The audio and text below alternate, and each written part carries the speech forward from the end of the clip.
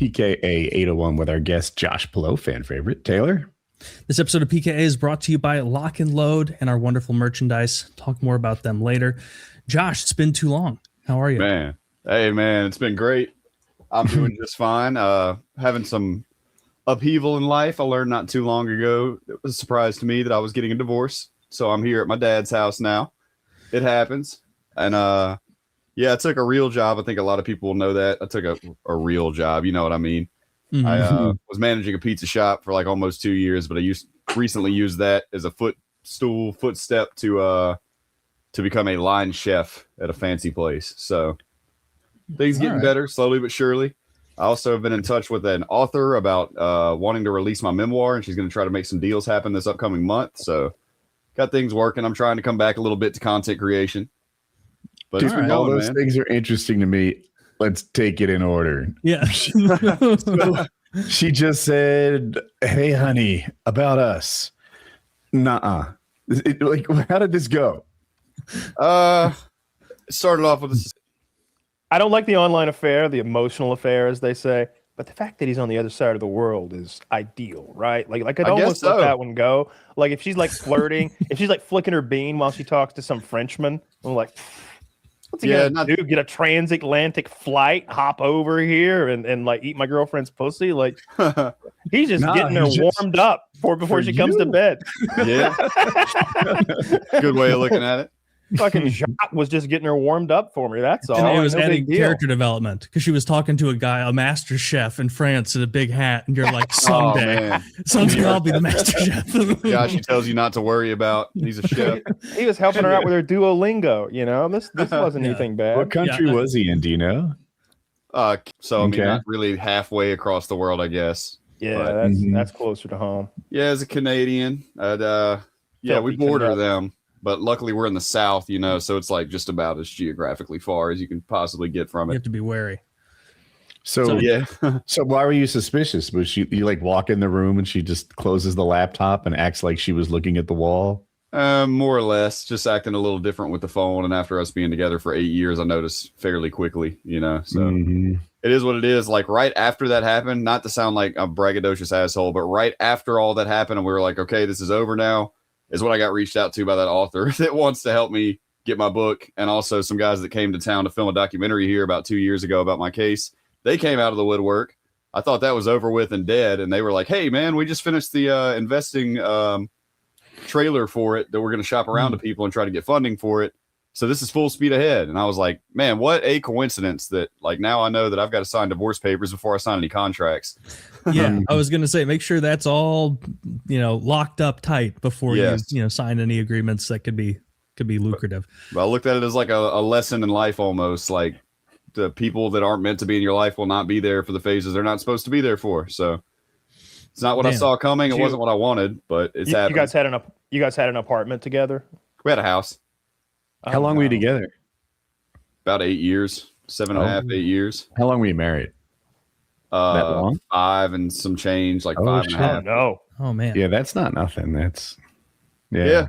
It wasn't some throwaway stuff. At least not to me, it wasn't. But I mean, I think that I always say everything happens for a reason, but I think that's a little vague, and I prefer the term that everything in life is a lesson to the well-ordered mind.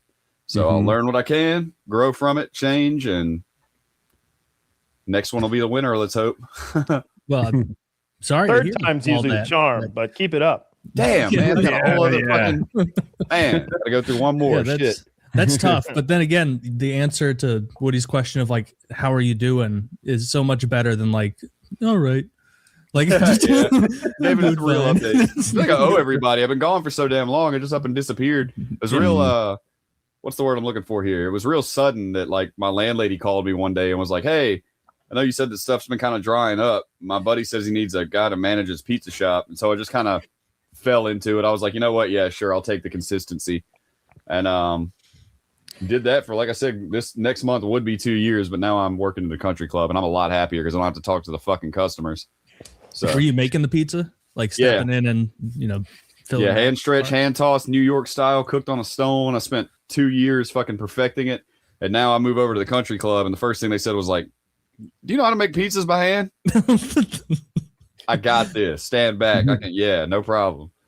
so I just pretty much make all the pizzas there and help prep and stuff like that. Nice. But my favorite part is that I just stand in the back in the kitchen, and when somebody makes an order, we get a little ticket. Because at Pizza Shop, I had to be front of house and back of house and making their food and trying to entertain them. And for some reason, people care about, like, I'm not like this, but people care about reading all the shit on walls at restaurants and, oh, how long have you been here and all this. They care about the lore like crazy. Oh, And I'm like, can you just buy some pizza? Like, I don't need to give you the synopsis of like what time frame the owner opened the store and stuff. I don't know. I got real yarn customers. Was it one of those like it was almost like a Chili's or TGI Fridays where they just have like a random plow bolted to the wall or like a spoked wagon wheel above you for no reason, that kind of shit? I was like New York related art. Okay. There's a Chinese place. There's a Chinese place near me that's like authentic Chinese. Everyone who works there is Chinese, and their wallpaper is just a very small repeat that says like New York on a street sign. Like, you know how usually it would say be like New York, and then it would show buildings, and then it would show some other part of New York, but they stopped it at just this street sign, and so it's just like an oppressive like modern art exhibit that just says New York boldly all around. Great food though. Terrible design. That's the important part, is how the food is, at least for me. I don't care about the goopy shit on the walls. Yeah, that how much work are you doing like cooking now compared to then with non-pizza? Because I know you're doing like the chef path. Less. I do a little less cooking overall. More like prep stuff, just because I haven't learned all the ins and outs of the stuff to make yet. Like I can make a mean chicken quesadilla because it's cheese and chicken and you fold it, and that's about it. It's classic. But they're working on it with me. They're going to teach me to be saute chef and grill chef. So I'll learn some life skills in the meantime before hopefully this next phase of the book can start to come to life. Okay.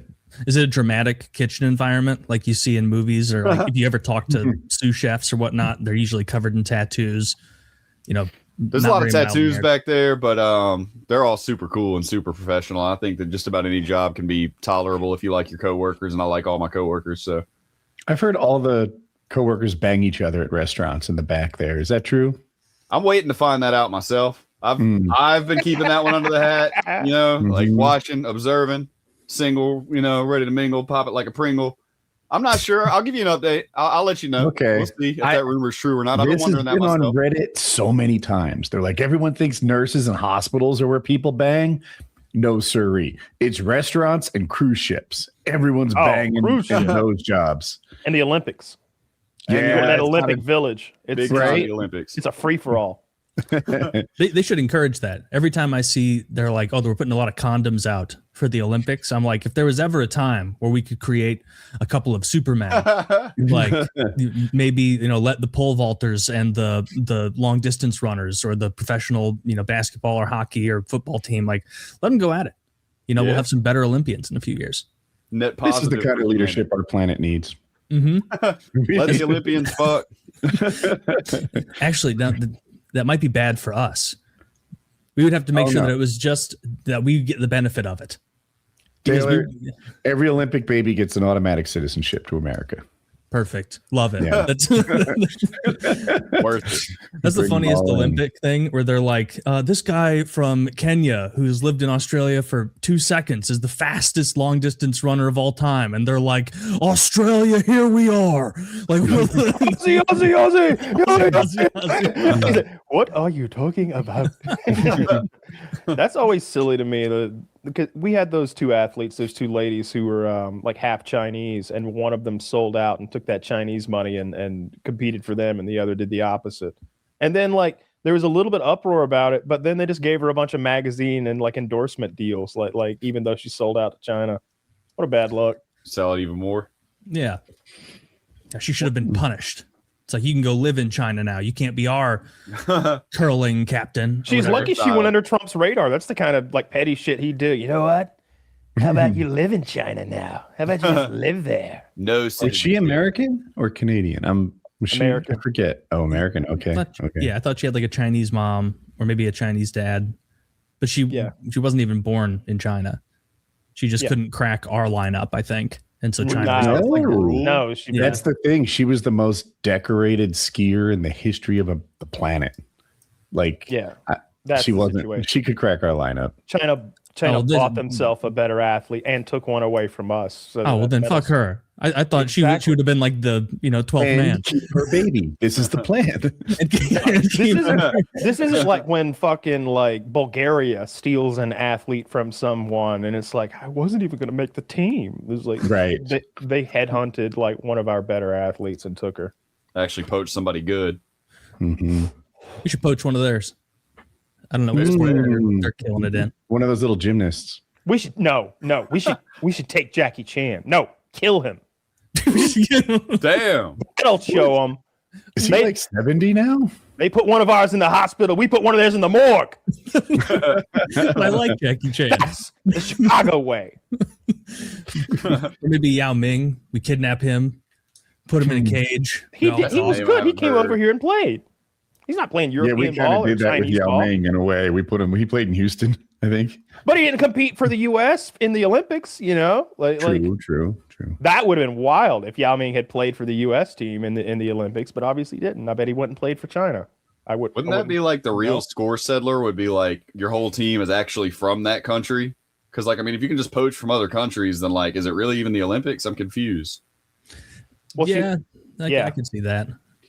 What is the Olympics? It used to be an amateur thing, and then it was tricky to define an amateur because under communism, the amateurs were kind of pros, and now it's just full-on professional athletes playing against each other. It's got to be draft. It's too boring to watch amateurs play those. Like if you're watching the NHL all year and then you watch a bunch of goobers out there on the ice, it's like, no thanks. Like I know you guys are giving it your all, but no, come on. Or worse, you just know America or Canada could win, say, ice hockey almost all the time. Mm-hmm. But because we're sending a bunch of college kids out there, Russia's the dominant team, and that feels bad. Yeah. For a while, the U.S. and China, the U.S. and Canada weren't sending professional hockey players, but Russia was sending their KHL players, which is the second best league in the world. And so they were just overperforming. And it was like, this is just pretend. This is like a pretend league because we have our guys sitting at home watching. Basketball, too. I think the dream team got created because our basketball team lost to the Russians. And we're like, this is ridiculous. We literally have Michael Jordan, and we're sending Christian Laettner over there or something like that instead. Forgive me if I got the times wrong. But yeah, college kids. So I heard somebody on the dream team talking the other day about how much they were passing and how selfless they were. He's like, whoever had the highest score got drug tested, which meant you had to stay behind for 2 extra hours of testing. So at the end of the game, we're all just passing. And they were like, look how selfless they are playing on the world stage. Like, nah, homie, I wanted to go back to the room. Yeah. Scared to take a shot. I'm not trying to drop 30. Yeah. I got a long jumper to try and fuck. Probably, yeah. Maybe. Or if it's Jordan and the dream team, they probably want to go gamble or who knows? Jordan is such an interesting character to me. I wish he wasn't a billionaire so that we could have a reality show with Michael Jordan where he was going to pick the best street baller in the world and going to give them a shot at an NBA contract or something. That whole documentary about him, what was it called? The ESPN one. Where the cameras are following him through that whole championship season. You've got all that behind the scenes stuff. It's where those memes come from where Jordan's like, and I took that person. It wasn't 30 for 30, was it? No, it was something else. It's on Netflix now. It's tremendous. The Last Dance. The Last Dance. The Last Dance. Dude, The Last Dance is so good. It's so good. One of my coworkers recommended that to me, actually. He said it was awesome. I'm not a huge basketball fan at all, but I love greatness. And Jordan is greatness, that incredible, competitive nature that he had. Some of the stories that you get, the behind the scenes stuff about Rodman and Pippen and the contract stuff and Jordan's off the court stuff and how he'd get I take that personally. And then he came out the next night and he scored 850 points. And how can he just will himself? 1 point for every $1,000 he lost gambling the evening prior. I love that about Michael Jordan is that he's the best basketball player ever. And so he goes out gambling and in his head, he's like, I'm fucking Michael Jordan. And then he just loves it. He's not even good at it. Apparently, we don't know. Loses tremendous sums of money. Does he? I don't know if he wins or loses. I know he's good at F1 apparently. like isn't his team doing really well? No, NASCAR. It's NASCAR. He bought yeah. I think he has 3 cars on his race team, and a while back they were like 1st place, 5th place, and 12th place or something like that. It was like popping champagne and celebrating. That's when he was getting handsy with that small child, but we all ignore that because he's the greatest. Mm-hmm. Wait, we just gonna gloss that over? Yeah. He was playing like butt grab with this little white boy. It was weird. It looked like some old man like silly Billy stuff. It did, because I mean, good God, we were like at the winner's circle or something, or the cup presentation, and he's just like just getting him a little handful of boy ass and like ticka. Oh yeah, like, was the boy in a diaper? Nah, he could. He was ambulating. You know, he was probably 9, 10, 11. Oh, okay. Prepubescent little feller. But Michael, he can grab my ass. Like if Jordan, tell me, if you're like hanging out with Jordan and he gets a little handsy with you, what are you gonna say? Nothing. Turn around so he grabs the front. That's right. I want some of that Jordan. He's a billionaire. Yes, sir. I've seen him in those Hanes commercials. It's been a while. Hanes commercials got me scared to death over here. I mean, yeah, he's not like Shaq. He doesn't do the commercial game anymore, at least not that I can see. He was all about, it was him and Mia Hamm in every Gatorade commercial for like the late 90s, early 2000s. And then Gatorade, McDonald's, Hanes. What I just remember when I was a kid, it was Space Jam. Like, I had never seen Michael Jordan play basketball, but I had seen him in Space Jam. Yeah, there he is, getting him a little grab ass. No big deal. Man, you even did a good imitation of how pinched he was. Yeah, he's coming in like this. He got some cake in his hand right there. What the hell? A little C-clamp. Use that with your AR-15. Who's to say what was over the top? Who's to say what was happening? But that would really sour the winner's circle if immediately, like before even the champagne's out of the bottle. He's getting Jordan's already copping feels over here. Yeah. Hurry up and announce who won. They let you do it when you're a star. I know I know people argue the him versus LeBron thing. And as someone who doesn't watch basketball, I just take my friend's opinion as fact of like, Jordan was the better overall player, but LeBron's played against harder competition, whatever. Right. But every clip I see on social media of LeBron is him diving in a way that's so egregious. And I know that's just what makes it to like the popular clip thing. But you know that thing basketball players do where someone doesn't hit them and they like scoot themselves backwards, like where they shoot themselves like it's an anime across the floor. What the fuck? Like he's 6'10" and jacked, and he's acting like he's getting pushed around by these other guys. It's that's over the line. That's bad sportsmanship. That's a good way of looking at it. It kind of is. I don't know enough about basketball, but LeBron's won like 4 out of 10 championships, and Michael's won 6 out of 6. Ooh. LeBron right now, Austin Reeves and Luka Doncic, hopefully I pronounced Luka's name right, are both injured or out or something. And LeBron is single-handedly carrying his team in the playoffs. He looks fucking amazing. He's 41 years old, and they're showing him, like, I'm seeing side-by-sides of him at 41 and him at 21. And the only difference is he's stronger now. He is so fucking impressive. He's killing it. And he's 2-0 in the playoffs. That's where they are. And I'm a bit of a LeBron fan. I also like greatness. So I'm kind of predisposed to be like, the one we have now is the great one. And it's also just fucking wildly true. Like, if you took some hockey player from 1993, 1991 and put him in today's game, he would be very confused at the complexity of the offense, the defensive schemes, like just how much the game has evolved since 1991. That's what LeBron's playing in right now. Whereas Jordan, they just fucking wave people out of the way in ISO. It's, playground ball. Well, you see those old clips of them beating the shit out of Jordan and it not getting called. It seems like if he had that freedom to run about and draw all those fouls in today's game, he would be doing better. And also, like LeBron I think spends 1.5 fuck out of Jordan with one hand behind his back. Like you say, like, foul, and Jordan would make how would he do his 2 free throws and restart? Or like physical league. LeBron is built for this physical league. He this would isn't a just physical league. eat cake in the 1990s because no one could stop him. But Shaq, I think that Jordan. Oh, I was gonna say LeBron spends like $1.5 million on his like body every year. They said if Jordan was, I feel like if Jordan was in the same like age group, like in the same generation, he would. How old was he when he played for the Wizards? Like 40, 41, right? Something like that. I want to say younger. It was definitely a diminished Jordan. You know, it wasn't Jordan anymore. Right.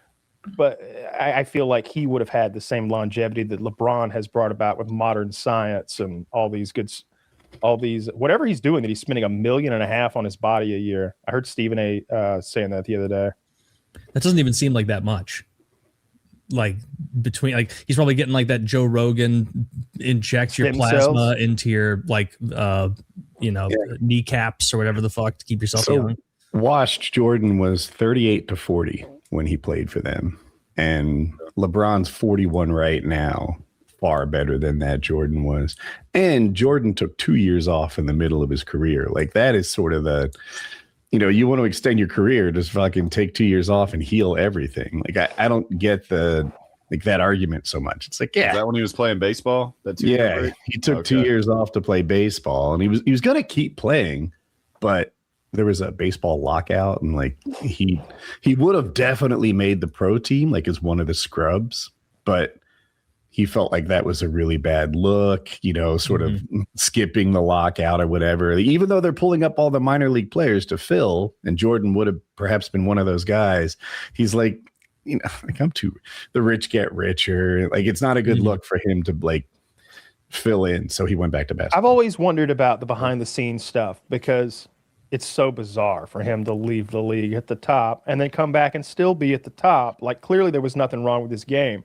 So It's either gambling and he got caught and they suspended him for a year and he used this as a great excuse, like, I'm retiring from the game of basketball, or he owed money perhaps to some mobsters. His father was murdered under those weird circumstances right in the middle of that time period as well. So I always wonder about that because it's so bizarre to step away from the game when you're not just at the top of your game, you're at the top of the game. He left at the top, and when he came back 2 years later, he was at the top again and won. That's what the whole documentary is about.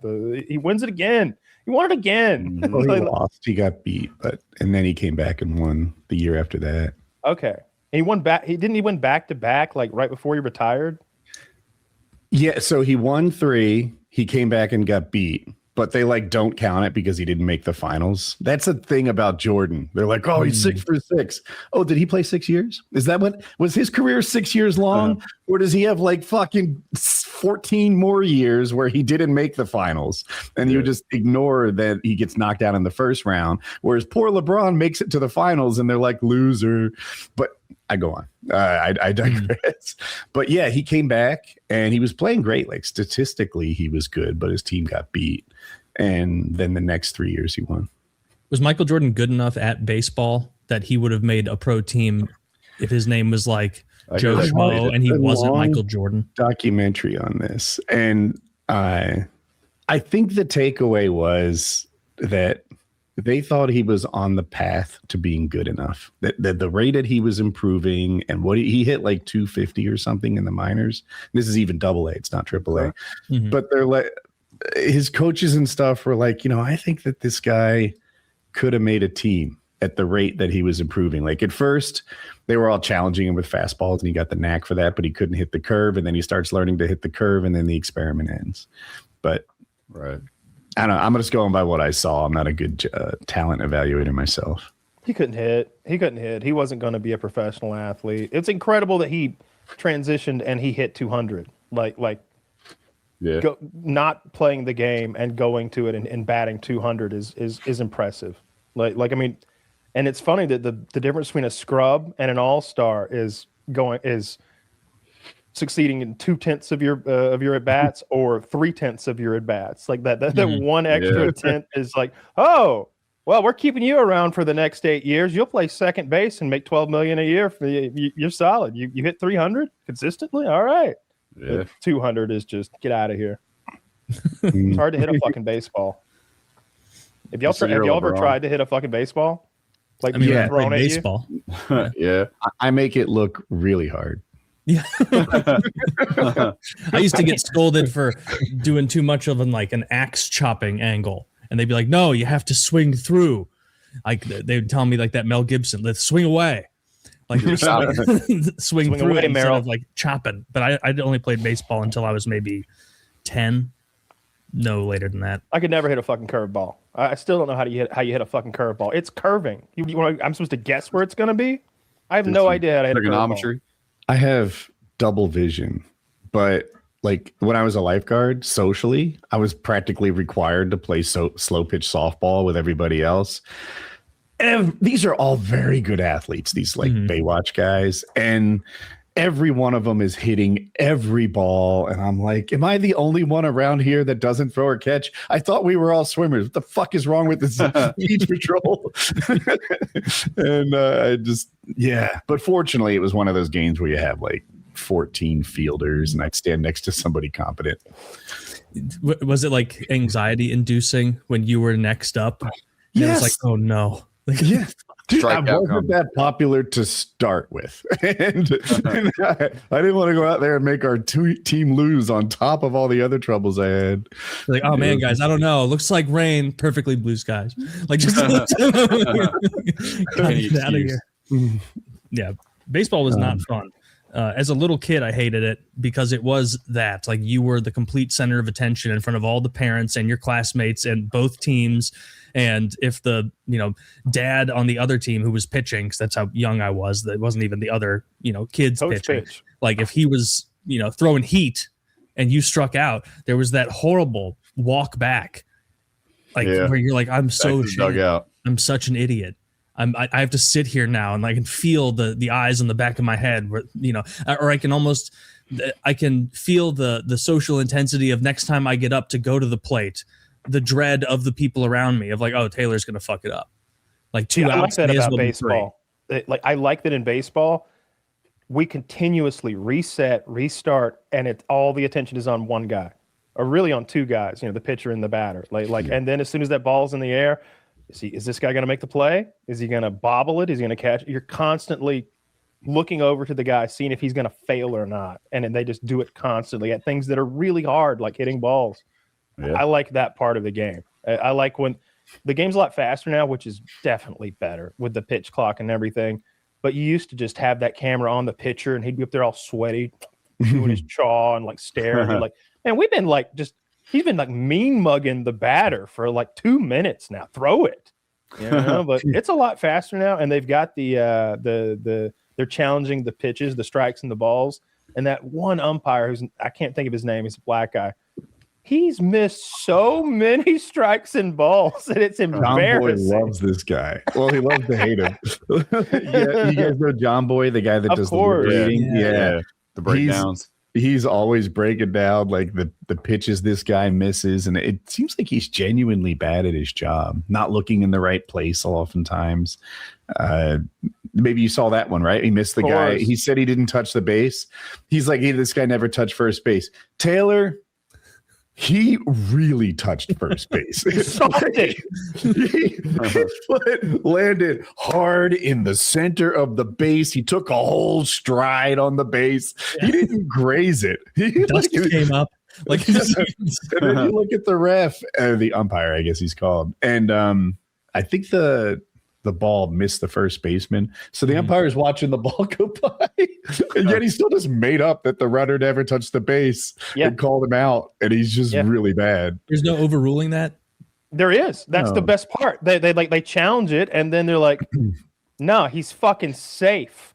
And of course, John Boy's zooming in on his mouth. He's like, he didn't touch the bag. And then they immediately show the replay, not only of him touching the bag, but of the umpire's face, like what he said, like following the ball when the play is over here. Yeah. The thing, he had no reason to be like he didn't touch the bag, like he wasn't even looking at it. But that it's better than that because like how said John Boy goes and he's like, yo, he didn't touch the bag, and then the other ump goes, oh, well then he's out, and then the other ref, he's like telling the team, you have 30 seconds to call, for a review. Yeah. And John Boy's like, because he's definitely not out. like everybody knew this was a terrible call. Even the other ref seemed to know this was a terrible call, but he was just following procedure. And then the coaches had this little moment where they both kind of like smile and look at each other, and they're like, he's an idiot. We don't know it. Did they fire him or bump the ref down to the minors? I don't know. No, Dude, not yet. Getting a bad ref out of baseball is harder than getting a pedophile out of your local Catholic church. Like they're just going to move him to another team or another location or something.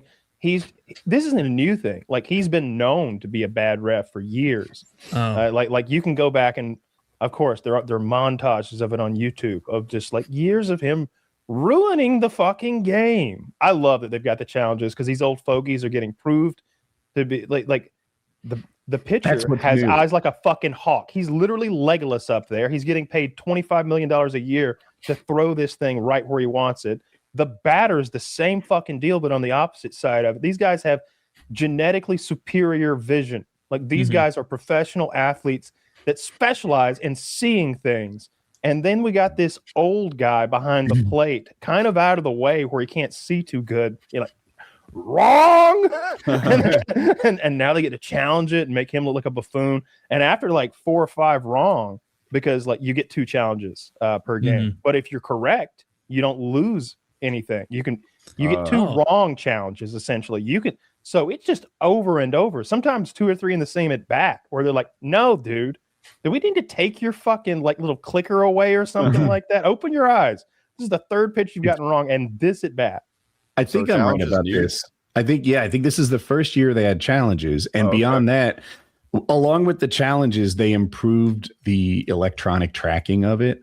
So before, like, John Boy would draw where he perceives the batting box to be. I think that's the strike zone I'm looking for. And they'd be like, yeah, this is it. Now, like it is dialed in. This is the strike zone. They're doing this with some sort of new tech, and like there's a right and wrong answer, and we can tell. And sometimes the umps are off by an amount that you can forgive, it's millimeters. And sometimes it's like, what are you doing? Like, you're so bad. You're muted, Kyle. He was missing them by like 3.5 inches. Like they would be like 3.5 inches outside the strike zone. He was like strike. And vice versa. The strike zone's top of your knees to the letters on your jersey, and then the width of the plate, and then it's this 3-dimensional rectangular tunnel that the ball has to just clip as it goes past you. So you can forgive somebody for getting 1 or 2 wrong every now and then, especially when they're close. But they're showing that these guys are bad at their jobs. That somebody from the crowd could probably do just as well. I like when the coaches get mad and they do that thing where they get up there and like yell with their hands behind their back and they kick dirt in a in like really not an aggressive enough way over the plate for how mad they are. It's a very gentlemanly way to get furious. I like it when they kick dirt on the plate to make the ref clean it. Yes. Yeah, petty. Joke's on you. I just got a new brush. I've been waiting to bust it out. You're just having a good time. Have you ever seen the clip of, I think it's the Mississippi Braves. I know it's the Braves. The coach gets so pissed off, he goes out and he steals second base. I don't mean he gets to it before he can be thrown out. I mean, he pulls it out of the fucking ground and he's like hucking it across the field. Like the bottom of the base has this square peg that goes down into a hole that's in the ground made for it. And he's just pulling the bases up and throwing them in the field and kicking dirt and talking shit. It's great. Do they have that system in like, I don't know, every high school?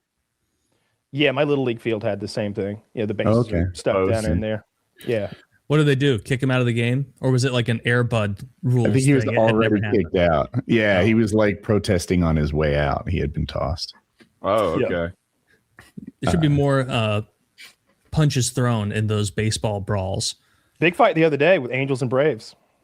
Yeah. Any punches thrown, or was it a lot of YI? Oh, I think I saw that. A lot of punches thrown and people getting socked in the face. Yeah, they were actually punching.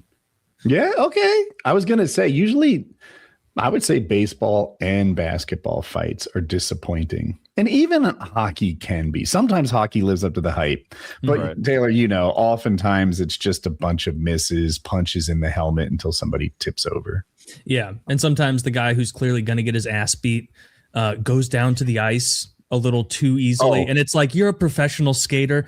I think you kind of just let him pull you down there, praying like, refs, it's over. Come on. Yeah. If fucking Ty Domi wants to line me up, I'd be like, guys, it was slippery out here. I went down immediately. I counted on his gentlemanly instinct not to hit a down opponent. I don't want to remove the fighting from hockey, but I do think it's like counterproductive to a major sport that every now and then we stop and beat each other up. It just is. Like, I'm here for it. I like combat sports. I like seeing people fight. Like Woody says, I'll watch kids fight in a parking lot. But the highest level of hockey wouldn't require one of my teammates to beat up one of yours. Right. But it does. Because otherwise you're going to, if the only physical justice is like skating as fast as you can and running their star player over and over and over, you're going to get way more injuries. That should be targeting, and you should get such a penalty that the game is now leaning the other way.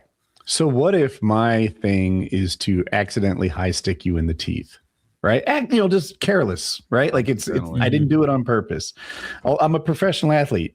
You can't expect me to control my stick all the time, right? I would. That's what would happen. People would just, get little shots, little paybacks here and there. But when they know that there's literally a guy who punches them in the face, if you do that, it keeps them in line. Yeah. The NFL doesn't need that. And you've got guys trying to roll quarterbacks' knees up in the pile and stepping on people's hands. They get dealt with physically a little bit. But then they get scary suspensions and stuff, and it ruins their career. It's like, you don't think we have another running back who can come in here, or linebacker, whatever the fuck it might be? You can be replaced. That's a good point, Taylor. The NFL seems to keep people mostly in line. I would say in the NFL, the biggest, hardest, scariest hitters do it pretty legally, within the rules. I don't watch the NFL, so I don't know, but I hear what you're saying with it. It's number one, it's just a big part of hockey history and culture. And when you can get going like 25 miles an hour and you're playing on an incredibly hard surface with no give, like you can ruin someone's career if they hit your star guy. This happened with the Maple Leafs and the Florida Panthers recently, where the captain of the Florida Panthers had a really dirty, cheap hit on the captain of the Toronto Maple Leafs, took him out for the season. And the next time they played him, and it was a huge news story because everyone in media was like, look at these Toronto Maple Leaf pussies. Not one person stepped up and went after this guy, this giant Eastern European guy that you wouldn't want to fight. But that was the critique, is like no one stood up for him. And then next time Florida and Toronto played, the captain of the Florida Panthers, who isn't their star player, he's just like a leadership defenseman. It was known like Toronto is going to run every star player on the Florida Panthers this game with intent to injure if this captain doesn't step up and eat his supper. And so what happened is, as soon as the game started, the captain of the Florida Panthers dropped his gloves and the fighter from the Toronto Maple Leafs came out and they got in a brawl. And like the Florida Panthers guy it was a fight he could have won. Oh, but you think? 100%. He's a strong dude. Okay. He purposefully lost the fight, ate punches to the mouth and the face, like just standing there at center ice, taking it on purpose, because he knew like if he, God forbid, wins this fight and doesn't eat his supper for what he did to their captain a couple weeks prior, this game would have got out of control. And so by getting the shit beat out of him, he protected the rest of his players by so then the Toronto Maple Leafs can be when did they play hockey with the pucks and sticks and stuff? That's a good story. I like every bit of that. It was honorable. I mean, now you said it was a dirty hit in the first place. Yeah, it was uncalled for. Yeah. And is there any chance he didn't mean to hurt him, or you think it was pretty clear? I don't think he meant to take him out for the season, but it was like an intent to injure style hit. Like it was, you can tell the difference if you watch hockey, which you could, between a hit that's meant to separate the body from the puck and one that's egregious, like trying to fall on their legs, trying to twist them. Yeah, so it was over the line. Did you guys see Wembanyama get hurt? I saw a still of him falling, and it was just his face on the ground, and I was like, that doesn't seem like a big deal, but then I'm like, that guy's like 8 feet tall, like that's a long fall. He's 7'6", and it happened to him. happened to him before. I want to say twice that game. What happened? The defenseman is not to blame. But when you have a guy bigger than you, like trying to sort of back towards the basket, you know, they like go backwards and they like push you with their own shoulder blades, trying to get closer. Well, defensively, there's not a lot you can do because like if you reach or whatever, he's trying to bait you into fouling him. So what the defenseman did is called pulling the chair. And basically like, I'm trying to bump you with my shoulder blades, and the defenseman stepped back and let him. And he fell off balance and ended up hitting his face on the floor. And the defenseman, there's two of them in the area. They're both doing like one of these. Like, I didn't do that. I didn't touch him. He was depending on me to hold him up. I pulled out the chair and he fell on his own. And I think he's going to miss another. I think he lost that game and he's going to miss another one. That so sucks. without Wembanyama, the Spurs aren't the same. He's a very good player. Yeah. Not malicious, though. The guy wasn't like. No. Yeah, this was. Just let him do it to himself. It was it was a good play, and like they teach you in high school to, you know, pull the chair when a guy's doing that to you. So it's just fair play.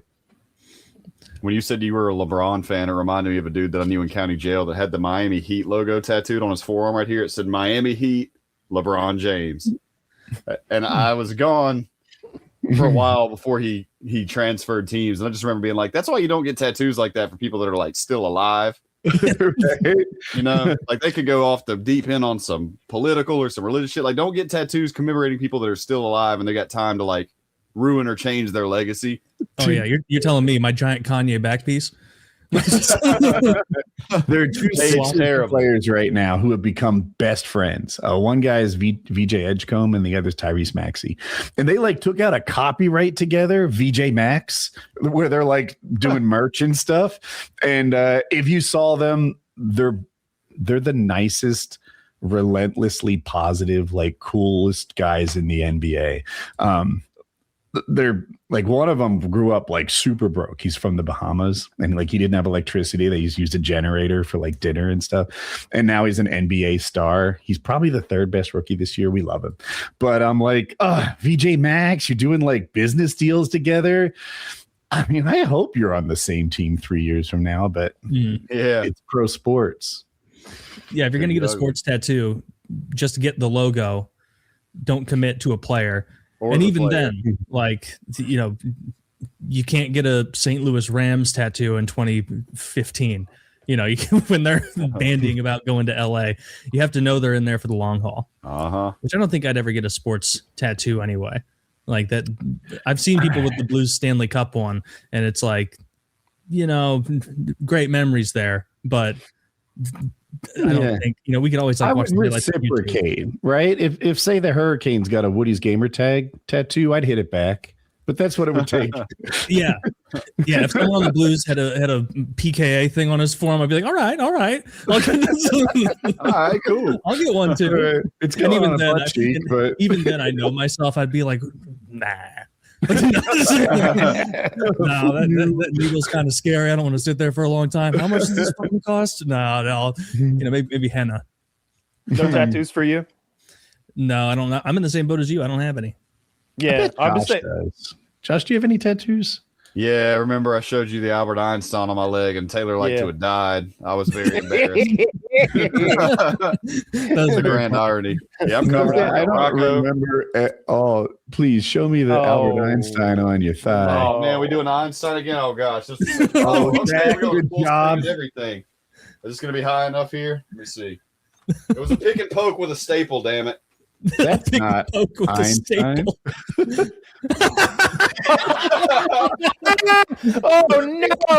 Oh no! You're lonely. You gotta chime in for this one. That was rough. A cross between Rick from Rick and Morty and Medusa. Dude, I love it. I love it. And it's a stick and poke with a staple. So this is a prison tattoo. Yeah. Pretty much all of mine are, except for this one that I got on my arm a couple of years ago. But yeah, I got them all over my back. I got innocent on my rib cage when I got there. That fuck love tattooed out. Wait, that's on the bottom there. That's like the Jackass or the BAM thing, right? The heartogram. Oh no, it's just a crossed out heart. It was just fuck love. Where I got never forget on my pelvis right here. I was going to get in all capitals fuck love because I was edgy. And Yeah. I had a cellmate talk me out of that. He was like, "Don't get fuck love blasted on your pelvis, dude. Get something else and do it like a crossed out heart." Here. I got a guy actually who has a tenuous grasp of what Albert Einstein looked like.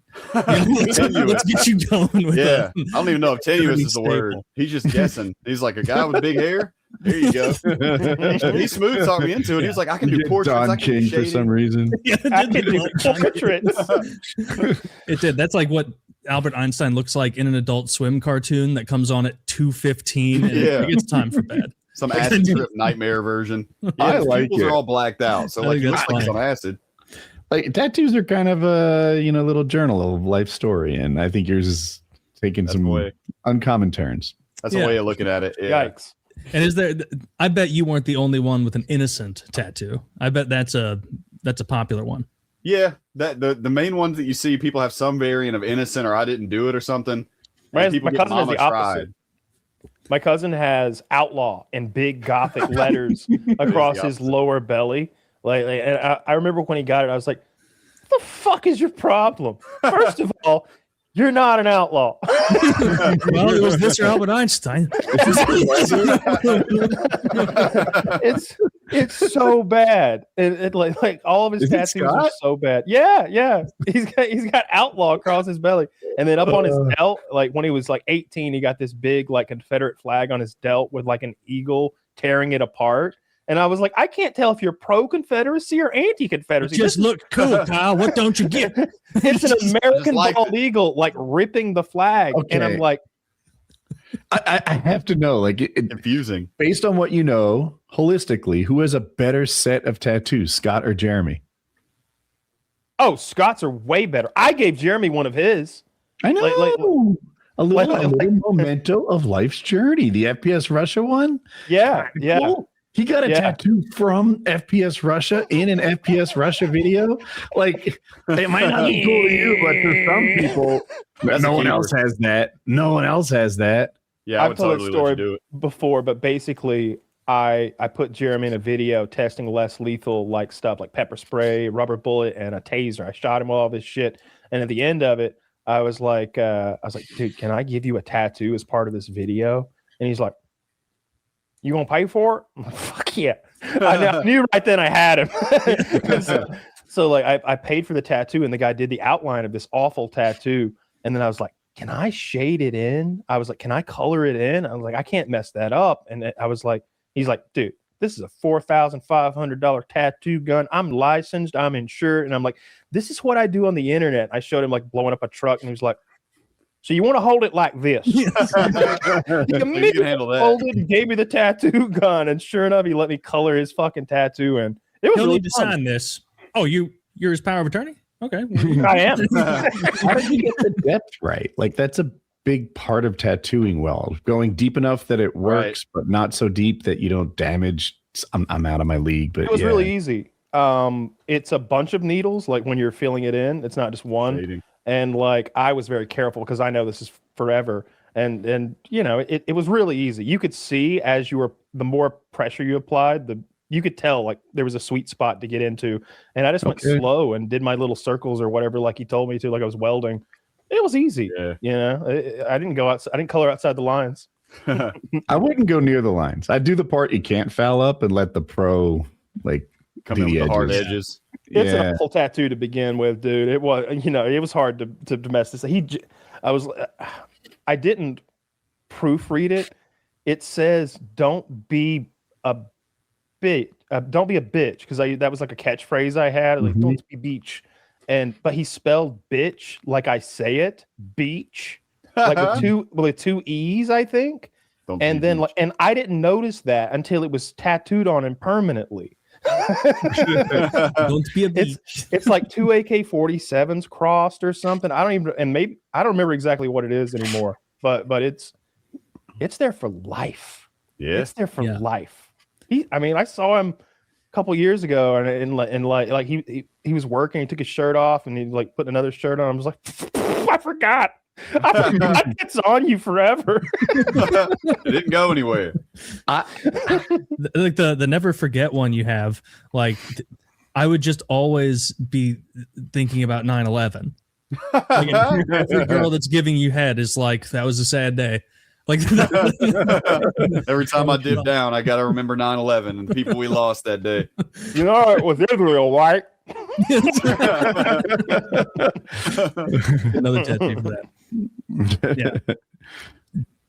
Zach said, "Oh, the piercing in your penis. Is that going back in? Is the pearl going to make another appearance for? Yeah, I mean, it's still there. Although, I mean, like, I don't know, man. If I wanted to get it removed, I don't even know what the hell I would do. Like a tattoo parlor and be like, do you guys have scalpels? Like, even if I wanted to, do you have like a buckshot in your dick or like some sort of piercing? What I don't shaped like a pearl. It's a subdermal implant that went under the skin of my shaft.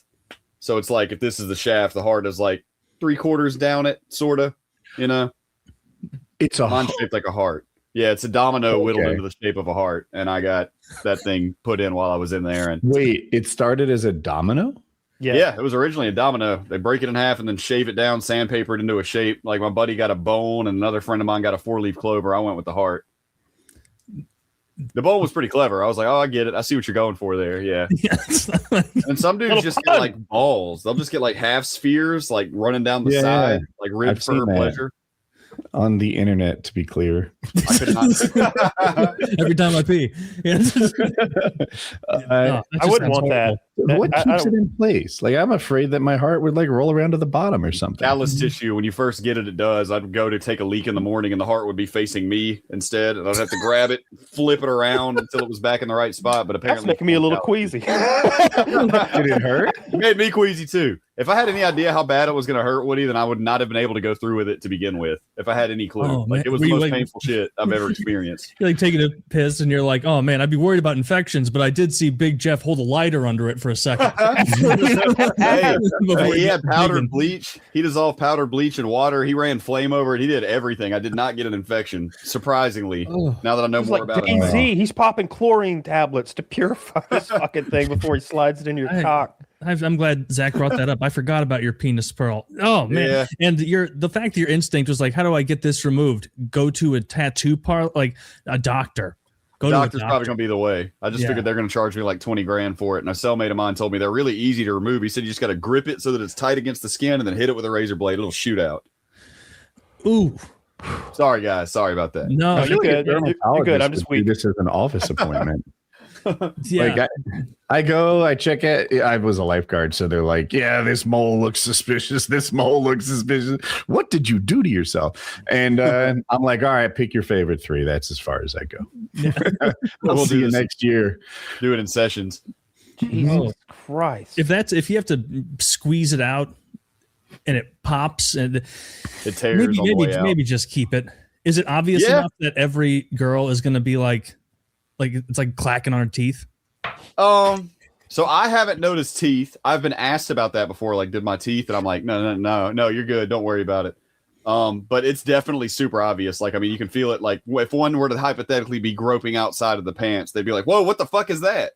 Oh, that obvious. Yeah, I mean, it's about a 1/2 inch, 3/4 inch thick. Let's see it. It's location. I picture it like if you're hanging down, it points forward. If you're standing full mast, it's pointing towards your belly button, kind of like that's. Yeah, so the heart is actually aligned to be at the viewer. Like the top of the heart is towards me, so it's like that.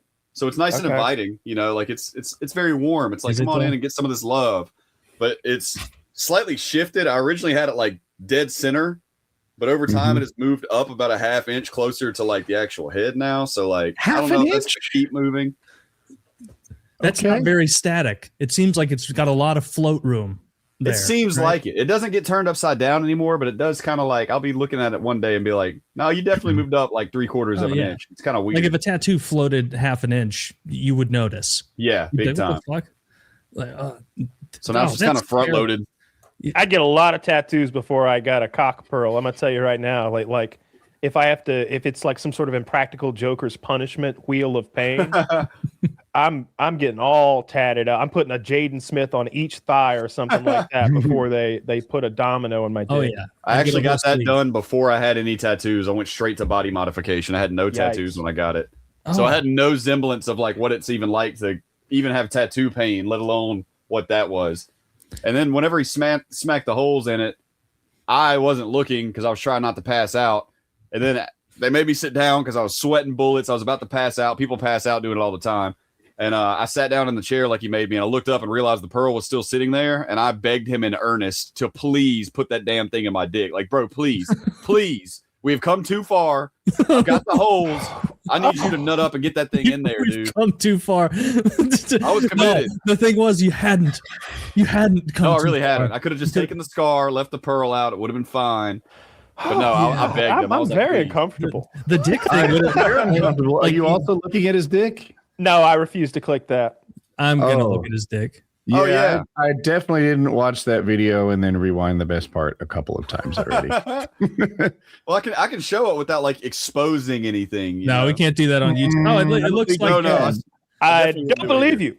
It looks like one of those horrible Valentine's Day chalk candies. That's what I was imagining. Yes. Yeah, good point. That's exactly what I was imagining. That's about the right size and shape of it. Yeah, you're right. Fuck, man. Wait a minute. Maybe I got scammed. Was there an alarming amount of blood? Because the penis is one of those parts that bleeds a lot. Believe it or not, there was almost none. Like he pulled up the outer layer of skin, punched 2 holes through it. Sorry, Kyle, my bad. and went to it. I didn't have any blood draining. The only time that I ever had blood was when I was changing the wrap around it, because you take 5-6 squares of toilet paper, you fold them in half and wrap that around. And then you make a rope out of another piece of toilet paper and tie that around it. And that's how you kind of keep it clean during the day. And then at night, you got to get the paper wet, soap it and all that. But there was very little blood. I did wake up the next day with like the typical morning functions going on, and it made me sob. Like I was sitting on my rack like, oh my God, what do I do? Oh, I've never been so not aroused. This is ridiculous. Where's Big Mike at? I need help. I need a little massage over here. Come on, Big Mike. Oh my God. Damn, that upsets me so much. I would. Have you ever had like a splinter that went in really deep and like you didn't get it out? Like over time, it like came to the surface and pushed itself out. Yeah, sure. Yeah, rejected it out of your body. I shot a target one time with this frangible ammunition really close, and it like spattered into my thighs and like went all into my thighs, and it took years for all that shit to come out. Ooh. There's I don't know how I did it, but I've got a piece of metal stuck in my thumb too. I think it was also shrapnel. And whenever I'm near a magnet, I can feel it feel it like tickles and like itches a little when you like run a magnet around my thumb. Damn. I can feel it in there. It's I wonder what an MRI would do. Oh, I've worried about that before. I don't know. Because like in Final Destination, it'll like bend you backwards and fold you up like origami and suck you in if you're wearing the wrong belt. But in real life, I've also heard of like issues. Like there's that scan of I don't know if it was a man or a woman, but they had a metal butt plug in when they went to the MRI. Oh yeah. What were they thinking? Was that suicide? That's the coolest suicide ever. If that was their intent. Suicide by Doc. It like pulled the metal butt plug like up to their sternum, like through their body or something like that. Oh my gosh. Yeah, it must have been didn't horrific. die. Which Good for him. It's almost not merciful. I bet he's shitting in a bag though. Yeah, probably got a colostomy bag or whatever it's called. That's the worst. I off myself if I get a colostomy bag. I'm letting you know right now. If you off yourself, you want a colostomy bag? No, the opposite. If I get a colostomy bag, I want you to off me. What if it was For you specifically? What if you just needed a colostomy bag for 3 months and then on the other side of that, you can fix you? I can see my way out of that. Although that would be a rough 3 months. That poopy, stinky bag everywhere. Like, oh God damn. Prison was the first time I ever saw one of those. Some dude that I was locked up with had gotten shot in a bank robbery, and he had one. And he had that shit for like 2 years, and then randomly came back from a doctor visit one day and like didn't have it anymore. I was like, oh man, somebody's just waiting to break in that brand new butthole. That's gonna go for top dollar. That's the only advantage. Like you That's have worth clean 2 packs. Yeah, your butthole would never have poop in it if you had a colostomy. That is an advantage. Yeah, that's true. Oh, it'd make you much more fuckable. Yeah, but way more. Well, I heard inmate.com said that I don't know if this is like that person specifically or this is what they typically do, but somebody said that they stitch your butthole shut whenever you have one of those. So that like there's no runoff or leakage or anything. They just fully redirect it into the bag. That was inmate.com though. I've never taken the time to like look up whether or not that's really a thing. I'll ask ChatGPT. They'd have to go like up in there and sew something. Like it wouldn't make sense to just sew your butthole shut. Yeah. Because then like, what if a bunch of stuff's just knocking at the door for 10 years? That That just doesn't. They do. Oh my God! If the rectum is removed, which happens in a permanent colostomy or an abdominal perineal resection, the anus is usually closed with stitches. If the colostomy is temporary, the rectum is often left intact, leaving the anus open but non-functional. Non-functional for what purposes? Be more specific. It's very functional in prison. Shit. Oh, and then they've got some like gross like facts. Like apparently there's mucus discharge, even if it's not stitched closed. It's common to experience mucus discharge as the remaining rectum still produces it. My rectum makes mucus? I had no idea. Guess that's the poop lubricant to get it through you. I don't know. I guess it's just so drowned out by the shit. You just don't. Yeah, I know it mostly makes that. Yeah. That's like a side hustle, the mucus. Josh, is there a lot of like rape in prison? Nah, I can't say that in any of the places that I went to, there was no case where I ever heard of an actual rape going down. What about gay for the stay? What about what? Gay for the stay? Oh, that's plenty. It seems like the upper human limit of when you turn gay for the stay seems to be right about 25 years. I can say that in my 6 years, I was never once tempted to, I'm a straight guy. I don't care if other people do what they do, but I'm straight. 6 years wasn't enough to make me even think like that. But 25 seems to be like, okay, I'm about to start fucking with the dudes now. Very consistently. So I can't judge. I didn't do 25 years. But there was plenty of gay for the stay. Plenty of that. And if you're even seen talking to the gay dudes too terribly often, they'll just assume that you're one of them and start, it's unfortunately basically better left avoided. But no, not anywhere that I went did one case happen where I legitimately thought that. There was a time where a dude got caught having consensual sex and then tried to make it out like they had pressured or coerced or something. But no, nowhere that I was at. And everywhere that I stayed, we also had solo showers. So like the first question I usually get is, did you drop the soap? And I'm like, we had solo showers. I could have punted the fucking soap into the floor if I wanted to and not been in any danger. How solo? Was it like a curtain or a door? Or it's a curtain. I mean, you're not like, with this big cavern you can go off in. People can still see your neck and head from the curtain there, but it's still just one-man showers. There was no group showers anywhere that I went. So soap was never an issue. I could have dropped it, thrown it, whatever the fuck, not used it. Nobody would have known. Now, it's not like you had one in your cell either. It was like 4 of them out on the cell block. So you'd be waiting in line most of the time, but still solo. Still grateful for it. Yeah, our showers were great. There was so much water pressure, so much volume. Tremendous. Yeah, these sound like better showers than what I had in high school gym. Oh, way better. Yeah. Like I got some water pressure on them in there. I can say that. The handicap shower had a lot of heads. Oh, yeah. Oh, those are fancy there's a handicap shower. The ones that kind of are at like nipple length in addition to the ones on the top. Yeah, there was like a body one, and then there was a wand as well.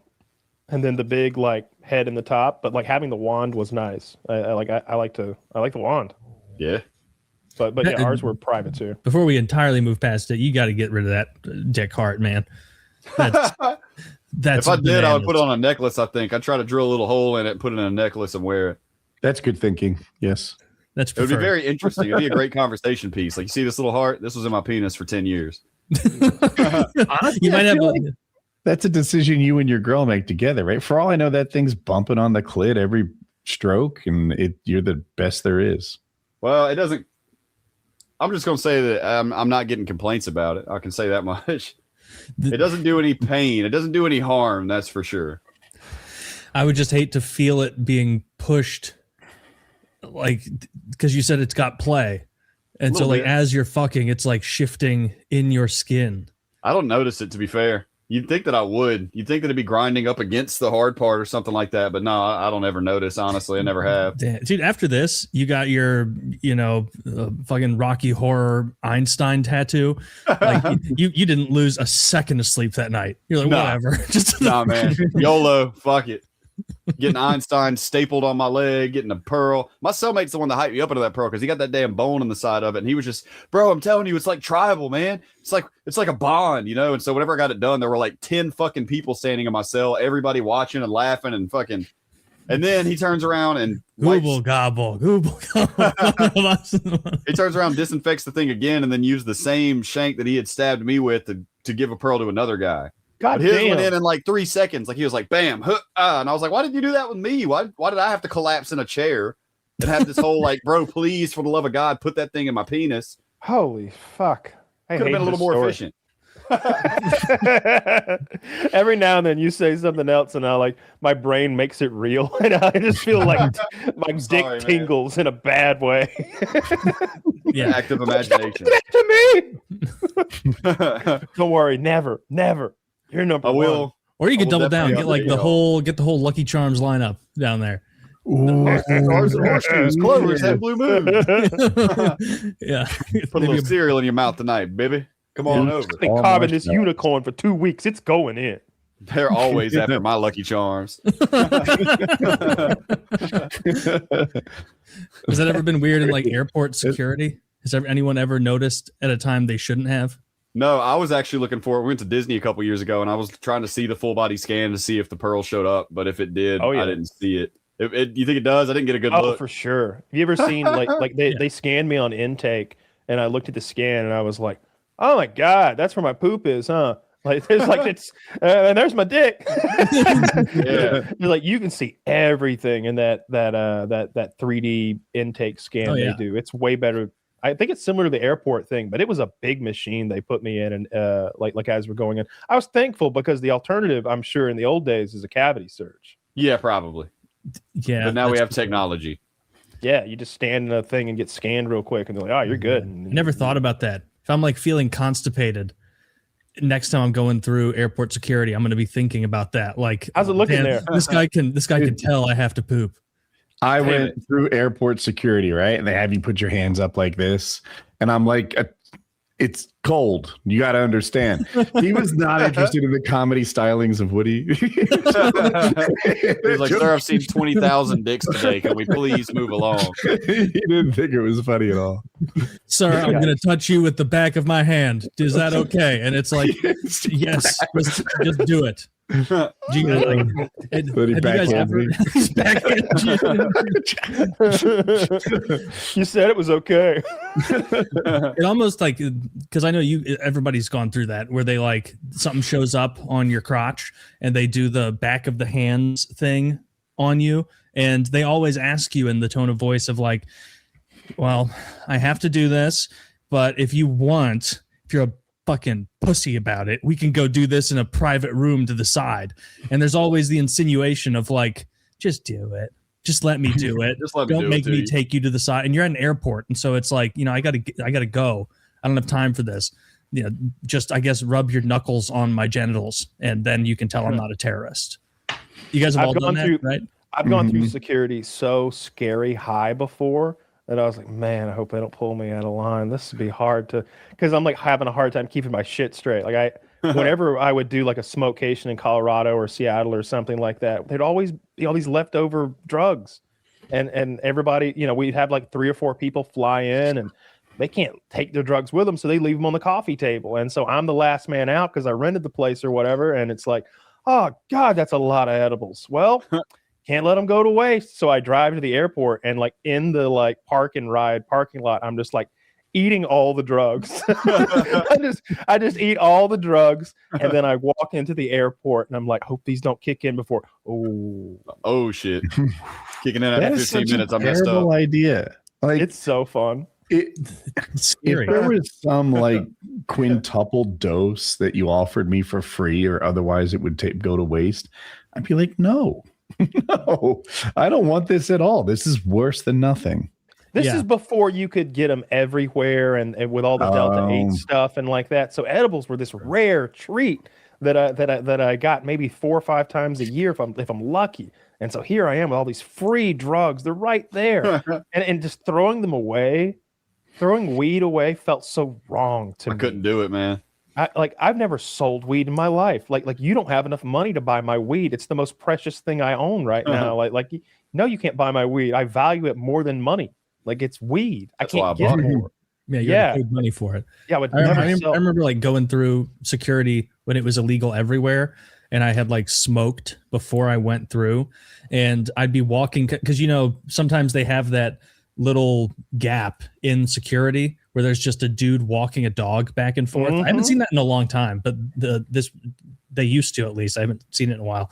And I would just get so in my own head for like the 20 minutes waiting for that period where I'm like, I don't even have any weed, but it can smell my breath. It can smell my breath. Hold your breath. And so I'm like walking past a dog, like high as a kite, being like, try not to exhale at all. I've had that exact thing. Yeah, I've been there reeking of it.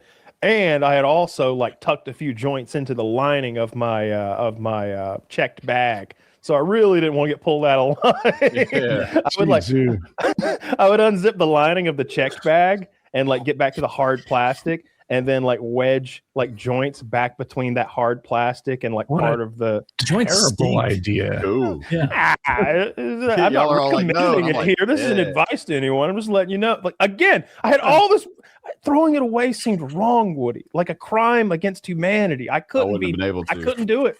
I couldn't just throw it away. In the world of weed, joints smell. They were expensive too. They were like those silver salute joints, the ones where they've done like 8 different things to them to make them like super duper.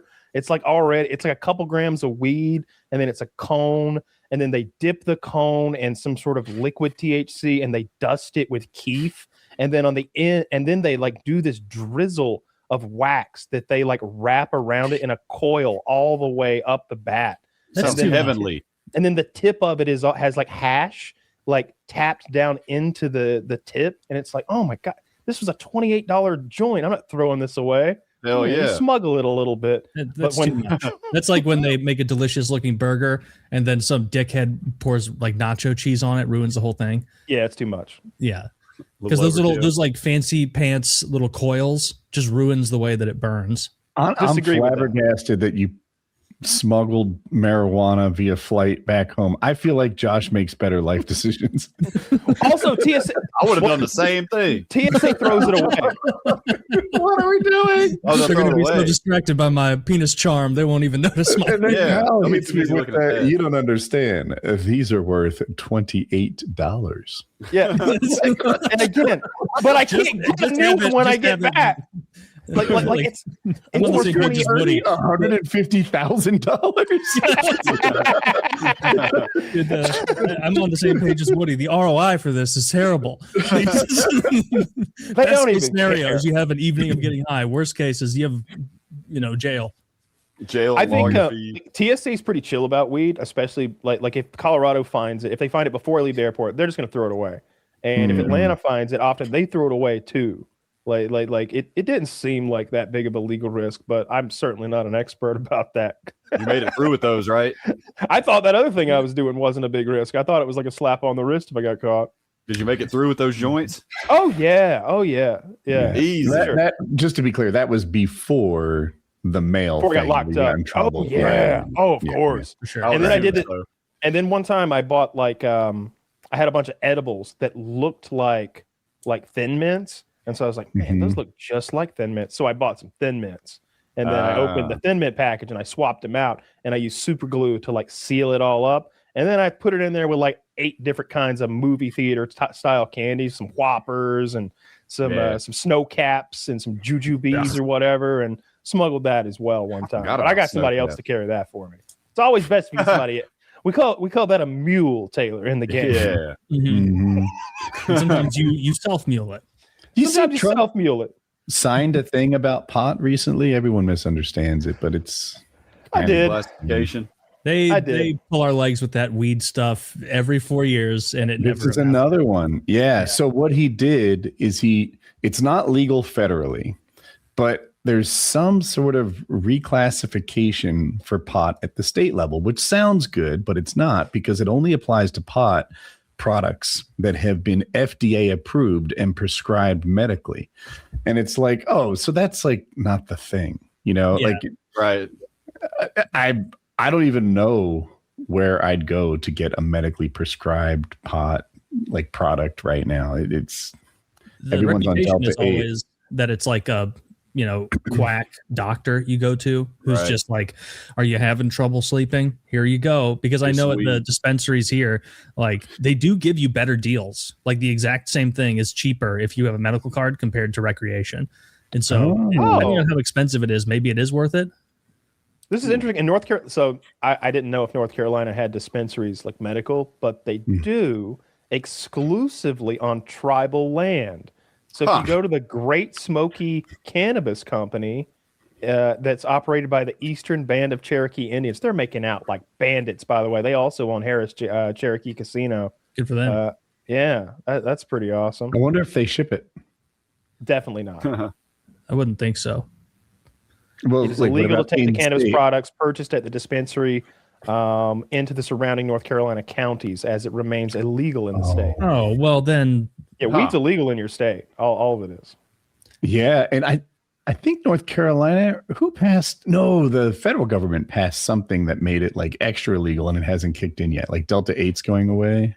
Delta 8's going away nationwide. Delta 8's gone. Is that for real happening? Yes. Because this is like the third false start we've heard with like the Delta 8s, the THCPs, THC. It's completely gone in my city. None anywhere. Yeah, you're in North Carolina too, right? No, I'm in Mississippi. And it is gone. Yeah. We have medical here, by the way. I can't fucking believe it. I never thought I'd see that in my lifetime. We have medical, but they cracked down on Delta 8, probably so people can get that medical marijuana weed money, if I had to guess. Are all three of the states you guys live in the hard and fast, like red on the map, fully illegal? We have medical marijuana that's for like the most extreme cases, like those kids who have seizures, need that that take some sort of weird oil. And then I think only recently have they made it so that even those kids can even acquire it, because they made like marijuana oil legal for those people, but then there wasn't a mechanism for them to obtain it legally. Like there wasn't a dispensary system and a pipeline set up, and getting that going was greatly delayed, I think. But basically the answer is no. There's no medical marijuana here, nothing of the sort. The closest thing is Florida. They have medical. Right. We've got full medical here in Mississippi for like a wide range of issues like anxiety and stuff that, you know, it might not even necessarily help every person for. So it's pretty easy to get medically. The card is like $200. And then we have dispensaries. And if I'm not mistaken, like 20 grams and less is now decriminalized. Like you get a ticket for it, I think. That's good. Yeah, a lot of places. That's how Atlanta is. Like Atlanta proper, the city, I think it's decriminalized there, and it's a ticket. Like if Atlanta Police Department catches you, I think it's a ticket, or they'll even just like throw your shit away if it's a little bit. But the problem is, like, what if, like, I don't know, a sheriff's deputy or a state patrol agent or somebody like that catches you? Then you're in that whole rigmarole again. Yeah. And even legalizing it isn't always the best thing, because you can get hoodwinked like Illinois did, where Illinois fully legalized it, but it came along with a retarded amount of fees, everything. And so the illegal weed market in Illinois is still booming because they charge, like, there are neighbors in Missouri, but they, like, it's the same amount here is quite literally double, if not more there. It's really like they rake you over the coals in Illinois. It's crazy. And it's so saturated here that even when I buy like street weed, which is very rare, I'm getting packets that came from a dispensary one way or another. You know, like I don't get Ziploc baggies anymore in this day and age. I get vacuum sealed 3.5 G purple kush or whatever, you know, and it comes already sealed and legit and weighed up and everything. It's so much better than it was buying weed in college, where that guy I used to buy from at one point, who like insisted he be called Kush. I've mentioned him before. And it was like, come on, man. And he would take that cellophane around cigarette packs, put like an eighth or a half eighth in there, and then melt it together with a lighter. So now you get that good plasticky smell on your weed. And like to him, he thought he was fucking Henry Ford every time he would hand one of these to you. And I'd always want to be like Heisenberg, or Kush. Can you just use a regular sandwich bag, please? This is absurd. I had the same thing. My guy was just too broke. Like he was always so broke, and he'd be melting those bags together for me, and I could smell that smell. It's the weed mixed with the melted plastic smell. Yeah, that was that guy that had like the worst life ever, where like his wife cheated on him while he was long haul truck driving, and he had been maimed in 2 different like workman's accidents. Oh, one of them, like he was like driving rebar with a hammer, and a chunk of metal came off the hammer and went into his chest. Oh no! So deeply, the hospital thought it was a bullet wound, and it like caused some serious internal damage, and they had to do surgery to remove this hardened chunk of steel that went into his chest. And then like while he was recovering from that and he lost that job obviously. And then while he was recovering from that, he was like, you know, things have been going poorly. I'm gonna buy myself a little 4-wheeler. And so he like goes to some guy's house who's selling it, and it's like evening, so he can't see that the cover is off the chain, and he's out there and he's like letting his other hand go slack by his side, and it got sucked into the chain and it ate off the tips of like 3 of his fingers. He like lost the tip of one finger and most of another finger, and then almost all of another finger, like kind of went diagonally across like these 3 fingers. Ooh. And so now he's like chest wound, hand mangled, manual labor guy. Oh, and then he was like roofing, and the guy who was like pushing the sheet metal up to it was like a metal roofing job, like shoved it, and it like slit his wrist and cut all the tendons in his other hand. So his you know, your hand's kind of like a puppet show. You're just pulling strings here, operating this thing, and all of a sudden his hand like does this now, and that's all he's got. They couldn't fix it. Damn. Like they mostly fixed it, but it was this. He was healing from it while he was selling. He's telling me all this as he melts my plastic bag. he's like explaining to me how he became a basement dwelling like weed dealer, and it's like these 3 accidents, and he's like, but I got to support that woman and that little kid up there. So now I got my little farm down here. I got purple kush from Cali. I got this indica I got in from Mexico, and this is some Canadian. He's got these plants growing, down in his basement and stuff. The whole place smells so dank. Just this wet, moist weed smell. Wife cheated on him, lost the house. Her dad owns the house, so he's kicked out. Like I think they took his truck from him eventually. He was a truck driver. He lost that. Like, damn, it was rough. It was a real sad tale. What a terrible series of events. Yeah. So he has no good hands, and he's a blue collar worker with his hands. Yes, exactly. That kind of, you're up a creek without a paddle at that point. I feel like a lot of this is like the medical system in America just doesn't do its job very well if you don't have money. Yeah. I bet Colin's axe injury was every bit as bad as that dude's hand injury, and Colin's foot's fine. Yeah. Mm-hmm. I think the hand ended up being fine with the tendons, but it was a long recovery where like he couldn't use the hand. Like they immobilized the fingers, and so he had this like he had it all like wrapped up, and there was like metal on it, and it was all braced, and he couldn't use his left hand, and then the other hand was mangled from the 4-wheeler. So he's down there like clipping weed plants with his 2 good fingers, Poor guy, damn. It was rough. His wife was always a little flirty when I'd come over too. I was like, Jesus Christ. I came over one time and he wasn't home, and she's just like, he's not here, but I guess we could work. You walk in there, Mr. Two Hands. You walk there with your 2 good hands. The guy who tells you not to worry about. Just flexing Mr. 10 Finger. They're cracking his knuckles, showing off.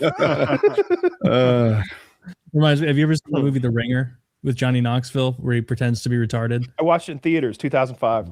Where his gardener, Stavi, the Hispanic guy, reaches under the lawnmower and loses all 3 of the middle fingers. And so then he's like, it is not all bad, Mr. Dave, because now I can pluck so gently the flower. Pinky and thumb. Yeah, it makes me think of that. See, that movie's awesome because all of like he said, he joins the Special Olympics pretending like he's retarded. But it's like that bit from the South Park episode where Cartman does the same thing. He gets there and realizes like, these guys are fine. And they've got all these guys with Down syndrome and developmental disorders who are acting in the roles. They don't have like some actor pretend. And it's like, these guys are awesome. That was the first time I saw Down syndrome people represented in like a cool way where you actually got to, because I didn't know anybody with Down syndrome growing up. I mean, there was probably a kid or 2 at school, but I never spoken to them or like seen what they were about. But they all seem so. These are the really smart ones in that movie. That's a good movie. That's a hilarious movie. Yeah, he gets there and that dude can outrun him like ×5. He's like, oh, I guess that I thought just because they're stupid, that they don't have physical prowess here. No, but then Jimmy destroys him. Remember that? Jimmy, yes, I do. Yeah, the runner. I had one with the 8 and 2 thumbs. How many fingers do I have? 10. No, 8 and 2 thumbs. He just dies laughing about it. I had an "Am I the Asshole?" I saw it today, and it's not juicy or anything, but the crowd was legitimately split, and I was wondering where you guys would land. So okay, those are the good ones. Am I the asshole for confronting a guy who moved my backpack off a seat? So something weird happened today in class. I'm trying to figure out if I overreacted. I usually put my backpack on the chair next to me. The class isn't full because people dropped it. It's never been an issue. This guy comes up and asks if the bag is mine. I say yes. He picks it up and throws it onto the desk in front of me. I doubt that, but okay. This pisses me off. So I confronted him and told him not to touch my stuff so that he can just ask me to move it next time. He responds saying that's his seat and that he would do the same thing again. For context, there's no assigned seats, and I've been sitting there for a few weeks without ever seeing this guy before. I told him, hell no, you're not, and I don't like people touching my things. The conversation didn't really end with both of us in agreement, but I couldn't care less. So he's asking Reddit for advice. He's posting about it. Right. I told him it's about respect, and some people don't like having their stuff touched, and then by people they don't know. Again, there were a ton of open seats, so it wasn't like there was no other option. Am I the asshole? Where do you guys land? Also, by the way, I feel like he's making shit up. Like, he grabbed my backpack and he threw it. Oh, did he? Did he overhand throw it? How many rows did he send it? You know, like yeah. That the way he wrote that, I'm in agreement. Like, I don't trust this guy. I don't trust his retelling of it. This guy, and then I said, like hell you do. And I stood up, and the professor removed his glasses and all and clapped. Like everybody started clapping. It's fucking yeah. The way this guy wrote it with his little exposition and clearly made up bits makes me take the other guy's side. And it also makes me think there weren't nearly as many open seats as this guy is trying to insinuate. Like 3. Maybe they're at the back. This guy comes in towards the end. He's trying to get it. I doubt, like, if you needed to move someone's bag in class, I would be like, do you mind if I sit here? I wouldn't move their stuff for them. That just seems like the courteous way to do it. But the idea someone picked it up and hurled it and then got in an argument with you, a verbal altercation, like this guy's fibbing. Something about this doesn't add up. Everyone's the asshole might be one of those rare occasions that everyone's the asshole. Because I think it's dickish if he really didn't say, like, can I move it? Can I sit here? If he really was like, this is yours. Yeah. Like, that's a dick move too. It's a bit of it depends on how he did it, right? I can also imagine him kind of politely putting the bag closer to the guy. And I would have retold it as he threw it. Yeah, do you mind if I move it? But here's the thing. I feel like people don't need to ask backpacks permission to sit, right? If you put your backpack on a second chair because you're so fucking important and wonderful that you deserve 2 chairs, you can suck my dick. Fuck you. You don't get 2 chairs in a collegiate classroom. Like, you put your backpack on a second chair. You just like having 2. You like having a space next to you, a little more like elbow room. And I don't know, maybe I'm an asshole, but it's a combination between you're the asshole for trying to take 2 seats in the first place, and everybody sucks here because he could have been more polite about insisting that backpacks don't get their own chairs. Yeah. And this all could have been avoided if, like you said, because, in college, that would happen. And you'd sit down and I'd have my backpack. You just put it down on the floor in front of you or like put it under your own seat. Like there's a lot of ways to solve this that don't involve you like staking out a claim to your surrounding area, which is rude. That was like something like girls would do with purses and whatnot, or like you'll see people on public transit do that, where they'll like on a bus they'll put their backpack or their purse or something right next to them, and it's like that's rude as fuck. Like you don't get to claim this whole area. This is the guy said, "Is this your backpack?" And he answered yes. A better answer would have been, "Oh yeah, did you want to sit there? Is that like are you looking like?" He's just like yes, like now. What you're hoping he just folds and like, oh well, walks away. Heck, I guess I hoped it was no one. Fuck you for trying to take 2 chairs in the first place, you cunt. It's like when someone comes up and says something, when someone politely says like, oh, is someone sitting here, like gesturing at your bag, the way civilized society handles that is you go, oh no, sit down, like let me put this under my seat. Like this is how we behave in like civilization. I'm leaning towards everybody sucks here. I think everybody sucks, but I'm leaning towards the guy having his bag there and then crying about it to Reddit, sucking more, because he's clearly adding details to try and make his dickishness seem more acceptable. Right. As if he was just sitting there and some guy burst in and said, "This is MAGA country," and threw his backpack across the room, and everyone was aghast. It's like, no, this guy's a douchebag. I saw people in like the same vein. It was going big on Twitter in the last 2 days. Someone filled their mailbox with concrete because they had it smashed so many times. And like, so they had like a reinforced post and then had their mailbox there. And they really just had a large PVC tube in the middle of the mailbox, and all the rest of it was surrounded by concrete. And the majority of people, in my opinion, was like, yeah, this guy's taking a purely defensive, non-aggressive measure to protect property that has clearly been destroyed before. There's nothing wrong with this. There's no way this mailbox isn't going to go hurt anybody that doesn't try to come and hurt the mailbox. And there was like a dent on the side of the mailbox, which was funny. That like didn't go in very far, so someone got their arms fucked up. But there were some like, frankly, pussies being like, this is disproportionate. Like, smashing a mailbox shouldn't be like the same as like having your hands or arms shattered, because that's what can happen with this, guys. Oh my God. And it's like, all of you don't know what you're doing. you would have taken it down. I'm a fucking pro, dude. I've told stories many times, but I've smashed more mailboxes than not. Like, if it were a Steam achievement, it would be like a 0.2% of fucking players have smashed this many mailboxes. Just so like, rude. Over 1,000, like no joke. Like multiple. That is so many mailboxes. Like 2 years of doing it like 3 or 4 nights a week, like sometimes all night. Like 3 or 4 nights. Damn. So you're out there like on a Wednesday. we loved it. We loved it so much, Taylor. I turned it into a game with a scoreboard.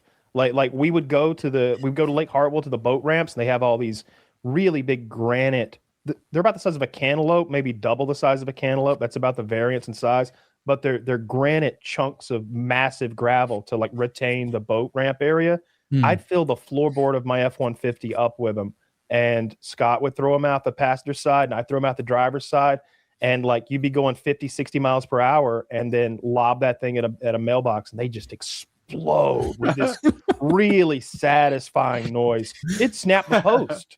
Like yeah, I don't doubt it. You said going 60 miles an hour, throwing a giant chunk of rock. You know, it's easy to do the math after a while of like velocity times mass, and it's a 60 mile per hour concrete cannonball that's hitting these things. It'd break the post. It was just boom, and sometimes if they had mail in them, you'd see the mail like confetti like go up in the air. And then some people would like get really good mailboxes. Some people would do these handmade mailboxes out of hardwood. And like, we'd kidnap those. I'd like, if there was a way, if their mailbox was at the end of a long driveway, or like way out in the country where like you have a bank of mailboxes for a whole community that's like way back in there, we'd stop. We'd get out like it was a hate crime. Like it'd be like that scene in Office Space where they've got the copier out in the field. PC load like, letter. What do you even do with them once you have them? Different stuff. So sometimes I'd get up to like 100, 120, and we just lob it out onto the highway and let it like tumble. Like if it was a big, heavy one. Menace, bro. Sometimes this is a problem for the next guy. Sometimes the idea was to befuddle the guy, because you knew he was going to have this conversation of like, what even happened? So we'd broken his mailbox 2 or 3 times, and so he had replaced it with this big armored mailbox, 4x4 post down into the earth. And the mailbox itself was one of those locking steel, at least 1/8 inch steel, 8 inch thick steel thing. Like when you closed it, it went ka-chunk. Yeah. It had a place to put a padlock on it. I don't understand the purpose of that. I guess the mailman needs the key. I showed up with ratchets and fucking took the whole thing to my shop and got the acetylene torch out and cut it into these little chunks. And then I put all those, and then I took the post, the 4x4 post, chainsawed it into about 8 inch lengths, and then I took it back and I put it in a pile there where the hole was. So he must have thought that all of that happened right there at the end of his mailbox. Why would his mind would never make the leap. Why did you do that to him? Yeah, did you know this guy, bro? Was this personal? Was this guy a foe? Then I killed his dog. And I cut him into little circular pieces, and he must have thought it happened right there in the yard. Right there. It was so funny. Take it. We like that fun here. Yeah. So what he had done is he was the estranged brother of a friend of mine. Like they didn't get along. And so my friend had like a dove hunt on his property, and this other guy on the adjoining property, and he was over there like spoiling it for everyone. He was making a lot of noise, and they were like they were intentionally sort of like cutting off path of the birds just to mess with us, when his brother had charged money to most of the people who were there in that field to shoot, and it was like ruining the day of like a dozen people, including me. And so I was like, we're gonna Mailbox. get that guy. We're gonna get this guy. And we did. He gave up. He got a P.O. box. I went to the post office. There at the post office with my power drill. but even you, given your extensive history in destroying these things, take the side of the guy defending it with big time. Yeah, of course, right? Anything that happened to us while we were doing that, we deserved it fully. If we'd gotten beaten up or arrested or forced, I always had it in the back of my head that like, if we get caught, I'll pay for this. Like I was kind of keeping like I would completely understand if we got in any kind of trouble. One of my friends who got into it because we were so into it, he got caught. Like cops saw him do it, and they made him like go. He's like, all right, go buy a mailbox and be back here in an hour and a half, and I'm gonna watch you put it up. And I was like, that's awesome. Yeah. I love that. That's the punishment for this. That like it's a fair punishment. Seems like it fits the crime. You know, like. Dude had to drive, 10, 15 minutes to Hartwell and buy a mailbox and a post and come back out in the summer. And he should have to pay all the bills that were in the mailbox. He got off easy just preparing what he did. Like, imagine if he robbed a bank and they're like, would he give it back? And that's the only punishment. We'd all be robbing banks. Yeah, if that was the thing, you just have to hand the big sack of cash back over.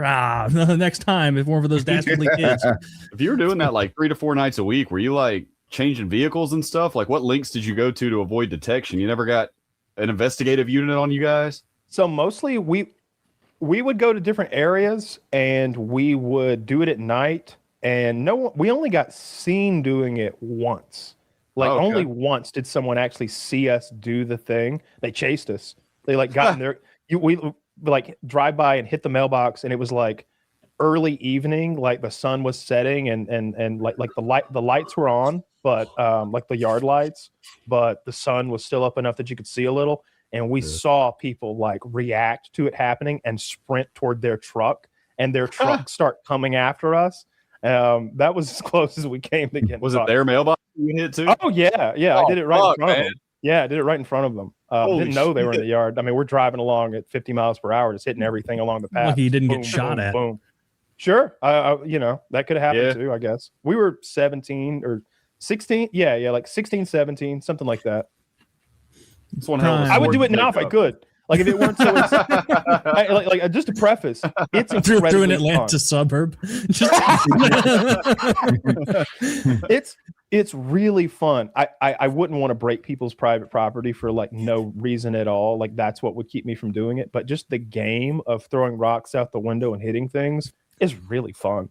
And then it's incredibly satisfying. Like I said, we had a little marker board, like suction cup to the dash, and we're keeping score as we go. Like who's got them. That's how I know it was like over 1,000, because we'd hit like 50 a night, 100 a night sometimes. Like I can remember having to be like, I gotta stop and get gas. We've been going for a while here. We got to reload on rocks. We'd reload on rocks 3 or 4 times. Yeah, I got school in an hour.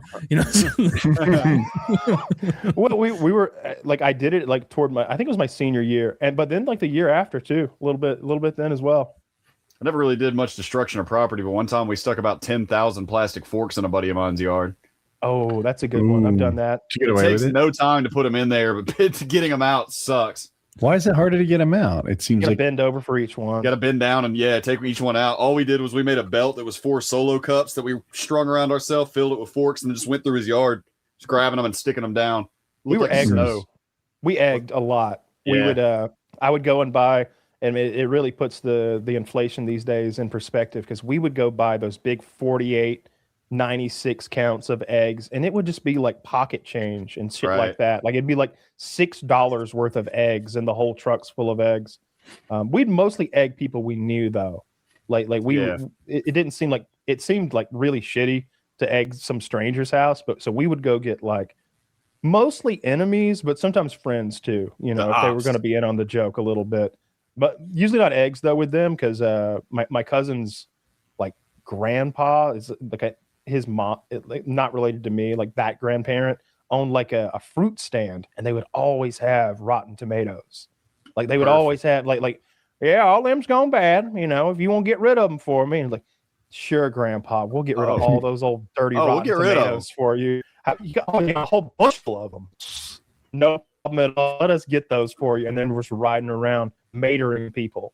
Just when you hear a fucking 2-pound tomato hit the side of a trailer at 11 p.m. at night, and it's squishy, and you just hear that bang. You just, nothing better. I'd rather get matered than egged. Because at least the tomatoes are going to go away quicker. Eggs Some fuck up birds are paint. going to come eat all of it. Yeah. I was going to say, do eggs fuck up paint? They do, right?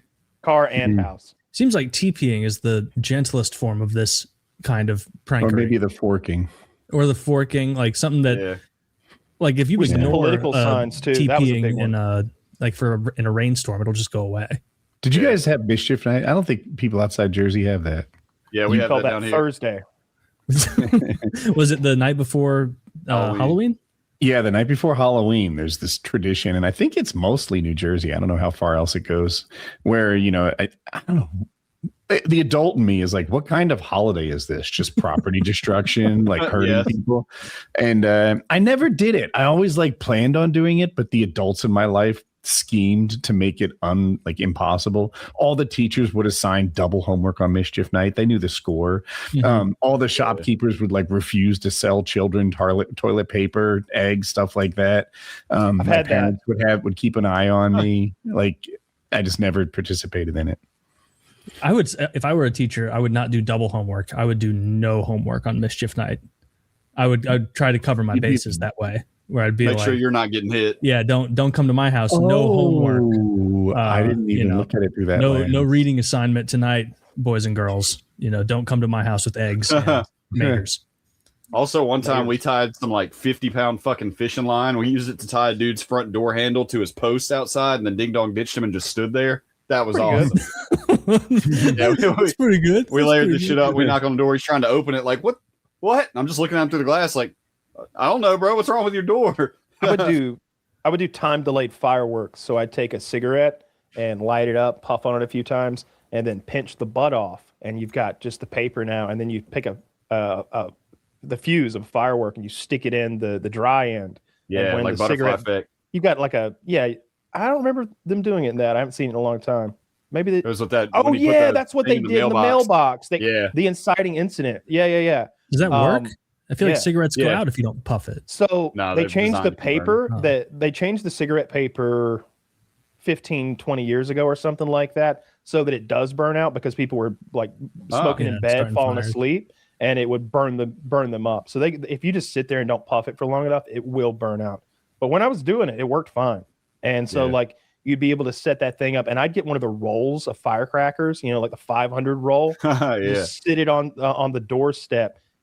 Put that cigarette delayed fuse on there, and I'm running down this dirt road because I had to insert on foot. You couldn't pull up in the yard, and I'm just running down this dirt road. And Scott's next to me, and he's like, shouldn't it have gone off by now? I'm like, we got a few more. I'm like, all right, come on, let's go. Told you to work. Get in the cab. The bay is too full of broken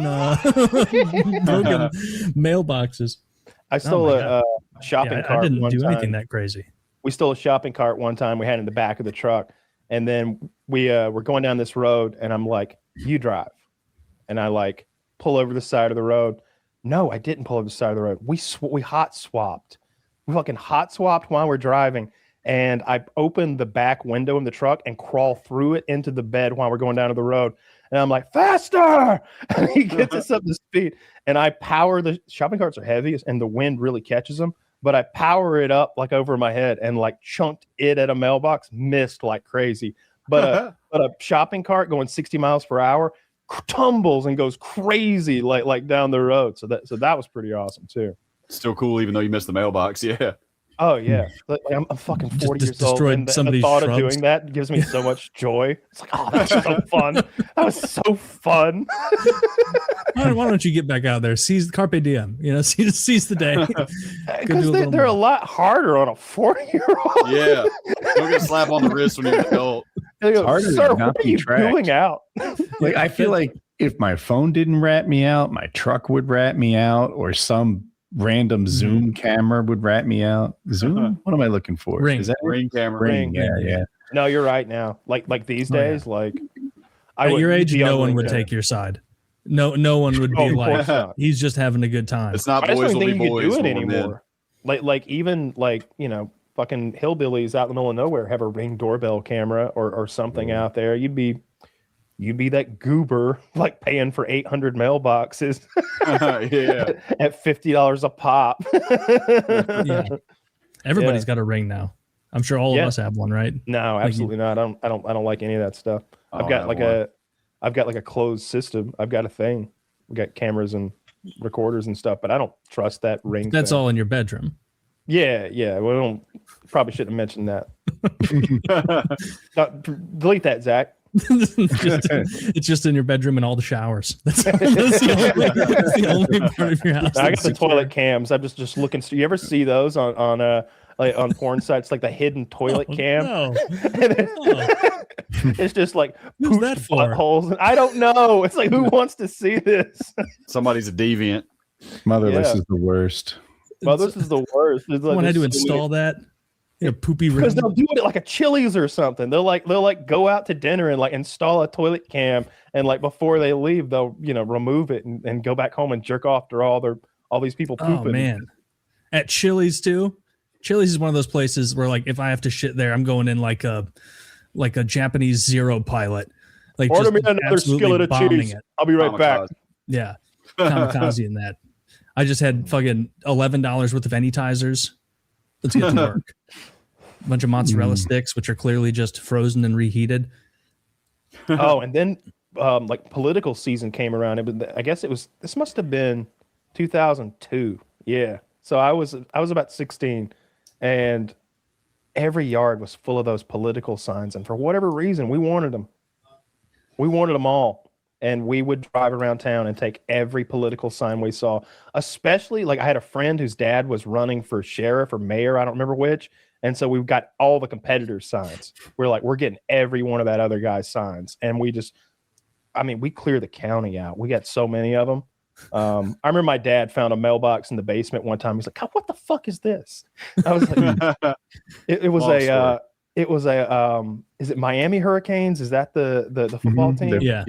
It was a giant Miami Hurricanes helmet, that like mailbox, and it was beautiful. And so when we saw it, I was like, "Scott, we got to take that. I have to have it. I have to have it." I was like, my buddy, actually the same guy whose dad we were stealing signs, like his dad's a huge Hurricanes fan. He'll love this. We'll gift him this stolen mailbox.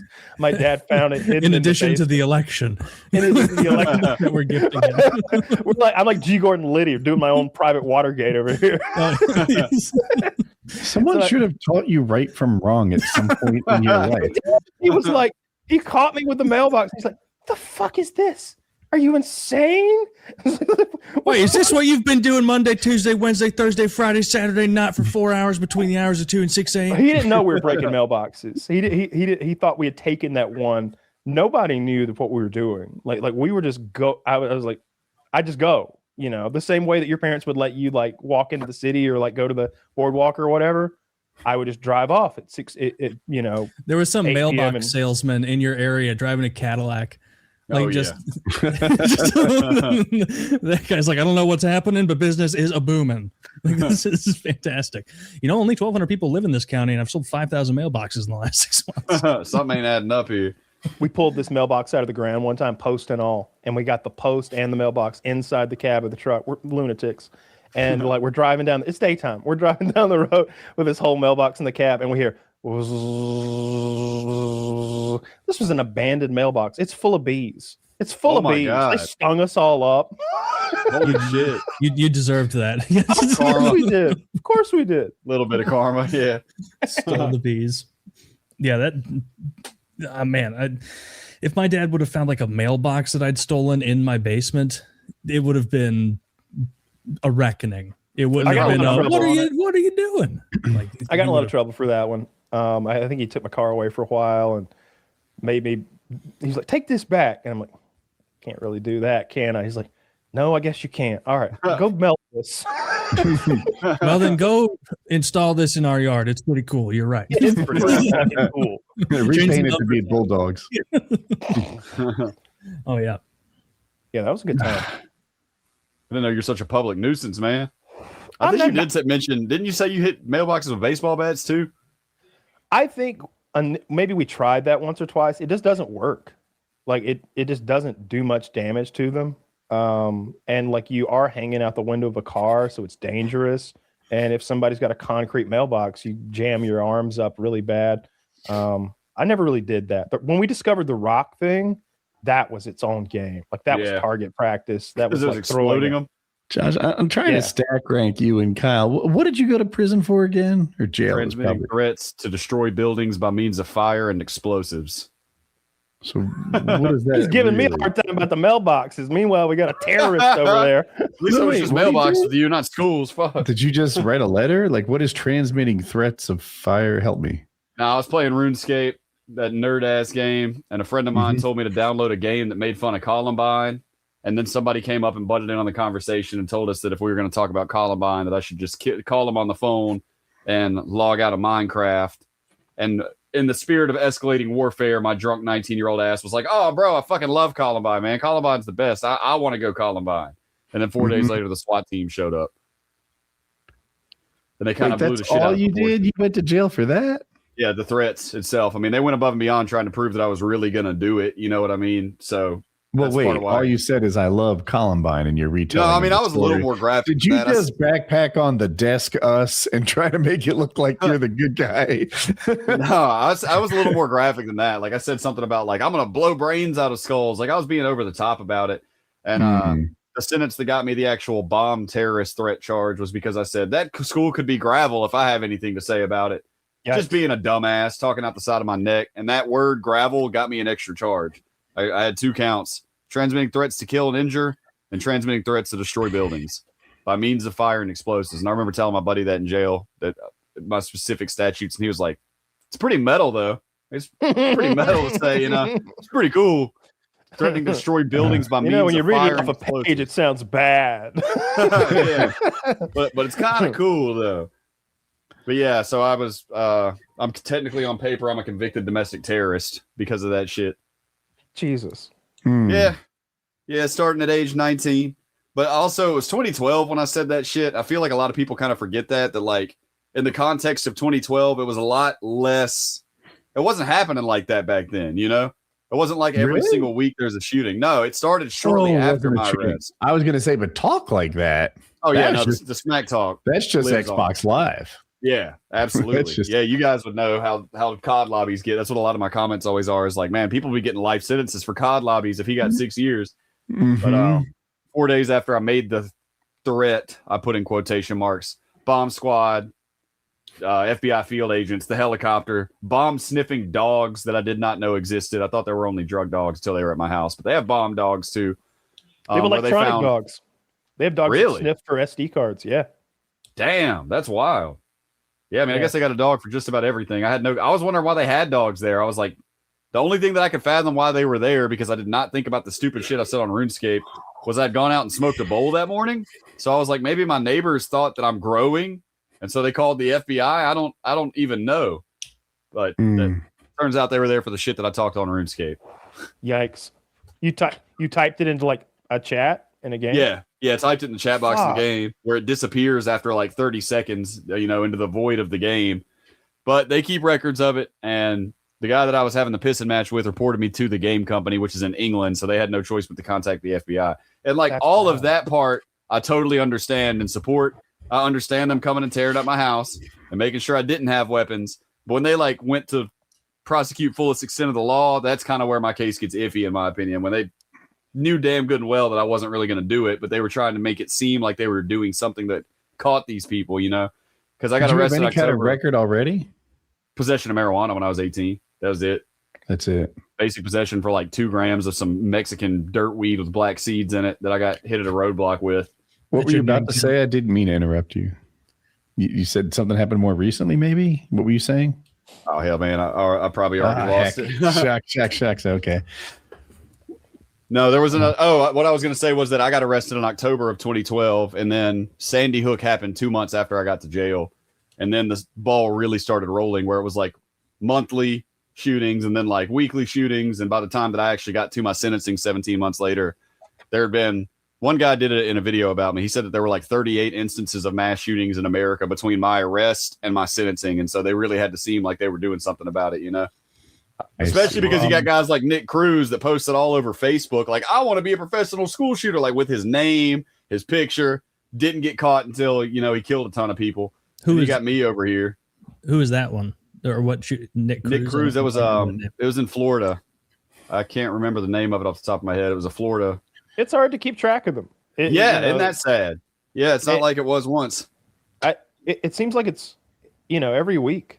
Or at least twice a month or something like that. There's a pretty rough one, and they just meld together. I think there was a bunch of children killed in Canada, maybe, you know, like a month or two ago, and then I think there was 2 in Europe somewhere. There was something here just a couple days ago. Yeah, a couple days ago. There's a big thing in the South. Some guy killed like 8 kids, right? Yeah, that was different. Those are his kids. He killed 7 of his own kids and 1 more. Yeah. Okay, family annihilator. Then he wasn't a mass shooter. Yeah. He changed. Did he kill himself? I don't remember seeing that, so I don't think so. I think he killed 7 of his own children and then 1 who wasn't his. And I don't remember them saying he killed himself. I think they took him. Jeez. Damn. Yeah. Well, that's horrid. Yeah, it's pretty awful. Yeah, people like cringe their skin off when I tell them that I said what I said because it's such a different atmosphere now in 2026 than it was in 2012, you know? The last thing that happened in 2012 was like the Aurora, Colorado shooting where that dude went to the movie and shot a bunch of people. Yeah, he had the orange hair. And at the time, the media was like, he thought he was the Joker. And then apparently the police were like, so you were inspired by the Joker. And he's like, what? The fuck? No, I'm just crazy. Was inspired by me. Well, sir, you did say "why so serious" 3 times in the initial investigation.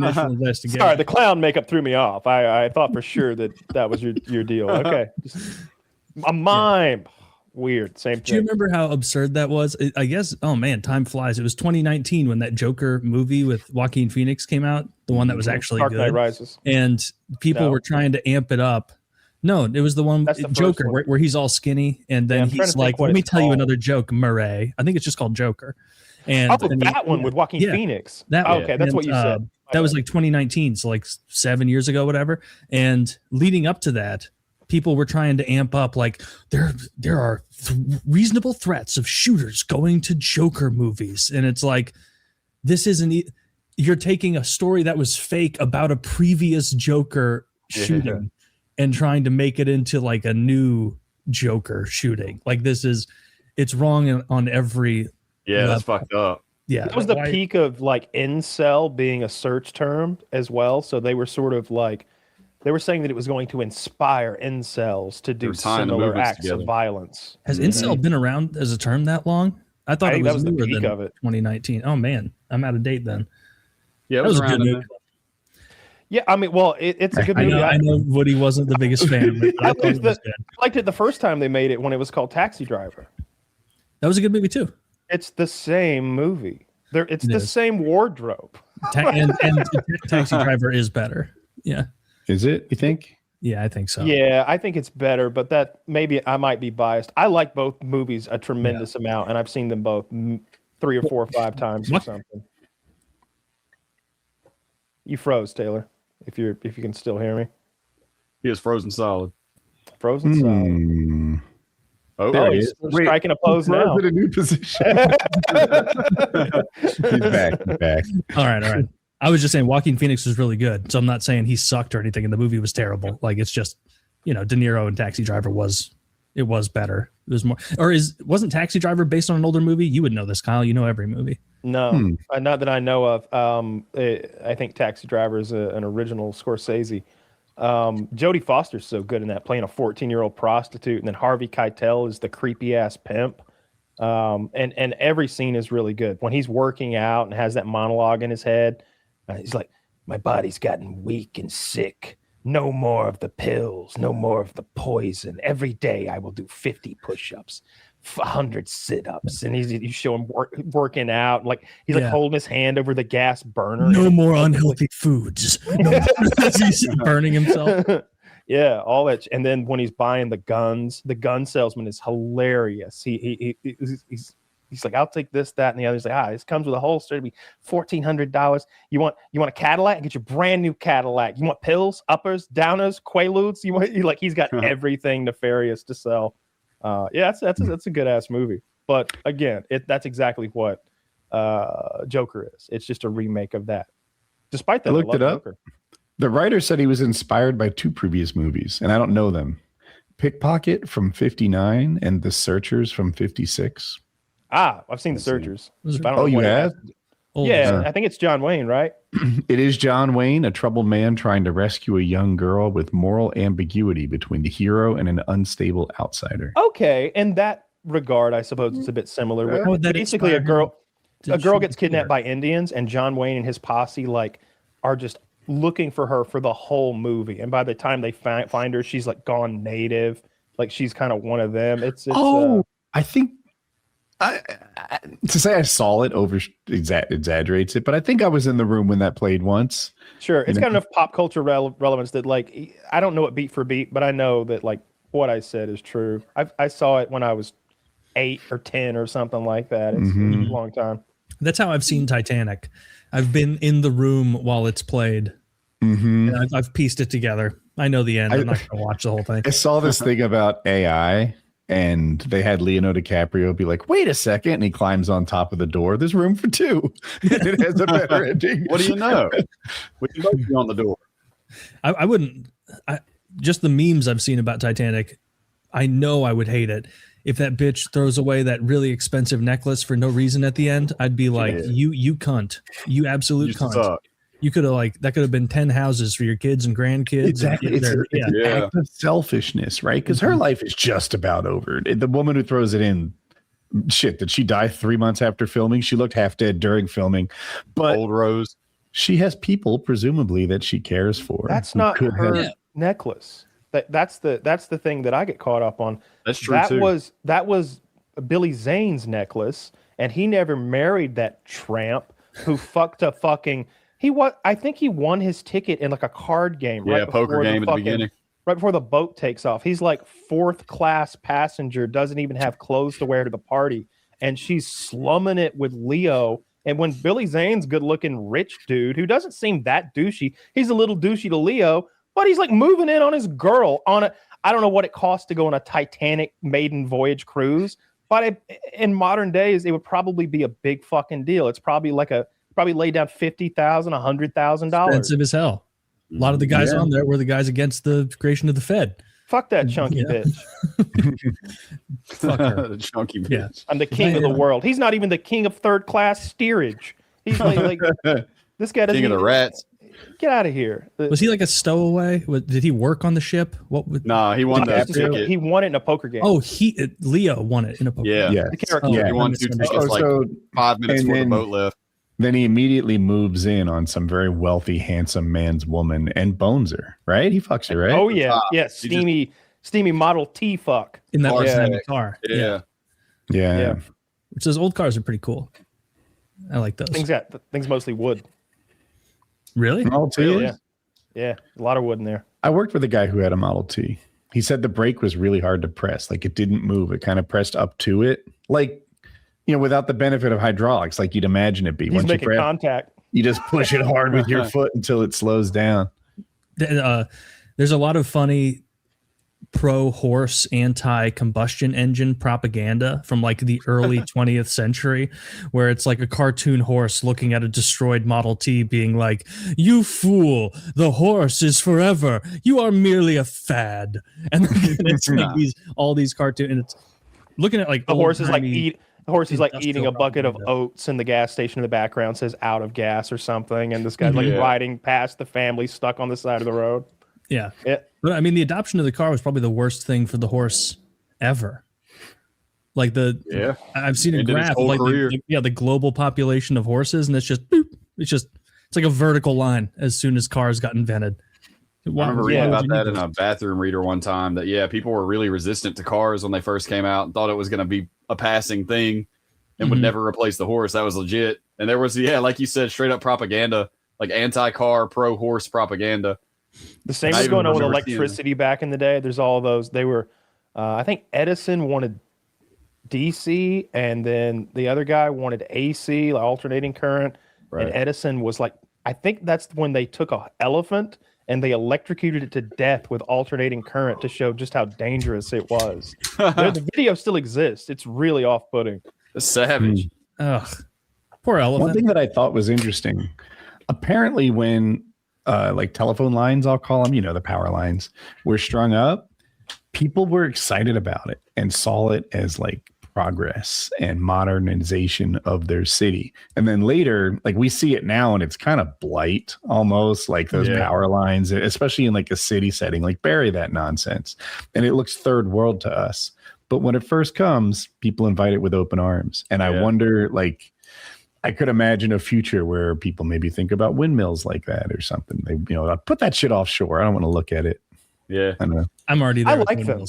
Whenever I've driven, I think it's the drive to Chicago and back, somewhere along the way, there's a big windmill farm. And it's, we'd never seen that before. So me and like Jeremy or whoever was in the car were like, pull over, like, fuck.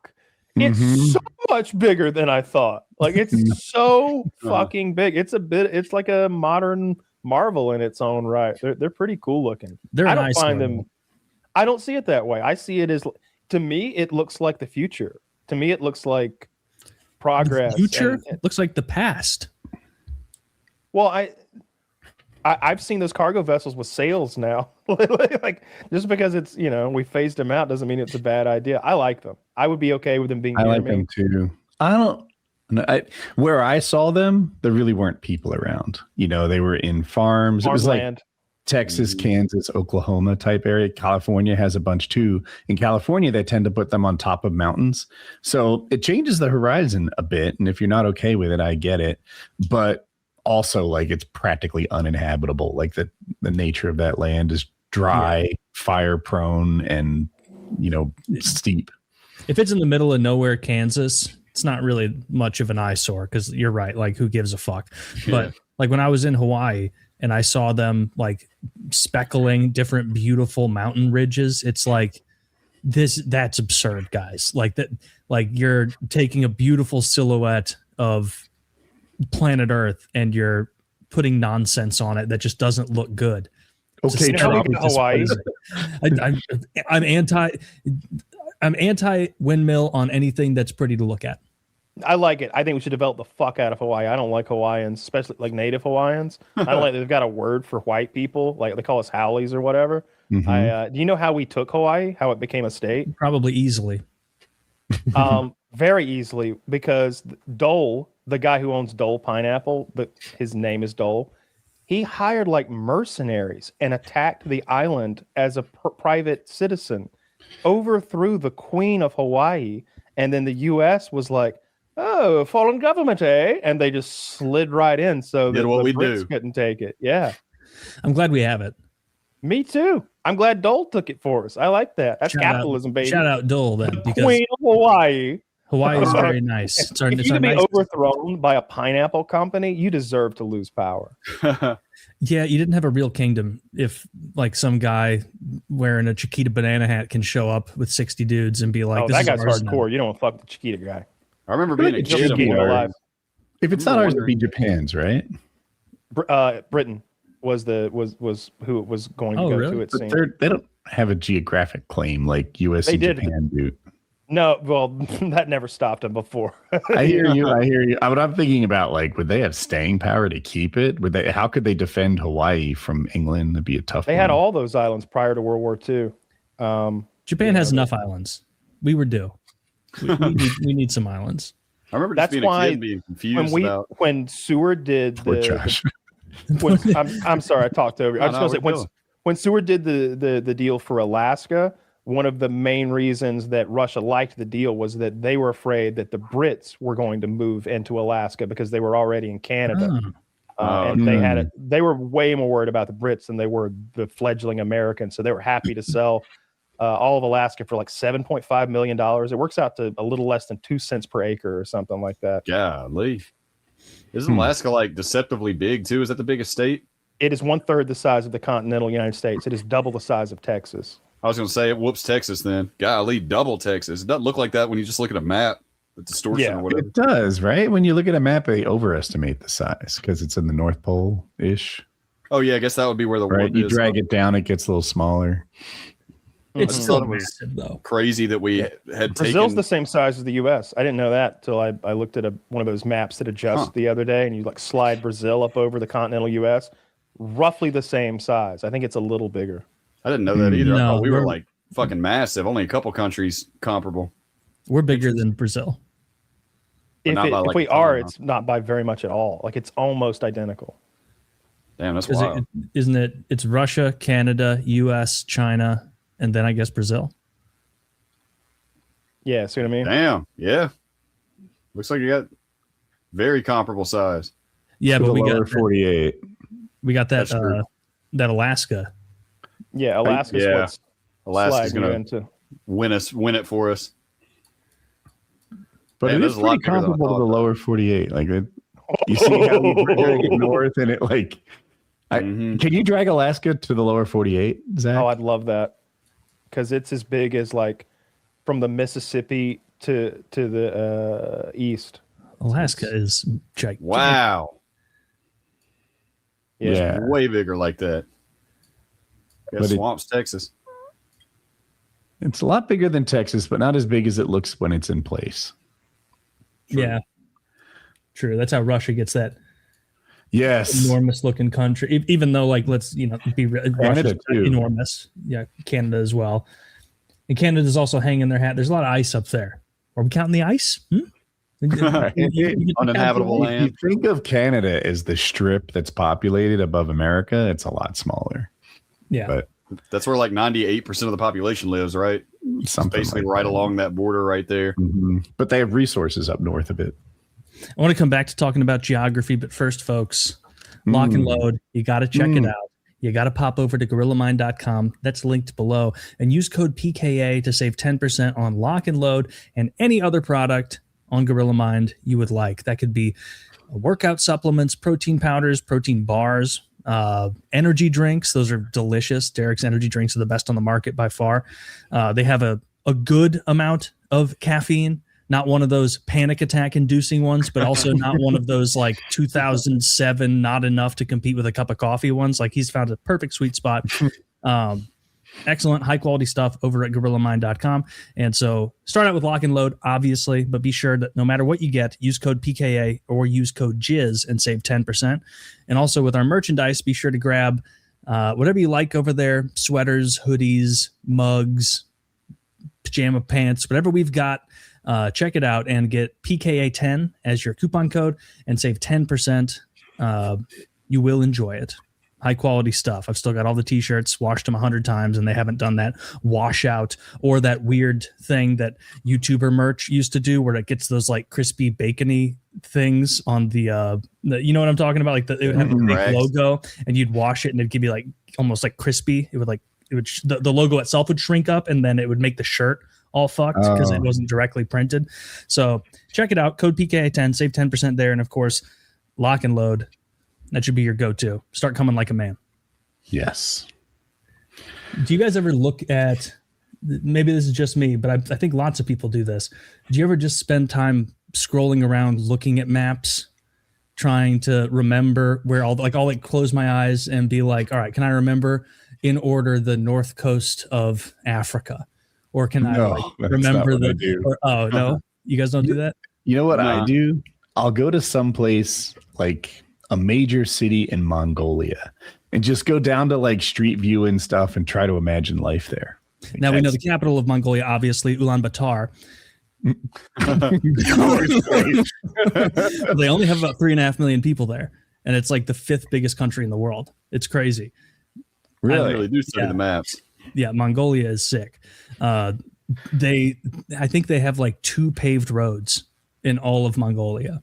Wow. And like one of them is like mostly surrounding, like it's mostly dirt paths and like pressed nonsense. It's not a real. Possible you're out of date. It's an agrarian society. I could be out of date. Because here's where I'm coming from. There was a movie called Long Way Round where Ewan McGregor and Charlie Boorman took their motorcycles from Scotland and then just went east and across Mongolia and Russia and etc. And it inspired like a whole bunch of people. But like people who want to like do it now, it's not the same thing because it's paved or something pseudo paved, like where they take a dirt road and treat it with something. So they didn't actually roll in like asphalt, but it's asphalt comparable. I'm looking at this. They have a very limited network of paved roads with estimates ranging from 5,000 kilometers to 10,000 kilometers out of the total road network, which exceeds 100,000 kilometers. Oh, so shit.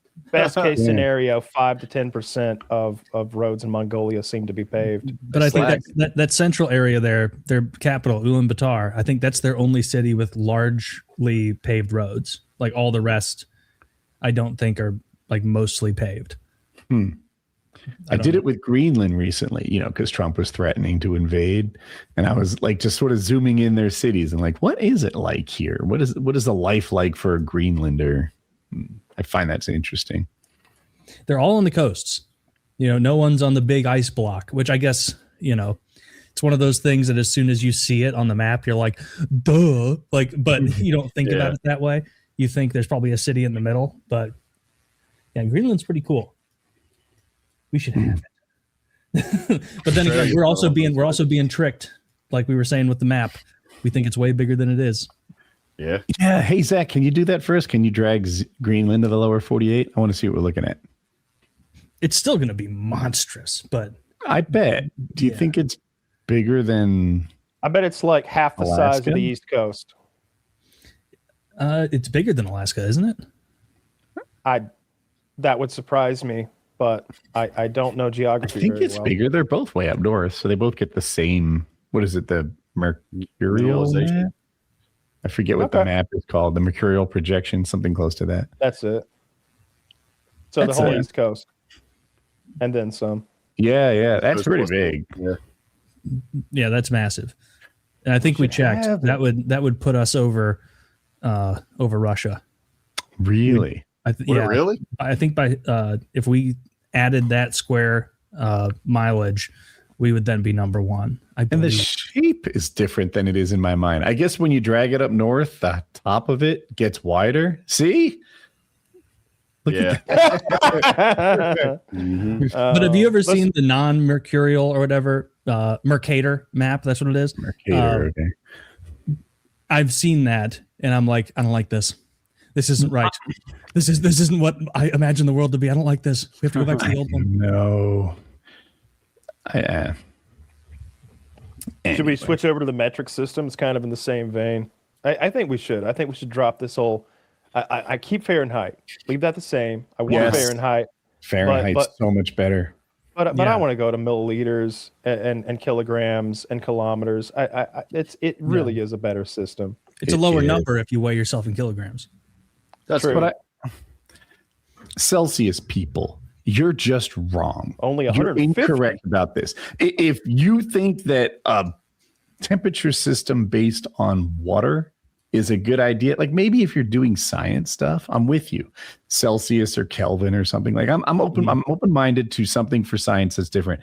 But if you're measuring the human experience, Fahrenheit pretty much goes from 0 to 100. Like those are the human temperatures that we exist in mostly. It goes below 0 and above 100. But 0 to 100 is kind of the really cold to really hot that the temperature outside gets. Celsius does what? It goes from like negative 15 to 42. This is where you're the stupid one, metric people. Like your negative 15 to 42 basic experience is every bit as weird as our pounds and ounces and feet and inches. Yeah. I've heard people say, like, for exactly the reason you said, that like, 0 degrees Fahrenheit, it's like, man, I'm chilly as hell. It's fucking freezing out. 100 degrees Fahrenheit, it's like, man, I'm hot as hell. But like 100 degrees Celsius is like, you're dead. Like they get to the point, like you'll hear people on like British shows be like, "Oh, it's a scorcher, innit? 31 degrees out," and it's like, come on, speak freedom units in this regard. We can do the kilograms, we can do the other things. Ounces is a crazy system. That's a real fly by night, making it up as you go along system. And it adds to my problem that there's fluid ounces as well. So now, you want so many ounces of milk, and what are we doing here? I don't know. Yeah, I don't like it. But cooking, it's way nicer to use metric for cooking too. I usually set my little scale to metric and use my recipes in metric. It's just cleaner. It's cleaner when you're grabbing 40 grams of something instead of like 1/16 of a cup or whatever. Do a metric of it. You keep it on your Fahrenheit. I didn't even know it could go to sell to. I never considered that was a setting on there. Must have to hold the power button and the up key or something. I didn't even know they did that. I mean, now I realize that it's probably just a button press. But yeah, I never even considered that. Even when I ghost hunt in Phasmophobia and I'm looking for those low temperatures, I'm on Celsius because freezing is 0. I like that better. I'm doing science though. So this just occurred to me, and it's incredibly important. I have some metric wrenches. I tend to use my 8 millimeter, my 10, my 12, the 13 sometimes, whatever. And then I have freedom wrenches, and they go from 1/2 inch to 9/16 to 5/8 to 11/16 to 3/4 to something. What the fuck am I doing here? It's a good system. There's too many fractions on the wrench system for us.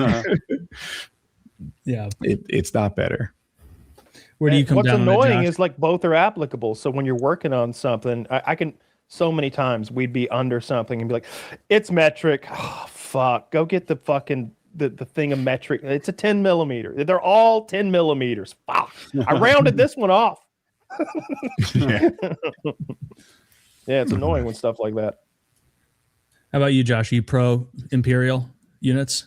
I'm not gonna lie, I haven't really given it much thought. I mean, that was always a big joke in my Twitch chat because I had people from all over. They'd always be freedom units versus Celsius and all that good stuff. But I don't know. I had a math teacher when I was in 7th grade that told us that apparently one time in history of America, they tried switching to metric and everybody got fucked up. I think that's what she said, that she had to briefly teach for 2 years. She was a math teacher, so she said she had to teach metric measurements and it got scrapped basicly. You'd have to slow roll it. You'd have to just start teaching it early and then let everybody who's grown up with Imperial die off. To me, they've been doing, I'm in my 50s and I can speak metric. So listen, everyone my age and younger has been taught metric. Just don't be stupid and you'll be fine. I know kilograms, NASA, 2.2 pounds. That's all I got. Yeah. NASA had this Mars orbiter. It cost $125 million. And part of the work had been done in metric and part of it had been done in Imperial or freedom units or whatever. Imperial. And I think they crashed that fucker into Mars. Huh? Pretty sure they crashed that fucker into Mars. At least pick one. Yeah, that seems like a day one problem to solve. What units of measurement are we using for our Mars mission? I don't remember how it got mixed up, but that was the case. Like part of the calculations had been done one way and part the other, and they either burn it up I guess they crashed it into Mars or they bounced it off or something. They lost it. It's gone. NASA, do better. But they did just do a good thing with the moon trip, right? They made it around. To watch. We didn't talk about that much. I wish they would have stopped. So that was the fast. That's what did you see the astronaut say that? He's like, technically this is incredibly challenging. I don't want anybody getting upset with what I'm about to say, but it looked easy. It looked like he was like, well, once we were there, I was like, that's doable. I can he's like, if we'd had a lander and fuel, I'd have went. We'd have gone. He's like, I'd have touched it down because it was just right there. That's disappointing. They should have sent him with one. A previous Apollo mission, they said the same thing. They were like, we'd have touched it. I think they gave them just enough fuel to pull the lander off the craft and then put it back again because they were afraid that they would attempt the landing if they gave them enough fuel to actually do the landing. That was the fastest that human beings have ever gone this last month, and it was also the furthest from Earth that humans have ever gone. Those 3 Americans and a Canadian, and a black fellow. Did they use the moon's gravity to slingshot and get back, like they sometimes do? Basically, they went out and went around the moon and came back. They went around the Earth like at least 1 full orbit, maybe 2, and then there's an interesting flight path that shows how it works because it's not a linear path. They have to like aim for where the moon's gonna be, and it looks terrifying. It's so scary because like. It goes without saying, orbital mechanics are complicated, but like it's rocket science. it's kind of rocket science, isn't it? Kind of like, yeah, the gist.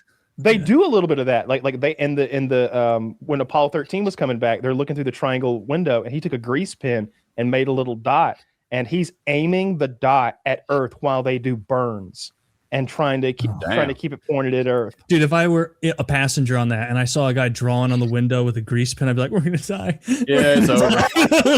It's over with. Imagine what a badass that guy is. Like, he was a fucking Air Force test pilot, probably had gone through so many hoops and hurdles. He's the best of the best America could delineate down and send into fucking space. And he's like, so we don't have any calculations? No, everything's frozen. Everything's broken. We don't have the power to run the computer. If we did, it's basically a Casio calculator. All right, I got a grease pen. Hang on a minute. All right, give her some gas. I got this. Keep it pointed at the fucking planet Earth. I know it's scary and hard, but I really want us to accelerate the space stuff. I want us to get to Mars sooner than later. We're not. I don't want to be, dead when they finally get there. It's crazy. It was barely a story. Yeah, maybe that's an exaggeration, but. When I think about what's been in the news for the past month, that's got to be 8th place.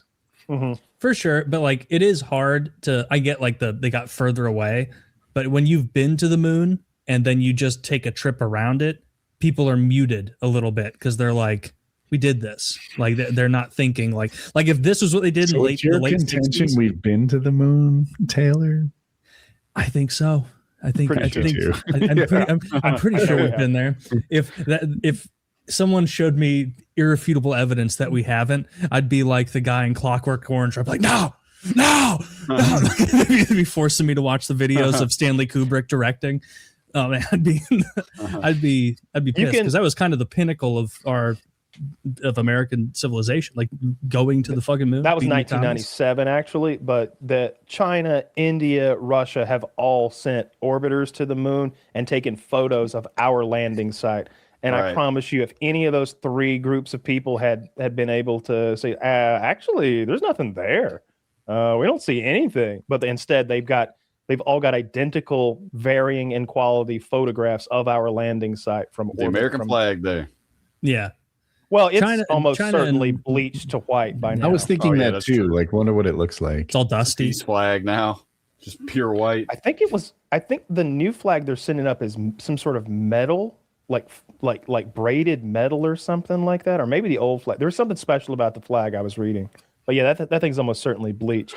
But anything they left there, like the footprints, that one astronaut put a picture of his wife and himself maybe up there, his family, I think, like a Polaroid. Mm-hmm. That stuff will be there for tens, if not hundreds of millions of years. There's no plate tectonics, there's no weathering, there's no atmosphere. The only thing that changes the surface of the moon is micrometeorites, like dusting things sort of like over eons and eons and eons. Everything that's there stays.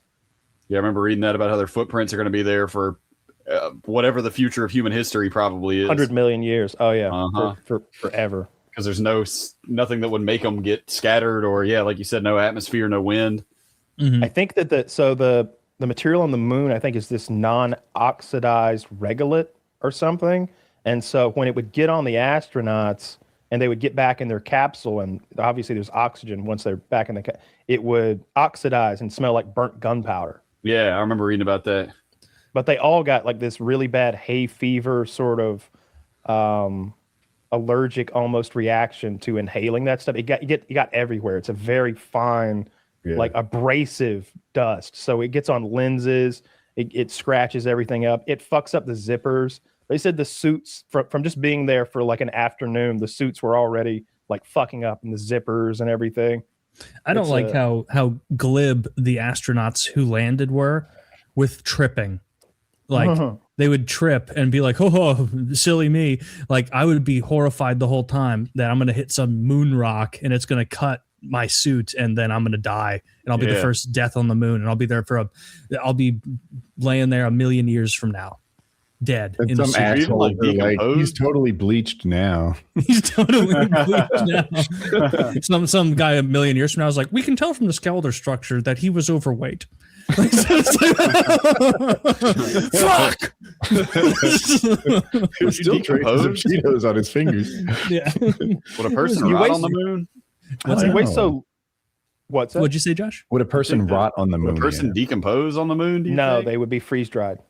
Yeah, that's more like, that makes more sense. I was like, I can't picture especially inside the suit where like the sun's not even hitting them at all. They would just be freeze dried inside there like a mummy. If you died in the suit and it had like, let's say one of those guys had a heart attack and just keeled over in the suit, the suit's totally sealed.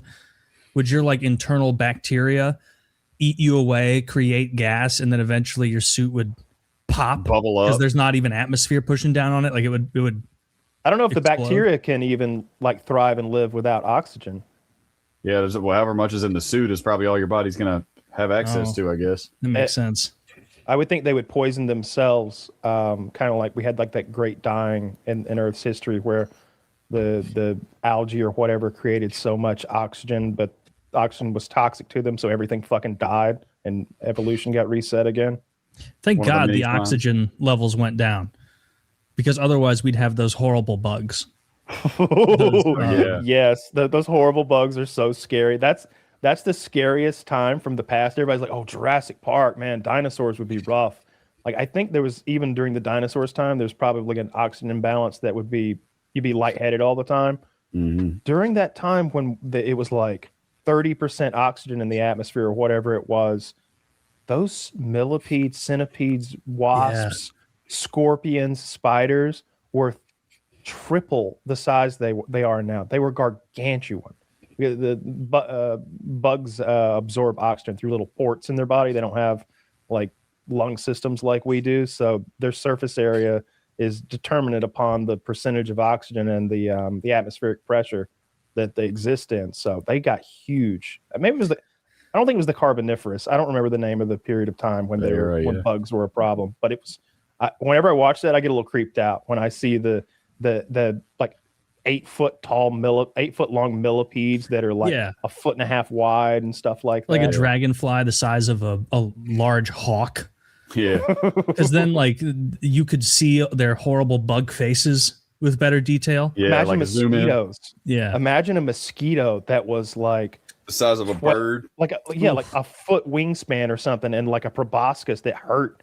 Like it was stabbing you with the thing every time it bit you. It wasn't some like, oh, I must have gotten a little skeeter there. Yeah, it's like excruciating every time. Oh my god! I sucking up half a pint. I asked ChatGPT what a body would do on how it would decompose on the moon, because before I asked it, if you had told me it actually goes away pretty quickly, it gets completely fully dried out, freeze dried, and then it just sort of turns into dust and blows away rapidly, I'd buy that. Mm-hmm. And if you said it lasted a long time, you're like, I could see that too. So it does get freeze dried, like Kyle said. It completely dries out. There are hot and cold cycles. Is it like, I don't know, heats up and cools off? I don't know why that would happen. Isn't the same part of the moon stay lit? Whatever. It goes through phases. So the bright side, there's not like a consistent dark side. There's a far side, but not a dark side. Really? Okay. Yeah, like when we don't see the moon, the sun's shining on the other side of it, if I'm not mistaken. I think they have. I thought the same side was lit all the time, but I'm not sure enough to say that anyone's right or wrong. Long story short, it would last tens of thousands, if not millions of years before it finally turns into dust and just gets scattered. Kyle called it. Yeah, it's not going anywhere. That's why one of the like theories that like kind of a sci-fi thing, but they say that like if aliens did visit and they were going to leave something like like, hey, we were here, maybe they're here 20 million years ago or 1 billion years ago or something. They wouldn't put their monument or their signpost on Earth that has plate tectonics, weathering, and all that stuff. They put it on the moon where it would last forever, which is exactly what happens in Arthur C. Clarke's short story that turned into 2001: A Space Odyssey. Obviously, the monolith is buried on the moon, and when they uncover it, it's pre-programmed to be like, okay, humanity has figured out space travel. They have made it to the moon. Now we can activate phase 2 or whatever. Dude, I didn't know 2001 was based on an Arthur C. Clarke story. That's crazy. It's called The Sentinel, I believe. It's about like a von Neumann, like self-replicating alien probe. It's explored more fully in the sequel, but it's not as good. The movie that's like 2011, the year we make contact, or 2001, the year we make contact, or something like that. Right. I can't remember. It's a Roy Schneider movie. It's not nearly as good. Isn't it disappointing seeing like pop culture's idea from the past of how far we'd be now? Like obviously it was sci-fi back then, of course, but like seeing a movie made in 1952 where it's like people traipsing around Mars in a dome or something, like, right, and we're still not there, light years from that, not even in the vicinity. We're not going to Mars. I really Mars don't sucks. think we need to skip over Mars and go to one of those cool moons that Jupiter or Saturn like has. Europa or something. Yeah. Seems like we have enough info from rovers on Mars that like this is as desolate a hellscape as the moon is.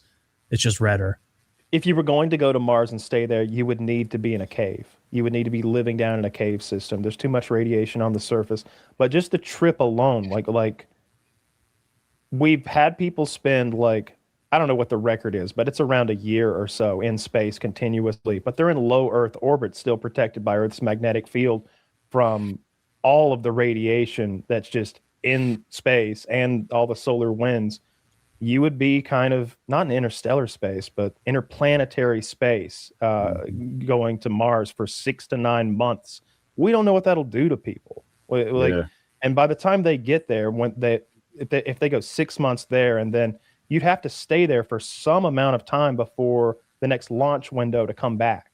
Because if you went there and turned around, it might be a 9-month journey back. You got to wait till Mars comes back around into that launch key.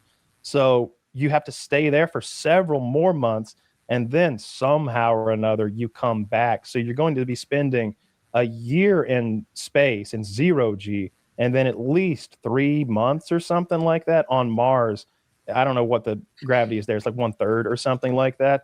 Your heart, your whole pulmonary system, your brain, your eyes change shape when they're in 0G. I think they become oval and your vision gets all fucked up. Like you might not be able to come back. Like if you came back after that trip I'm describing, 12 months in 0G and several months and 1/6 on Mars, forgetting about the amount of radiation you're absorbing. It's like fucking X-ray every day or something like that for the next couple of years or something.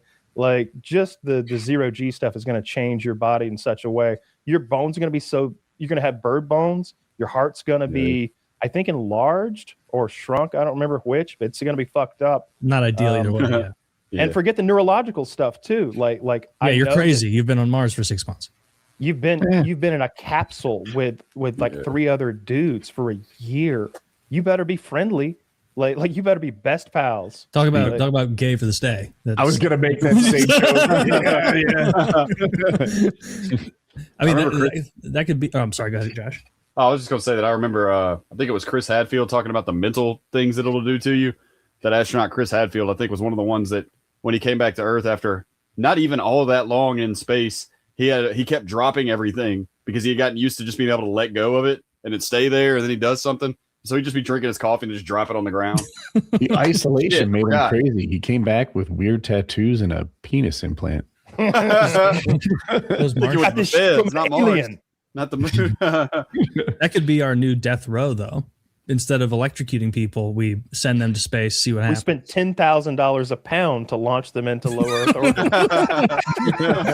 Well, not low Earth orbit. I'm talking probably cheaper than death row. Zoot them. Yeah, probably. It might actually be cheaper than death row if they spend 30 or 40 years on that shit. Yeah, send them to Europa, see how far they go, and then you really could be like, Europa's so far away. Europa's, I'm guessing off the top of my head, I bet Europa is a 3-year journey, if not more. Well, if they're on death row, I bet it's more. Sentence. I bet it's 3 to 5 years to get to. No, I bet it's more than that. I bet it's 8 or 9 years or something. Europe is so fucking far away. We could send convicts. Like this literally worked and now Australia is a country. Like, think about that. Prison colony. Yeah, we're not going to Mars. I hope what they do is they actually get that moon base like going where like I think Elon's going to use his rockets to like land his rocket the way you normally see them do, but then they'll lay it on its side and you'll have this cylinder on its side that can be like a module. Like obviously, you live in that thing and how long did you guess there to get to Europa? I'm going to call it 9 years. Okay. ChatGPT says 5 to 7. Okay. I'm still a hell of a long journey, like he says, multiple times longer than Mars. Right. And then there's some other questions like launch windows and like if it's 6 years each way, is the launch window like twice a year or is it every 4 years there's a launch window? I don't know.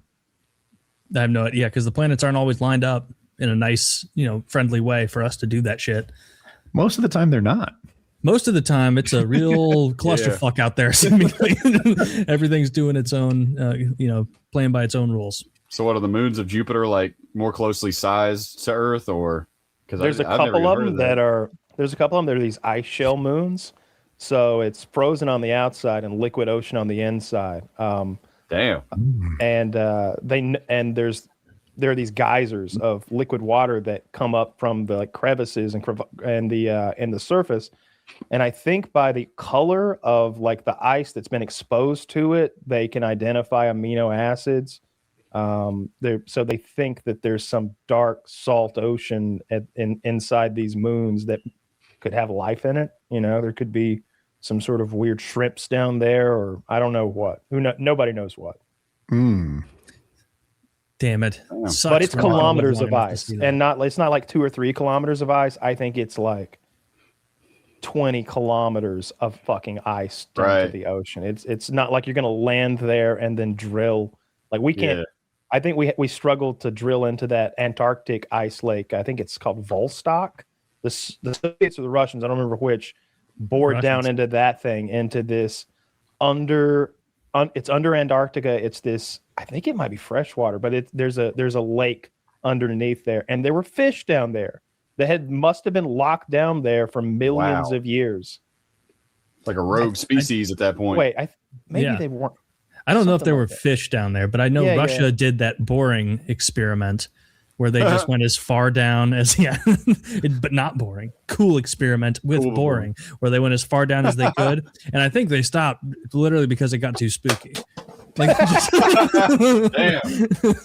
During the Cold War, we had a lot of pissing contests with them, like in every technology and every field, and one of them was drilling a hole in the earth, and they won. They drilled this absurdly deep borehole, and I remember when I was a kid, my mom was like, or like the old wives' tale was that they stopped because they heard the screams of people in hell. And I remember believing that as a kid, like the Russians discovered hell. They found it. It's real. It's down there. I am done working on this project. Too spooky. Lots of scream. Like you're a demon. The Kola super deep borehole. That's it. It's the furthest down we've ever. 12,262 meters. 40,000 feet in freedom units. Thank you. I needed the freedom. Yeah. In 1989. Oh, that was right near their end. Maybe they would have kept going if they didn't, collapse. It's still there. They just like I think they bolted like a steel plate on top and called it quits. So was it like 7-8 miles, something like that down then? Yeah. Almost. Wow. That's insane. I wonder how big it was. Like, was it maybe that big, like a dinner plate? I bet it's bigger at the top. I just made that up, but I bet the top bit is extra wide. Could be. I don't know. I want to know what it sounds like, because have you ever heard people drop rocks down those like deep boreholes? Yeah. And it like makes that crazy reverberation noise. Yeah, like a bullet pinging sound. Someone at some point in Russia had to drop something down there just to. There's probably all kind of shit at the bottom of that hole. People being curious. You know how hard it is to get dirt up here before and you're dropping rocks in it. I bet you'd get in trouble. I dropped my wrench. Oh fuck! It'll land in 2 days. You have magnet and rope, dude. It's 7 miles 8 fucking miles. It hasn't even hit the bottom yet while we're having this conversation. Not to be, needy, but can I get my phone back? Like, no, your phone is now some form of lava. Like that's what I was wondering. If you're that deep, do you start getting like the increased temperatures from the Earth's core? Yeah. I wonder. I mean, you're close enough, right? You think? You're still in the crust, right? At that point. Yeah, I think you still would be in the crust, but you're definitely still in the crust. The crust is very deep, but it's there's a formula for how many degrees it heats up per like X amount of like feet. Because I've heard them. There's some diamond mine in Africa. And they were showing how oppressive the heat was as they went level by level down deep into it. It's crazy deep. But yeah, it gets hot down there. Yeah, I feel like that's what I'd heard about it too, is there's some kind of like a formula for it. The farther down that you go, it'll go up by like a degree per this many feet or yards or whatever it would be. Yeah. Yeah, extreme heat. About 640 degrees. Golly. Fahrenheit. So I wonder what kind of logistical issues they ran against. If it really was just because they collapsed, or if it's because they were like, okay, that's about it. We can't go farther than that. I don't remember why they stopped. I think if they've stopped in 1989, it's because they were, death's door. Like, they didn't have time for drilling. That was probably part of it. But yeah, 356 degrees Fahrenheit at the bottom of that. Yeah, I think is that what you got? That's what I got. You sure it wasn't Celsius? It says 180 Celsius. Okay. But who's to fucking say? I don't even think I've heard that high of a number with Celsius before. It says I wish the Cold War kept going. The rock behaves more like a plasticky putty, like a thick putty down there. Oh yeah, wow. Yeah, I bet steel does too. Mm-hmm. For All Mankind, the new episode dropped, I think. I don't know if it's the whole season or if it's just an episode. I saw it pop up on my feed. I haven't watched it. I haven't watched Invincible or The Boys either this week. I got to do that tonight. I've been rafting so goddamn hard. But For All Mankind is an Apple TV show where the alternate history is that the Soviets beat us to the moon. And instead of throwing our hands up and saying we lose kind of like they did, we say no, not on our watch. We'll get them next time. Like we'll beat them to the first moon base, or we'll beat them to Mars. And like every season is that, like skipping forward a few years in time. It starts out obviously around the late 60s when the Soviets quasi beat us to the moon in this reality. And like the last season, it was like 1995 or maybe 2002, somewhere in there. And so the new season is coming out now, and I think they're even further ahead. They're like closing in on the 2020s, I would imagine. Maybe it's 2015 or something like that. But they've kept the same main character. So they're like the first American to land on the moon is also the guy like going to Mars now and like being like a space cowboy, because in this alternate reality, because that space race kept going and the Soviets and the US, the Soviets didn't fold, the US and the Soviets keep like leapfrogging each other in technology. So the tech is more advanced. They're video conferencing in like 1992. Like they've got like CRT TVs wheeling around in the room and stuff with people's faces on them. I feel like that's what would have happened. I feel like that's what would have happened. I don't think we would have thrown our hands up and called it quits. I think we'd have like shown up. We got the first woman on the moon, or we've got to get the first. Yeah, we just kept going and kept doing more things. Move those goalposts. Yeah, that's how we won. We just kept redefining victory. They kicked our ass in a number of things. We've all seen the charts. They lost a lot of people doing it. They threw away the safety manual and they went for broke, and they did beat us. But along the way, they burnt a lot of cosmonauts alive. And it's funny, like we have these nice oceans around so we can land people in the Pacific.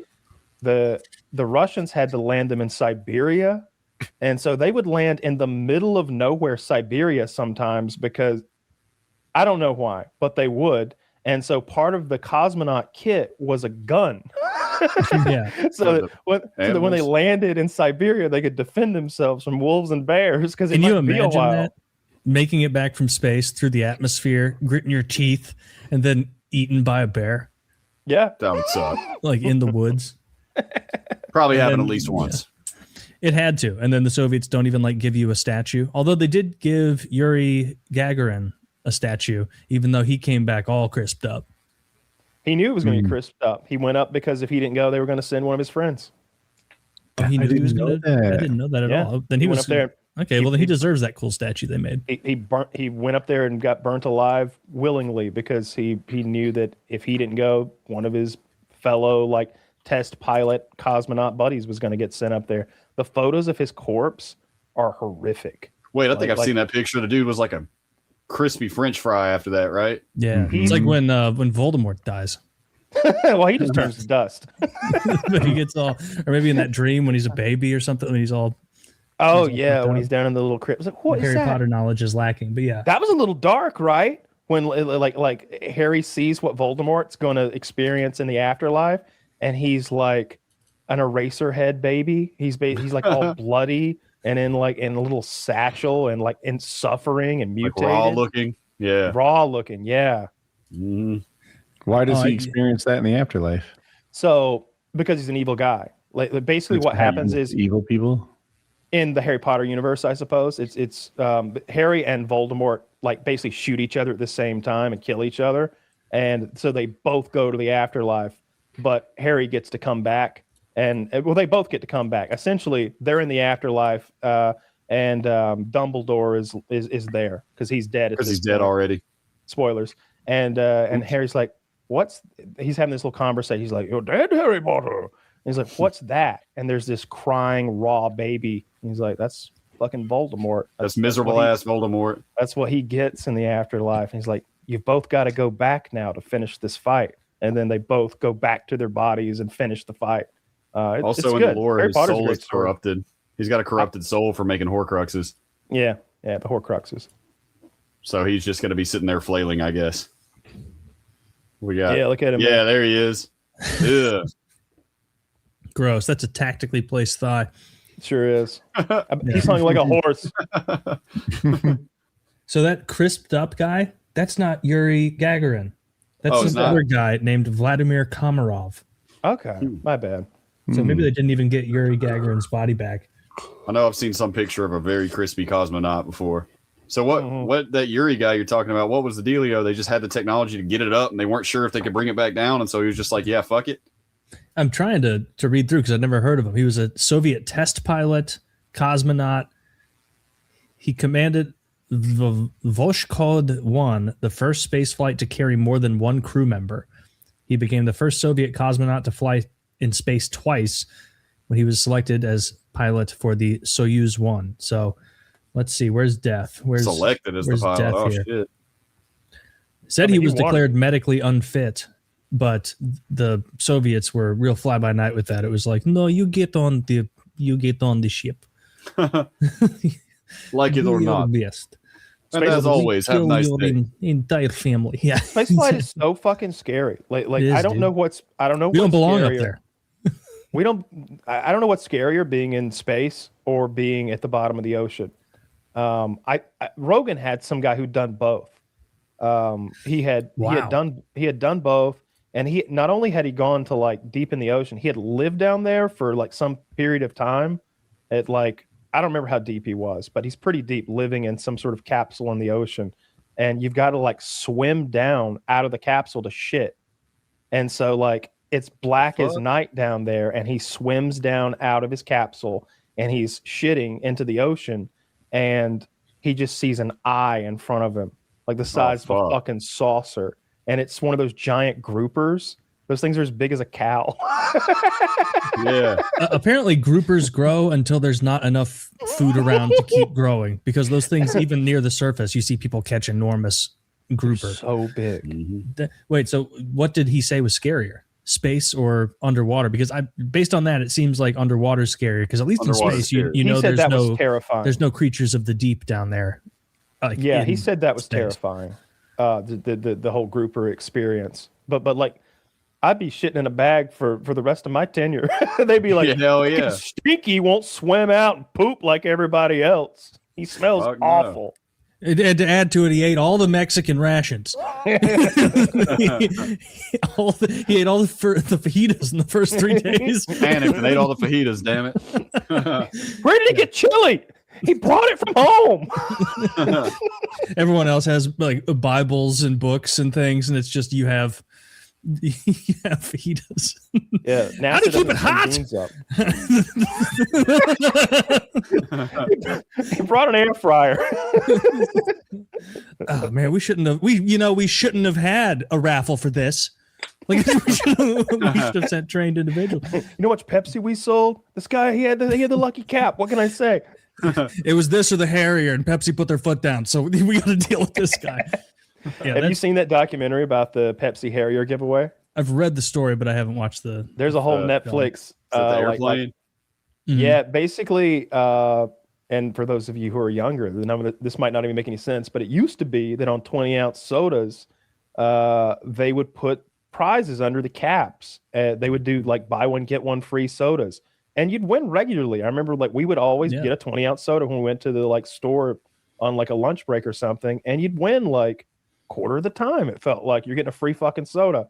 Well, Pepsi won like upped their game, and they did this whole point system. I think basically they advertised they were giving away a Harrier, and I mean they advertised they were giving away a Harrier jump jet. They had a commercial where a kid lands a Harrier jump jet at his high school because he won it from Pepsi. Well, I think somebody won it. 7 million points. Yeah, well, somebody farmed up 7 million points, and they didn't want to give him his Harrier jump jet. So it became a whole legal snafu. It's a fun documentary on Netflix. And if I'm not mistaken, they ended up ruling on Pepsi's side, right? They were like, well, I mean, they never explicitly said they were really going to sell you this, but I believe I don't that remember it didn't how have it turned out. He got a lot of money out of it, right? I don't remember how it turned out. I think that he did get money, actually. I think he got a lot of money, but it wasn't nearly as much as the plane would have been worth in theory. I remember reading about that too. There's literally a Simpsons episode about this where Bart wins the radio contest, and they're like, all right, Bart, what do you want? Free tickets to the concert or an elephant? And he's like, I want an elephant. And they're like, what? He's like, I'll call him Stampy. Yes, I'll call him Stampy. That's what he named it, right? Yeah, he's called him Stampy. Homer, we're losing our asses trying to feed this thing. Marge, he doesn't hurt anyone. He's killing Flanders. I talked about it where I can't remember what. It's a historical thing. I can't remember which kingdom or whatever would do this, but when the king or the ruler didn't like you, he would gift you horses, or maybe he would gift you cows. White elephant, maybe. Yeah, because they were sacred, and then the upkeep on them. Maybe it is white elephant, which now explains that whole Christmas game. Right? Yeah. Yeah. Gift that you don't. Oh my God! I never put that together too, and so we're in the same boat there. Yeah. So I looked up the Pepsi thing. Pepsi won. They said no reasonable person would consider it a serious offer. They paid out nothing, and they changed the commercials from 7 million Pepsi points to 700 million Pepsi points, so no one would follow in his footsteps. They're like, you get 700 million, we'll give you the fucking plane. Buy a plane would be cheaper. You can buy a $25 million plane. You can buy Harriers. Yeah, I watched a documentary about a guy who wanted to buy it, and it doesn't come with the weapon systems and such, but apparently they sell them, and they make sure the buyer is qualified, and he has to be qualified in 2 ways. One, capable of flying the plane, and long story short, he was that guy. He was a guy who could fly this plane. He was him. And then you also had to like prove you could actually afford it while you bid on it, and he got one. That's awesome. I know that like naval vessels sometimes get sold like that. I think Pepsi. I read this on Reddit the other day. Pepsi bought, I can't remember exactly what the situation was, but I think Russia owed Pepsi some money, and they paid in battleships. Really? I'm like 90% sure that's what happened. And for a brief period of time, Pepsi had the world's 6th or 7th largest navy. I think they couldn't pay him in cash. They gave him like war vessels. Well, it is this or stripe gum. Whatever you prefer. That's crazy. I'm looking up Harrier jets for sale. They're not listing the price. Oh, of course not. If you have to ask, you're not the right people. Yeah, if you have to ask, you can't ask what the price is. I wonder. So it's the jump jet. It's the one that vertical takes off. I wonder how hard that is to do, because that's an older plane. I doubt it's, and I guess it's fly by wire. But with the takeoff, like, am I having to like balance this with like pedals and stuff like a helicopter? Or do I just like say go up and it grow fast. Does it do 75% of the work for you, or is it hard? I wonder. I bet it's not easy. Hard. Yeah. Yeah. Helicopters That's at 105 can be really hard. pounds. 105 pounds for a Harrier jet. Wait, That 105,000 pounds? 105,000 pounds. Yeah. Oh, It would be. 105. That's like what, $150? That's not what they're selling $150,000. it for. Yeah, that's. I bet those are like $10 or $20 million planes or something, right? Like it's a. He just brought the listing up and it said sold for 105,000 Was it pounds. operational? Good question. Maybe he just No. bought a $100,000 plane does not fixture. look like a Harrier. There's no way you can buy a Harrier for $100,000. You can't buy a nice Corvette for that.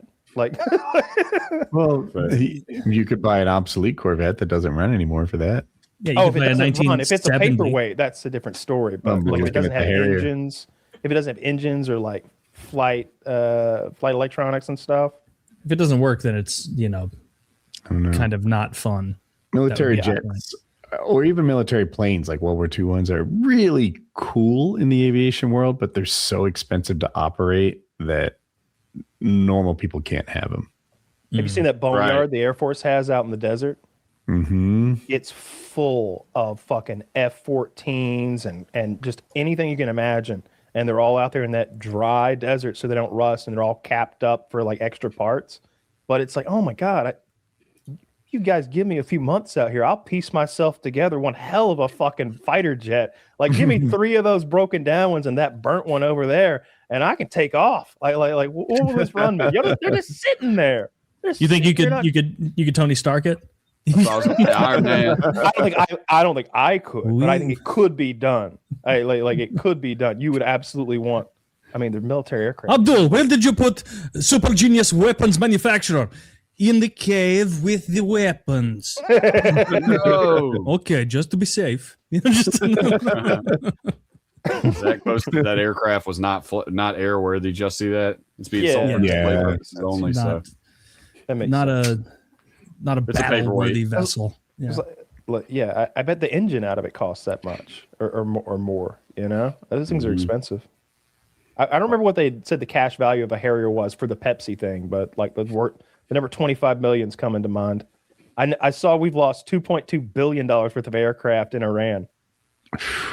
Jeez. That thing is such a mess. And I guess now we're just gonna keep it like this. Like the Strait of Hormuz is closed for a long time. Who knows? Like the We're Iranians are blocking shooting it. at vessels. They're We're shooting at blocking it. vessels. Everyone wants it blocked, so I guess it's getting pretty solidly blocked. And that's just our world now. There's no end to the ceasefire. We just keep blocking it and don't make progress. looks like As soon as Donald who Trump cries isn't the uncle. president, whether if JD Vance were to become president or if it takes to the next election, I just feel like all this is going to be fixed. Like whoever comes in is like, hey, planet Earth, sorry about the last couple years. Let's fix all this. Let's fix all this. Let's do this better. Someone is going to get a lot of kudos when they finally come and just act like a normal, professional diplomat, like a normal president, when they're not crazy. Like I see that meme on Reddit and I don't love it, but it's fairly true. They're like, it's a picture of Biden and it says they called him Sleepy Joe because you could sleep at night. And I was like, I mean, you could. You weren't like worried about the world exploding. You were just kind of worried that like he wasn't really running the show anymore, and that was kind of. I'm not sure X's want us back, right? Like NATO is moving forward to this world where they don't depend on us for security anymore. Ukraine has just given up on America being an ally. They clearly are sucking Putin's dick more than Zelensky's. So like, just give up on this. The whole mineral deal, everything they tried to butter up Trump and be nice to him. Ukraine's like, forget it. I'm just done chasing you. I don't know that Canada, are they just going to be Canada? Maybe can forgive us if we get reasonable again. They are neighbors. But the idea that the world just goes back, it's just all these countries are dependent on us for defense. Europe doesn't. I don't think they're mad at America. They're mad at Trump. Like Trump is the problem. He makes things so personal. You've heard about how like he views situations as like he sees it as like a deal between two individuals rather than a deal between two nations or whatever. So like he has all these personal grudges and issues with people and he says it frequently. He's like, yeah, I don't know. I know he likes me. And when people like me, I like them. And that's all that matters to me. That's his bottom line. It's like, do they like me? It doesn't matter like who they are. That was his campaign slogan, Trump first, I think. That's how he runs things. And so I think as soon as he's gone, as long as whoever comes next is not also insane, I think it all will. I understand if people don't forgive, but I hope they'll forget a little. Do you not like see the hysteria in some of it though? Like he's doing a horrible job on like indisputable at managing the country, managing our foreign policy. No, he's disastrous. Great. He's terrible. He's doing the opposite of everything. Yes, I see it. That's what I'm saying. I'm saying that he's so awful. Like this idea that like these European countries that for 80 years since the end of World War II have pushed off the responsibility for their own defense, their own ability to maintain like their position in the world onto the US, and we have subsidized all of them. And now people are like, "Oh, they're really getting serious about it." It's like, can they afford? Can they afford their own militaries? Because I don't see them massively. A lot of them have economies akin. I see a lot of bloviating. I see a lot of we're not going to do this anymore. Okay, well, where are your military bases? Where are your enormous militaries? Where's your power projection?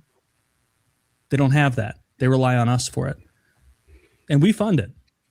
Germany has universal health care because we fund power projection on behalf of all of Europe. And so this idea that like, oh, it's like, oh, someone's being mean to them, so they're going to cut ties. No, that's glib. That's just not how. I'm not talking about asking for them to chip in more for NATO. I'm talking about literal personal attacks against people, like calling people ugly and fat to the in the news. Like he has ruffled feathers globally, not just once or twice. He's like constantly doing it. Like he leaked Macron's text messages to him. You know Dude, what I mean? He's an existing foot in mouth. And if Germany had the capacity to distance themselves and maintain power projection and security, then they might. But they don't have that capacity because they have existed on our teat for 80 years. I don't know about that. Collectively, Europe is trying to get off our teat. That they see the strategic weakness in depending on America for protection and how that makes them vulnerable to our whim. And they're like, this is this thing that we can't allow to exist going forward. It would be good for us if they did get off our teat and they did stop forcing us to protect the entire Western Hemisphere from China, Russia, whatever. Like, how much have we poured into Ukraine compared to Spain? How much have we poured into Ukraine compared to France, compared to Italy, compared to Germany, compared to the UK? Like, it's a joke. It's a joke. Proportionally, it might not be that skewed. Proportionality doesn't matter. It does when you're trying to come up with when you're writing a check. Not when you're talking about great power politics and who actually runs the show. Well, no, because Europe bands together and negotiates as one. Therefore, proportionally, Europe and America, approximately comparable, and so is the donation to Ukraine. Although I think we're slipping behind at this point. I don't know how much we're slipping behind, but the idea that Europe after a million millennia of bickering, infighting, rivalries, that suddenly Poland and Portugal are going to be tight, and that someone in Portugal is going to go die for Poland, that doesn't seem real. Europe's not a country the way we are. Like, it's 42 countries or something, and nobody knows. It's some amount. It's some amount near that. It's something near ballpark. Yeah. No one can know. No one can know because when you count, you start going down. Then you go, did I get Croatia? Did I not? Bosnia and Herzegovina. What the fuck's going on there? It seems like France, Great Britain, Poland, and Germany in particular have all proportionally chipped into this Ukraine thing big time, whether it's weapons or cash or logistics support, or just I know they go to the UK and they train their special forces, the Ukrainians do, and stuff like that. I don't know. We're just so much bigger. Obviously, France isn't going to give as much as we are. I don't know what France's economy is compared to the US's, but in my head, I picture it as New Jersey, and like it's certainly larger than that. Way and larger like two or three maybe more of those little northeastern There's a couple of Maines in there. Isn't France Connecticut Isn't France the second largest economy in Europe behind Germany? I wouldn't know. No idea. Was Italy up? So UK be third in that situation? That would surprise me, but I'm not saying you're wrong because I don't know. Also, I did look it up. You were really close. 44 countries in Europe is the commonly accepted answer. I could be even closer. It depends if they counted Turkey, which Europe will. Turkey and Russia are both kind of split across, and Kosovo is not recognized by all countries, so there's no one answer. Huh. Oh yeah, makes sense. If you guys were to visit one of those lesser known European countries, what would it be? Like no UK, no France, no Romania, Spain, no Italy. I was about to ask if Romania that's European, right? I mean, that is European. Romania. What? I want to see the old country. I want to see some jippos. I want to see some fucking jippos. I want to see a castle. I want to see some fucking scary. You go to Romania for the castles and the jippos. I want to go to Poland. And I don't know well, but I just feel like Poland's going to have the spectrum between like major metropolis cities that impress you and untouched like landscape and castles. Countryside. Yeah, it's going to have it all. I was actually thinking Poland as well as one of the less visited ones. Seems like a beautiful country. They actually have way more castles than Romania, Kyle. So if you're going for economy castles, is booming and has been for a few decades. I think of Poland as one of like the failed previous Soviet states, but that is out of date thinking. That's like childhood Woody. If you look now, they're one of the most successful European, and they're very prideful. They're very nationalistic. Like they're one of the few European countries that's like, no, we actually don't want Algerian. Fuck off. Like, no, we will stay Polish. Like they're hardcore about that. Very anti-immigration. They want to stay Polish. They want to do that, maintain their national identity, I guess you would say. But they're also gigantic, like in terms of European countries. And so there would be so much to see all around Poland. Whereas Romania is not a small country, you know, in the scheme of Europe. But other than hanging out with gypsies, Kyle, what are you going to do? Like the jippos will keep me busy. I'm gonna do some coursing. I'm gonna do that thing where they bet on whether the dog's gonna catch the hares, like I saw in. It's lots of fun game with the gypsies. Like, get your wallet back. You'll never get this. Lots of fun traditions like sewing your pockets before you leave the hotel. Yeah, I'll be all right. I see that. So France is pretty comparable. France has 3.4 trillion GDP. Texas is 2.9 trillion. Texas is the world's 9th biggest economy, to be fair. Texas has a bigger economy than Italy, Russia, Canada, Brazil, Spain, Mexico, all those countries. Damn, even Russia, huh? How's Texas compared to California? Smaller, California right? has the world's 4th largest economy at $4.3 trillion. They are only topped by Germany, China, and the United States of America. And Germany is 5 trillion and California is 4.4 trillion. So not leaps and bounds ahead. Then obviously you do leap ahead with China's 19.4 trillion and our 30.5 trillion. But then also go GDP per capita, right? Like even though Germany's a bit bigger than California, the GDP per capita is more impactful. Like Germany has what, 85 million people, almost 90 million people. California does not have 90 million people. And so like the average Californian is a lot wealthier than the average German. Makes sense. So another win for the USA. Hey, freedom. Another win. I wonder where Iran is going. Do you think Pete Hegseth will get fired? Like AOC says, like only the women who are incompetent get fired in the Trump administration. The men get 2nd, 3rd, and 4th chances. Yes, Queen. So far, my wife says stuff like views that are more aligned with yours than almost any other politician you can name. I don't like her views on immigration, but I do like her views on the Middle East. Like, I agree in staying out of that. And you know, she'd probably give us all health care if she could, and like not give it to us, but just have us pay for it all together rather than one at a time, so that we can be picked apart like the zebra who left the fucking crowd. Yeah, I mean, I'm pro universal healthcare. Have been for a long time. I don't know. Mexico is introducing universal healthcare. You know how embarrassing it is that both of our neighbors we're just looking at their economies. They don't compare to to a couple of our states. All those places have universal health care. I don't understand why. Will it be good in Mexico? I don't know. Will it be like good health care? I mean, I don't know. I mean, you saw Wings went down there, had good results. So did Boogie. They have these like in Tijuana.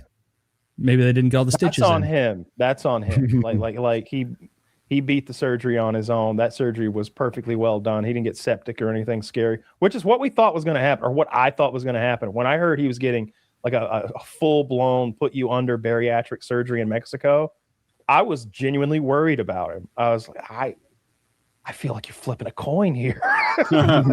Gambling with your life.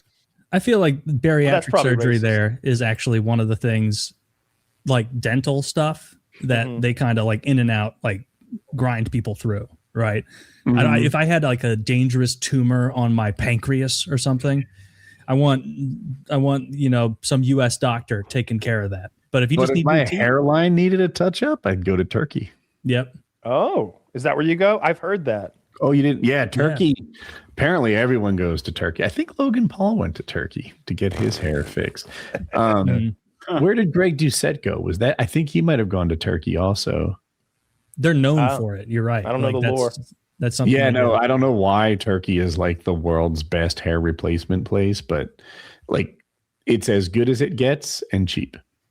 And I've heard it's like I've heard it's cheaper to get hair restoration therapy in Turkey than the US, even given a like flight 2-week vacation in Turkey in a nice hotel. You're taken care of, all expense paid. Like that's how much cheaper it is. Like you're still making out like a bandit compared to going to some person in, I don't know, Iowa or I think they just California. made a breakthrough. I think they made a breakthrough where minoxidil, which is Rogaine, when used in conjunction with this other drug, is like many multiples more effective and causes like a large amount of regrowth in 3 months or something. Like it just happened. They're still in like testing phase. Like they're growing hair on mice with it, but when the minoxidil covered in hair. I think I wondered about that. I cannot believe we're getting away with it. Look at this thick head of hair on this rat. Minoxidil. Maybe I wondered how that worked. Like, did you find rats with male pattern baldness, or did you start with those pink bald rats and make them grow hair? Yes. Right. I was wondering, did they get like a genetic predisposition towards baldness? Mice, like they could just shop for that? I guess so. Mice have it rough. I was reading about some mice surgeries and like procedures and testing we've done. Like something we did was sever some nerve in mice that causes constant, unavoidable, excruciating pain. And then we're like, well, it doesn't like that. it really seems to be agitated. And then you just like apply creams or injections or whatnot, and you see what calms it down, which, better that than, a person. But depends on the person, I guess, but I don't care for animal testing. Yes, we put the mouse in the sock, swing it around, and hit the wall. It hated. I was telling my dad about this the other day. It's like I think we've both like we used to hunt, and like he's like, I used to harass them deer, Kyle. like I made it my mission in life to get them. He's like, I wouldn't shoot one for nothing now. He's like, there was a wasp trapped in the pool the other day. I helped him out. I got him out of there. I like my animal testing like I like my meat, out of sight but delivered. It's important that it happens without emotionally scarring me. Yeah. I agree. But also sometimes those clips come across your feed where you see the way they treat a lot of those pigs. And it's like, this is so ghastly and so terrible.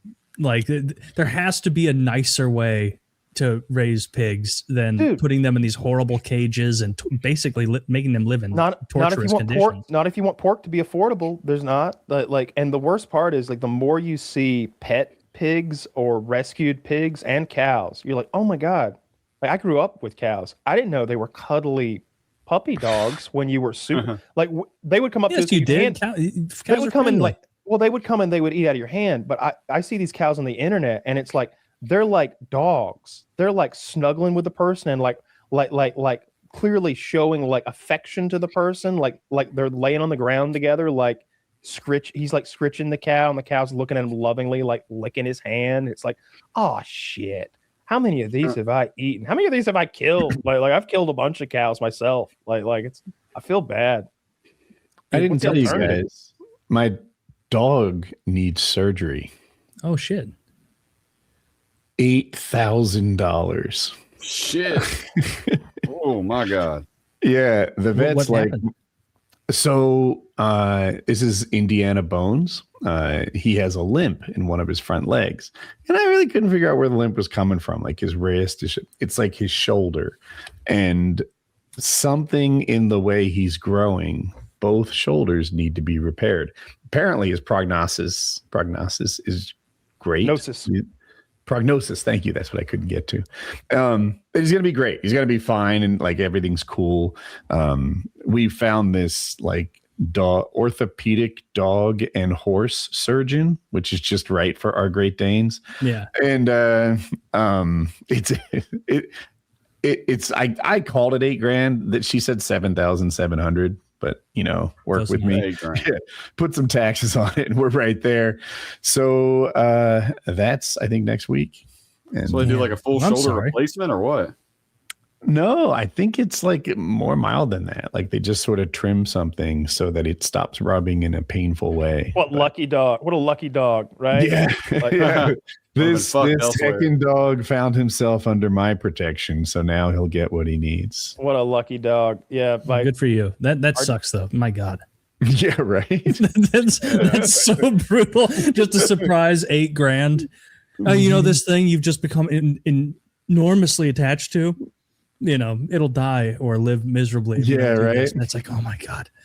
Let me call up Blue Cross Blue Shield. Oh no, okay. Well. I would call the breeder and tell them that happened. Like I don't expect them to do anything. But they did actually. But they so our two dogs came from a litter of 17, which is a lot for any dog. But imagine Great Danes. 15 made it, by the way. And that experience was rough on the mom, so that one's not being bred anymore. And then the grandmother got pregnant, and that experience has been rough on her. So now they're like out of the breeding business. Jackie likes these breeders. She's been following them for years. Like, our dogs, they're going to expire soon. Let's, and she's been sort of watching what they've been up to and when they have litters and stuff like that for some time now. And selected them like, a while ago, years back before they were conceived. But I think they just sort of closed up shop because their dogs are not healthy for more babies. Well, Indiana Bones better come to the table here and at least stop eating poo. We're a $high dog now. We don't engage in things like that. Yeah, you can meet me halfway here, brother. $1 million dog. Dude, it's fun. I've talked about how cuddly they are and how wonderful they are, and that's still true. I think it's not. If you're standing, they lean on you. If you're sitting, they sit on you. They're always on you, and I think that's great. Or maybe I thought that was great as they zoom past 100 pounds. It's like, bro, stop leaning on me. Stand on your own. Knock you down. Is there no pull the chair out? Like, is there no peace when you and Jackie are like sitting watching TV? It's just both of you have 100-pound animal on top of you, basically. It happens all the time. And they like to lay across my knees and fold them backwards. So I preemptively put a pillow under my knees because there's no doubt a dog is going to come and sit on them and they need some support. But you don't hyperextend. Mm-hmm. Bend your knee backwards. It's life with my dogs. Well, I'm glad he's going to be okay. Yeah. Taylor, you're talking about getting another gun today. You've been on a gun buying spree. Yeah. I'm a little worried that you're about to make a move like Josh tried to that time. Oh, he said tried in RuneScape. He says tried. Like he committed to in writing that he had planned. Yeah, oh my God. He fucking manifesto on RuneScape. How fucking kitsch. The nerd manifesto. If he did that now. No jail. No, nothing. No. It'd be like You could copy paste that shit onto Twitter, and it would just get a lot of upvotes or something like that. It would do perfectly fine. But no, you got your AR-15, you've got your M&P Shield X, very nice 9mm pistol. I like it. And now you're looking at 22 rifles. Well, I want something fun to plink with, and I don't have a 22 rifle. And if you're going out there with people who, aren't comfortable shooting larger calibers, that's just a great thing to have that everyone can enjoy. Is this a gun for your wife now? No, this would be a gun for me going to, shoot on the farm or something. I thought it might be a gun that you could do both, that you could like sneak her into your shooting, but I got this 22 you could learn to shoot. Well, she likes guns too, and so it's not something I have to like push her into. I was asking you about the 22 rifle options, and of course, everybody is always like, get a Ruger 1022. It's the most versatile. It's reliable, easy to shoot, affordable. Super reasonable. But I like lever actions a lot. They're very fun. They're so good. So I was looking at the Ruger 1022, and then I was looking at a Henry lever action classic version, and they're about the same price. Like very, very similar, within 20, 30 bucks. You looking at the brass one? I'm looking at yes, this one has brass, which it would, you have to get the brass, dude. I like it so much. It is in my top 3 guns, yes. Top 2, top 1, I'm not really sure. Maybe second, I forget. It's a Henry, yeah, it's the Henry lever action with the brass. It's like, I don't know what edition it is, but it's cool. It's the Golden Boy. Golden Boy, that is it. That is it, the Golden Boy. And I have it comes with this sort of felt fabric that goes over the brass part, and it's almost self-polishing. Every time you rub it even a little bit, the brass gets nice and perfect again. And so I like slide that baby off, and like I could fix my hair in the reflection of it. And I've said this on the show so many times, but like I think most gun owners sort of cosplay as like a military guy or whatever. They wish they were a soldier. Not me. I'm not stupid like that. I'm all cowboy. I cosplay with some leather chaps and a 6-shooter and a lever action. Like that's where my fantasies go. You're supposed to wear pants under it. I'm the one with the guns. You hush. No, that's they're assless chaps. Those in the name. Henry lever actions, because I've shot. I knew someone, and I shot theirs a ton in the past, and it's just there's something so much more satisfying about doing the lever action between every shot than there is, because I've also shot 1022s, and it's a great gun, but it's just not as fun plinking when you're moving the action every time. And I know Kyle's raising his eyebrow, but it's I like lever actions. I have 24 guns about, and there are 3 of them though in which I am above average in accuracy. I'm an average shooter, but my Smith & Wesson M&P 9, my FN 2000, and my Henry 22 lever action. Like if you said, Woody, you got to hit the target, I'd grab one of those. Those are the ones that, for whatever reason, I'm better than I am with the other guns. Yeah. So you also have a Smith & Wesson M&P 9mm, the shield version. Yeah, I think mine might be older than yours. Like it might have been an update between our purchase times, but Smith & Wesson M&P 9, the full size. Yeah. Oh, mine's the smaller one for like carrying, much narrower. And I like specifically, I was asking Kyle so many questions about carry guns, and both Kyle, and I've said it, but both Kyle and my buddy who is a Marine were both like, I know you're obsessed with wheel guns and they're cool. Don't get one to carry. Get a this, a that, an FN, a M&P Smith & Wesson, get this, or a Glock, whatever. It's all price range. Like it's like if you're going to spend $500, get the Shield X. It's probably the best one, or the Glock 23. I don't know my Glocks, especially not new ones. Like one of those is going to be the most bang for the buck. But as you go up that scale, like the gun changes. There's a $700. All right, we're going to go a different route. $1,000, we're going a different route. At $2,500, well, let's get a staccato. That's where I would peak out. That's what I would get. I would get this staccato carry 9mm pistol. That thing's fucking from outer space. It's so fucking sick. $2,500. I haven't shot one. If I was getting a carry gun and I had a like affinity towards wheel guns, like the Ruger LCR seems like it'd be on the short list. Sure. I haven't shot one of those, but those are teeny, right? Yeah, that's what I like. Wait, it's not teeny? I thought it's a snub nose revolver. It's the hammerless snub nose revolver from Ruger. Oh, I think it's LCP. It's got a nice grip on it. Like the LCP is like so little that I feel like I'm really holding it with my thumb and 2 fingers. I can't really get my palm engaged on that gun, and I've never been able to hit anything with it. But the LCR's pretty nifty. It's a cheap Those Ruger. Cool. You know, Rugers are cheap and affordable, and they work. It's a lot of bang for your buck. But like I was telling you, like I recommend wheel guns to women for carry, like a purse gun, because if you're pulling something out of your purse and you're not a firearms like expert, if you're not going to train with this thing, then get an LCR because it won't snag on anything and it'll work. And you can just spam the trigger. And what attacker is going to keep moving forward after you've fired 2 or 3 shots at him anyway, right? Like 38 plus P. Yeah, we're probably going to solve the situation just from the sound of this motherfucker going off. My grandma carries whatever the LCR version is that Smith & Wesson has. Yes, that's a good pistol. She has that as her purse gun. I gave that pistol to a girlfriend with a pink handle one time, a little 38, like stainless steel with a pink handle. But what I said was like, but for a man, someone who I know is going to like train with this thing and get a little autistic about, like you'll probably be sitting at your desk like reloading it and stuff, like fucking around with like actuating the slide, like doing already been clearing. doing that. Yes. Yeah, you're fucking around with it all the time. Like it becomes a tool that you're familiar with and good with.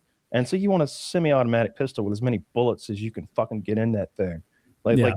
There's no amount of bullets that's too many bullets. There's never too many. If I can't solve the problem with the M&P Shield X 13+1, and that there's 15+1, but that sticks out a little bit from the bottom, and that's enough of a difference. Funny enough, you might as well go a pistol be less comfortable.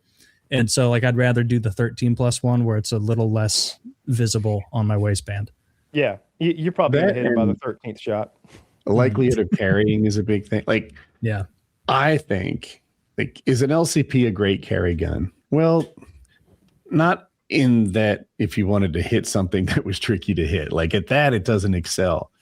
But as far as actually being in your pocket, like it's super for that. Everyone I've ever seen, like, oh, I carry a 1911, show it to me. It's not on them. They don't actually carry, and they just identify as someone who carries a 1911. I carried the LCP more than anything ever. I would put the LCP in my jacket pocket, like just in my like side pocket. Like it would just be in there, and my hand would be fumbling on it while I was at the movies or something like that. Like after that Joker shooting, we were going at. I know it sounds stupid, but you got to like rewind 15 years or whatever it's been. At the time, it was like, maybe that's the new target. Instead of schools, people are going to start shooting up theaters. I mean, we're all boxed in here. We're all we're mostly adults. If you pick the right showing, you know, like like that, the fire exits are right there. Like some psycho could come in here with like a couple of chains and a padlock and just bottle us all up. And so like I was like, I'm bringing my gun. I had my gun every time I went to the movies, and it was just in my like pocket with, you know, just right there. Like, and the LCP fits in there because it's smaller than a cell phone. It's itty bitty. It's wallet sized. It's like 6+1, isn't it? That sounds about right. Pretty little. I think so. Yeah, 6+1 or 5+1. I forget. Yeah, that sounds about right. If you're not a gun person, the +1 is to whether or not you want to have one in the barrel. Right. Oh yeah. All right. Got a real hard trigger pull. You might as well put one in there. I had a what are they called? You'd know it from Tarkov, Woody. What's I can't believe I'm spacing out on it. It's the ammo that's like super Rip was great. Rip Glad I could help. They wouldn't even box their ammo. Just you like nodding got me there. Rip wouldn't even send me ammo in boxes. They would send Ziploc bags full, like stuffed into like cardboard boxes. And so they sent me like 1,000 rounds of 380 Rip. And I'm like, you best believe I'm carrying Rip in my LCP. Somebody's gonna have a bad day. I always thought like, man, this was gonna be. And after a while, I took them out because I was like, man, I just imagine like if you got in some weird shooting where maybe you're going to get in trouble, and then you get to court and they're like, could you describe the ammunition that was in your handgun that night? What's it called? RIP. What does that stand for? I can't remember what it stands for. It's like rapidly invasive projectile or something. Something scary. Something scary. Yeah. But when you look at the bullet, that's exactly what it is. Yeah. It's the bullet looks like something from a sci-fi movie or something like that. It's all sharp and it's a mean looking bullet.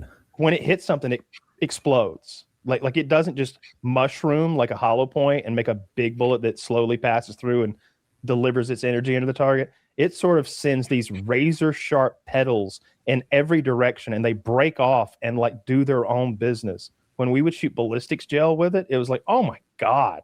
Yeah. You can see not only are they going to come apart like flower petals, but each petal is segmented to break into smaller bits of and so once it hits, bomb of a bullet. It goes from a slug to a shotgun blast inside of you. Yeah. And they're also if I remember correctly, I could be wrong about this. They're very light, these rounds, and very fast. Like several hundred feet per second faster. Oh, that's Richard Ryan's oh yeah, rated RR. Yeah. I did similar testing with these. I don't know if that looks like 45. That's 45. 45 is real nasty. I was shooting that rip out of a Chris Vector fully automatic, and this is just a death machine. It just felt like so much power in your hands when you'd spray something down and see that you don't just shoot it once per bullet. You shoot the thing like 50 times with each bullet and just destroy its insides. Damn. It's real scary stuff. Well, I only got regular hollow point to put in it. Well, that's what I'd rather have. Yeah, I need a ripper. No, you're good. You're good with what you got. How convenient is your shooting range? Very convenient. Yeah, okay. It's really, really close to me. Mine's not. Getting to know the people there and their night. There's a lot of shooting ranges around me, but the one I go to is actually a couple miles further away than the one closest to me, just because I've shot at both, and I just prefer the one that's a few miles further away. The people or the facility? Why is it better? Yeah, okay. The people are nicer, and the facility is the one closest to me. Like, sometimes you'll go into gun shops and they almost have like a haughty, like I know more than you attitude, and it's like I can't imagine like if I were teaching a skating class or something and this guy came to learn to skate, I wouldn't be like, you don't even know how to skate. Like like that wouldn't cross my mind. It's just it was a rudeness factor, and that in my head the last time I left there, which was years ago, I was like, I'm never patronizing this business again. I will never buy a gun through you. I will never shoot here again. Like if I go with friends, I'm going to recommend the further away place. And so I've been going there a decent amount, trying the M&P Shield, trying my Smith & Wesson, whatever it is, Sport 3 AR. And now I just gotta round it out, Kyle. I got to round it out with a 22 rifle, because not having a 22 rifle is like, what am I doing? Like that's basic bitch stuff. That's crazy. Well, it sounds like you really want the lever action. So, the Henry in that price range is the best. But man, I love that 1022 because of all the things you can do to it. You could slap a little close range sight on it and ping, ping, ping, ping, ping, ping, ping, ping, like shoot things fast and accurate and do drills. Or you can put a scope on that thing and a suppressor, and it'll shoot half-inch groups at 50 yards. Like all the bullets will be touching one another at 50 yards. I can shoot the tops off of paint cans at 50 yards, like just the nipple, like it's, and so for like shooting birds or squirrels or varmints, at 50, 75 yards, especially, it's just, and it cycles so fast, and you get, how do you shoot the top off a paint can? I can't even see that well at 50 yards. I can't even imagine how would you do that? Are these different paint cans? The gallons with the lids? No, you use the lever? Spray paint can. Oh, that makes more sense. Okay. I'm like, how do you get the lid off with the bullet? I'm not getting this at all. Well, he's barely a crowd. He's fibbing. He just grazes it to get a spin. and then it comes right off. Oh, spray paint cans. Okay, all right. You're just shooting the nipples off. I got a flare in the back, and I'm just shooting the nipples off, so they shoot fire straight out. And I'm going red, white, blue. No, I got a 1 gallon latex can in my head. I'm like, I used to shoot. It's just the wrong tool. Have you tried a screwdriver? I like shoot it right in the middle. The top will come off. The thing about the lever action, I get you can customize the Ruger. That's awesome, but something that's a little bit of a benefit with the lever action Henry is I don't want to modify that at all. Like, I don't want a scope on that. I don't want anything that takes it out of that kind of old West retro feel. Like, I want iron sights on that. I'm not using this to protect my house. I'm not using it for anything practical. I'm just going to be plinking. And I bet you get a bigger loop for it. I would want a bigger like lever, like with more hand room in there, like a rounded one. The one I'm looking at has the bigger oval one, because some of them have that kind of thin. My hand doesn't fit all the way in those. The only one that I've shot in the past had that oval bigger loop, and so that's what I would have to go for, I guess. I had a lever action 30-30 as a kid, and I liked that thing a lot. Like as like a 9-year-old or something like that. But I like lever actions in general. What's the kick on a 30-30 like? Is it like, how would that compare to a Mosin Nagant? Well, it gave 10-year-old me a black eye. I remember that because they asked at school. It is a walker, right? Yeah. It's a bit of a wallop, but I don't know if I compare similar, maybe like a light load of a 12 gauge, like a light load of a 12 gauge. Like it's a good wallop. Like you get a hold of that thing. Plus, like it's probably that rifle had like probably a metal butt stock on it. Even it might have, I don't know. It was an old 30-30. It's a big fat 30 caliber round, and it's going pretty. Similar 30-06, something like that, like in that range of recoil. Oh, okay. It's a good thunk. It's a high powered rifle, kind of. Yeah, they make lever actions in 45, right? They make them in 45, 70. They make them in like all sorts of funky calibers. They make integrally suppressed 45, 70 lever action rifles that sound like a whisper, and they're shooting a bullet from like the Custer days or something that you down a buffalo with. Weirdo calipers to me are a downside of like really old guns, and gotta load them bitches yourself. That's what I've been telling Taylor too. First of all, hear me out. I always, when people are getting into guns the way Taylor is, I say you start. It's just like a video game. When at first you could buy the ammo or you could load it, and you only save you save 50%. Basically, and the entry fee is about $300. And so if you're going to be shooting a lot, like if you're going to shoot $600 worth of ammo ever, then this is worth doing. It just is. And it's not hard, and it's faster than you think, and it's kind of fun because you get to make your own custom load. You get to decide what kind of bullet projectile you want: hollow point, ballistic tip, boat tail, Spitzer, full metal jacket. What do you want? You want bronze penetrators? Stick them in there, because you've got a book with these recipes. Counterpoint. I bet someone who makes their ammo and starts with the $300 investment you talked about, then automate some other part of the process and some other part of the process. And they just like keep investing into making ammo more easily to the point where the break even is way north of 300. What do you think? No. Like even the most expensive, like progressive automatic loading systems are probably in the $1,000 to $1,250 ranges. As far as I know, I'm sure there's some more expensive stuff. Everything is like that. You can buy fucking 45-pound weight plates that are 8 times more expensive. I can double the price of the $1,200 one by getting a $300 one and a $900 one on the way. You could do that too. But the $300 one is fine. Like that's a progressive, like every time you pull the handle, you make a bullet. And it's just ka-chunk, ka-chunk, ka-chunk. And it's 50% savings, and you get better ammo. So you could make really light target ammo, you can make subsonic ammo, or you can make big scary shit that they don't even sell at the store. Like the shotgun shells we used to hunt crows, you can't buy those. Like you couldn't buy them. It was a custom make. It was an ounce and 3/8 of 5, 6, and 7.5 shot mixed in a specific ratio, going nearly 1,400 feet per second. That's more akin to a turkey shell than a bird shell. Did that hurt your shoulder? Oh, it beat us to death. It beat us to death.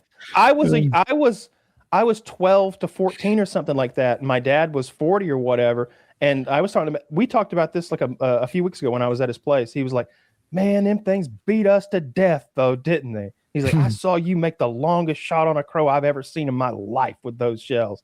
He must have been 50 yards away and you shot him out of the air. I was like, I didn't know any better than to not shoot. I was 12, but I would have these massive bruises that would cover my whole shoulder. And once I'd beaten a bruise into like the correct placement of the gun, I'd move it closer to like my pec and I'd beat that spot up. And then I'd move it over to like onto my bicep and beat that side of me up. Yeah. They were incredibly punishing. But when you shot a crow, crows are tough. They're a really hardy bird and they're smart and they often are far away because they're like parrots. And you're tricking them into you can't eat them. No, you leave them laying. You're there to defend like pecan orchards is usually our mode of operation. They're eating all the pecans, and when they come in, you shoot them.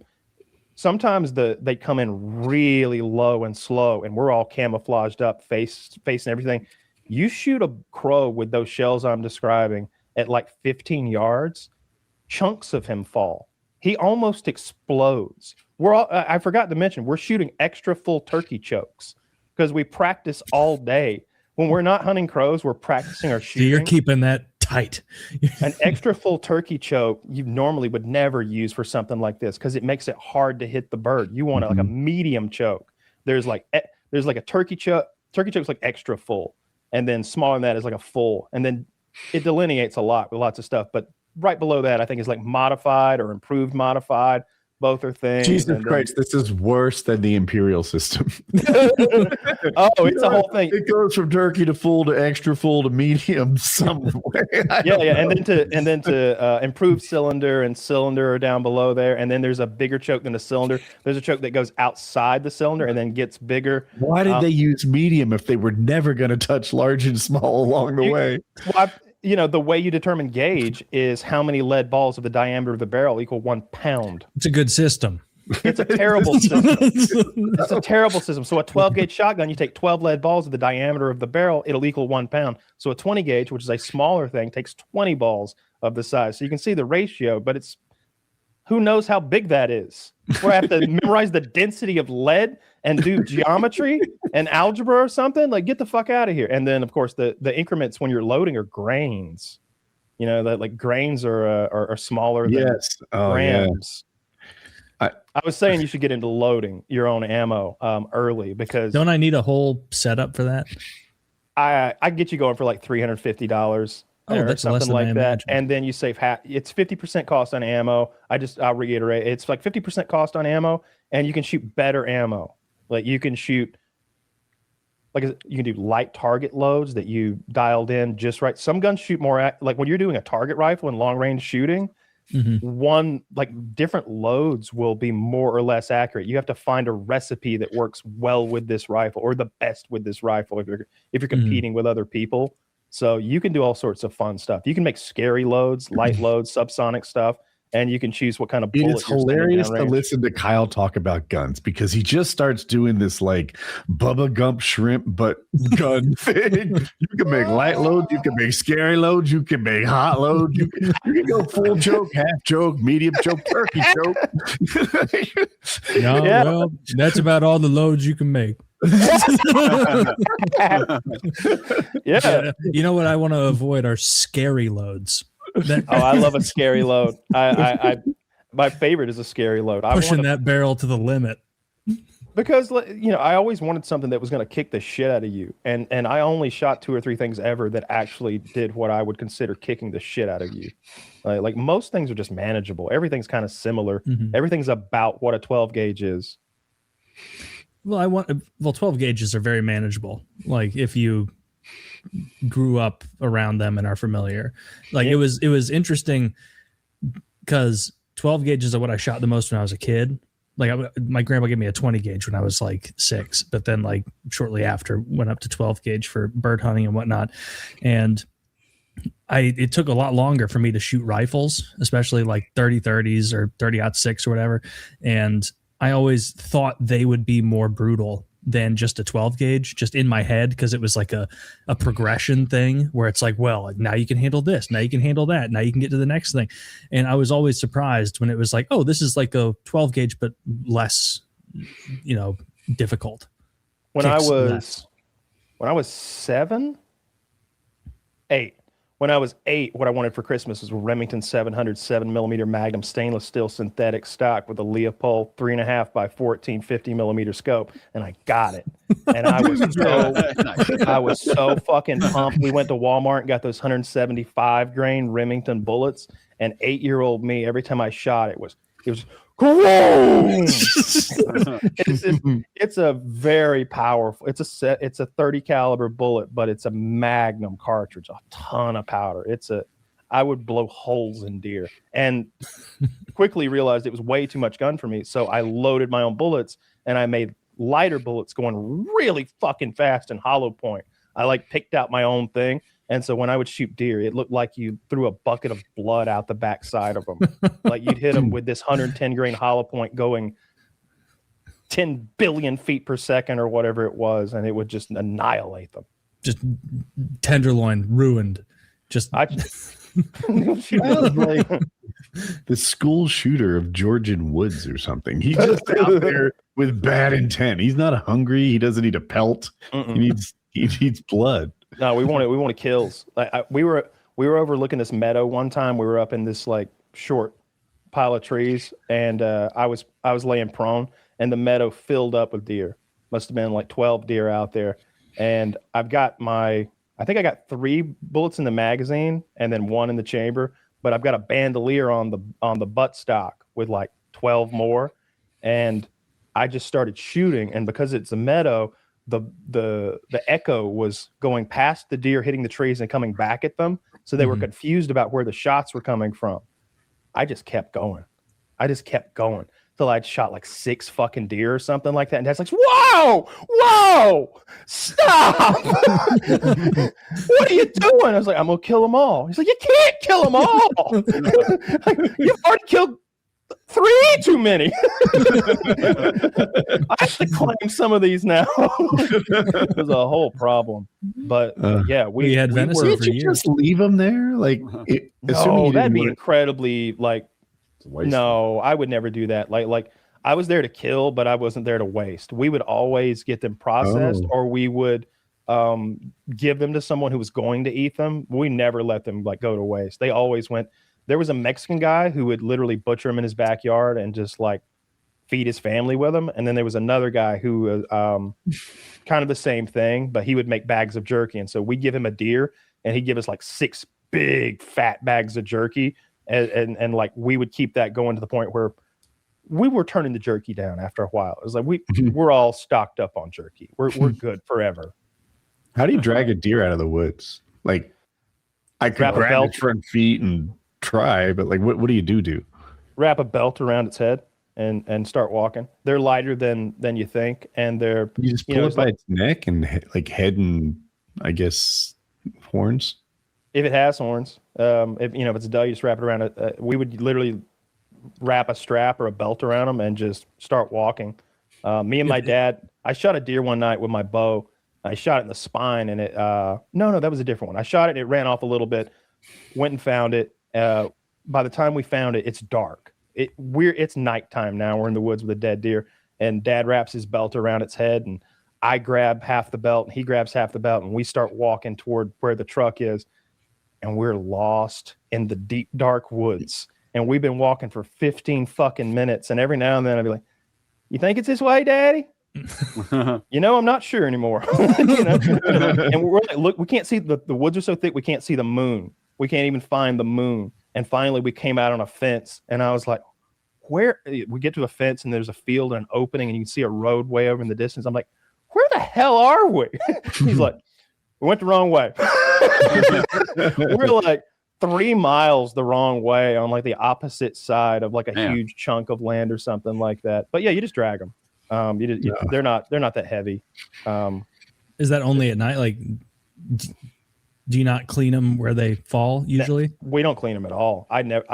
My dad cleaned one deer ever that I saw in all of our years of hunting. We would just throw the deer in the back of the truck, take it to where it was, whether we were getting it processed or we were donating it to somebody, and they would just take it whole. My grandpa would clean them, or he would gut them, not the full cleaning process. Yeah, he would gut them and pull all the nonsense out, and then take it to the processing center. No, thank you. No, that's a smelly job. That's a gross smell. When you the first time I saw it, I was like, I didn't know this much could fit inside the animal. You disembowel a fucking deer on a cold day, and the steam is coming off his intestines, and that weird organy smell hits you. And if you, God forbid, perforate the intestines, I was gonna say, with your bullets, you were hitting gut shots a lot. I bet. No, I've never shot a deer in the guts. That was a good shot. Not even on accident. I've never had a deer. I've never missed a deer, and I've never had a deer run after I shot it. Every deer I've ever shot instantly. When you shot deer, Josh, did you clean it on the spot? No, we always took it back to the camp. We have the hooks you put through their feet and raise it up in the air and put the bucket underneath it. Yeah. So no, we never dressed it in the field. I remember my grandpa. The first time I ever saw anything get skinned was a raccoon. And the raccoon my grandpa shot was like causing problems, and he was always, I guess, opening their garbage and rifling through it and just being a nuisance. He'd tip over the garbage and it would get everywhere, and that attracts other nonsense, and you don't want that. And he shot this thing. We weren't even out there for this. I was probably 5 or 6, and he was like, "Boys, come out here." And he had tied this thing by the tail to a tree in the backyard on the farm. And I guess he had already made the around the butthole cut, right, to tear it. And he was he was looking at me. I was standing there maybe 20 feet away. I was probably playing Legos or something inside. Come outside, and he was like, "Take a look at this." And then he grabbed it with his big, gigantic farmer hands, and just in one swoop, just undressed this thing of its skin. All the limbs are there, and it's like, and then the skin was just hanging by the neck. And I had one of those thoughts that you have as a little kid, where I was like, I'm going to remember this. Like, you know what I mean? You have those thoughts where it's like, this is locked away. I'm going to remember this. And I saw that raccoon just hanging there with all of his skin inverted and around his neck and his front 2 paws. Cause obviously the neck stopped it from pulling around the front 2 paws. I don't know what he did with that meat or anything. Probably just threw it back in the woods. What can you even do with raccoon meat? But, you can eat it. Isn't it rife with nonsense and parasites? And everything has parasites in it. You just cook it. The pork we eat has parasites in it. Yeah, but I guess that's true. I thought raccoon was like uniquely bad for that. I heard that about like armadillo. I wouldn't be surprised. Yeah, armadillos carry fucking leprosy. I caught one by hand one time, and they were like, "Don't those carry leprosy?" And I was like, "No." Yes. Is there a hose? Oh my God! I'm about to get a biblical disease from this. Did you kill armadillos, Josh? I never came across one whenever I was hunting, but my grandpa told me to. Yeah, he said if I saw an armadillo, to smoke that motherfucker. I killed one. I never got the opportunity. Shitty little animals. Apparently, I didn't want to kill it. But we were in Texas hunting pigs, and we were walking out in the middle of nowhere with night vision on, and me and Scott, and I had a AR-10. It's like a 308 calibered AR-15, like a nice one, and I had a fucking laser on it, scope and everything. And we're walking along, and we were on our guard because apparently there's like mountain lions there that could like ambush you on the trail, especially when we've been killing so much stuff. So we were like on the lookout to be pounced on by a fucking big cat, and we saw an armadillo. And Scott's goofy ass said one of the stupidest things I've ever heard him say. He's like, I hear a bullet bounce off one of them shells. And I just went, boom! And I went, nope. And of course not, because what I shot it with would go through 3 fucking SUVs or something like that. Have you ever heard wild mountain lion cry in the night, like scream out? No, I've never. That was the only time I've ever been like an area or biome even that where they exist, out in Texas. And then like here in Georgia, we've got bobcats, but I've only seen one in my life, and it was on that survival trip with Woody. It was the only time I've ever seen one. Wait, is a bobcat is the same as a cougar mountain lion, or a bobcat smaller? Dude, I don't understand cats until they get really big. I swear. It's much smaller. House cat, I can name 100 breed of dog. Cats just orange and black. Yeah. I know tabby, and that's it. There's something called the tabby cat. And then like bobcat. Oh, that's just like a 30-pound regular cat. With a bob tail and a big scary head. A leopard, a cheetah, they're all just kind of cats. Well, they're all different though. You know, leopards have like super powerful bites and are more muscular, and cheetahs are the fastest animal in the world. They run like 70 miles an hour. In the US, I don't think we've really got much outside of mountain lions, but I think mountain lions, cougars, and pumas are all the same thing. They're just That's regional. I think they're all like regional flavors of one another. Yeah. I'm pretty sure. But they've got those all over the Southwest and Mexico. But we don't have them out here. I bet we used to. I bet there used to be in Tennessee and Georgia and South Carolina, but they just got murdered out. Sure, they used to be there. I wonder how crossbreedable cats are. Very. Quite, ligers. I believe. They make those ligers, you know? Mm-hmm. Yeah. But they should have cheetors or something. Would love a cheetor. Yeah, maybe a Tai Chi. I like it. Or I mean, there's ligers, but apparently those are they just can't have a ton of reproduce. issues with like their bones and their musculature. Really? But they're just like they were okay. Oh, I thought they had problems. Maybe I'm wrong, but I know they're basically just look like a gigantic lion. But then if it depends if it's a male tiger, female lion, or vice versa, like how it turns out, apparently. I mostly know from Tiger King and Napoleon Dynamite.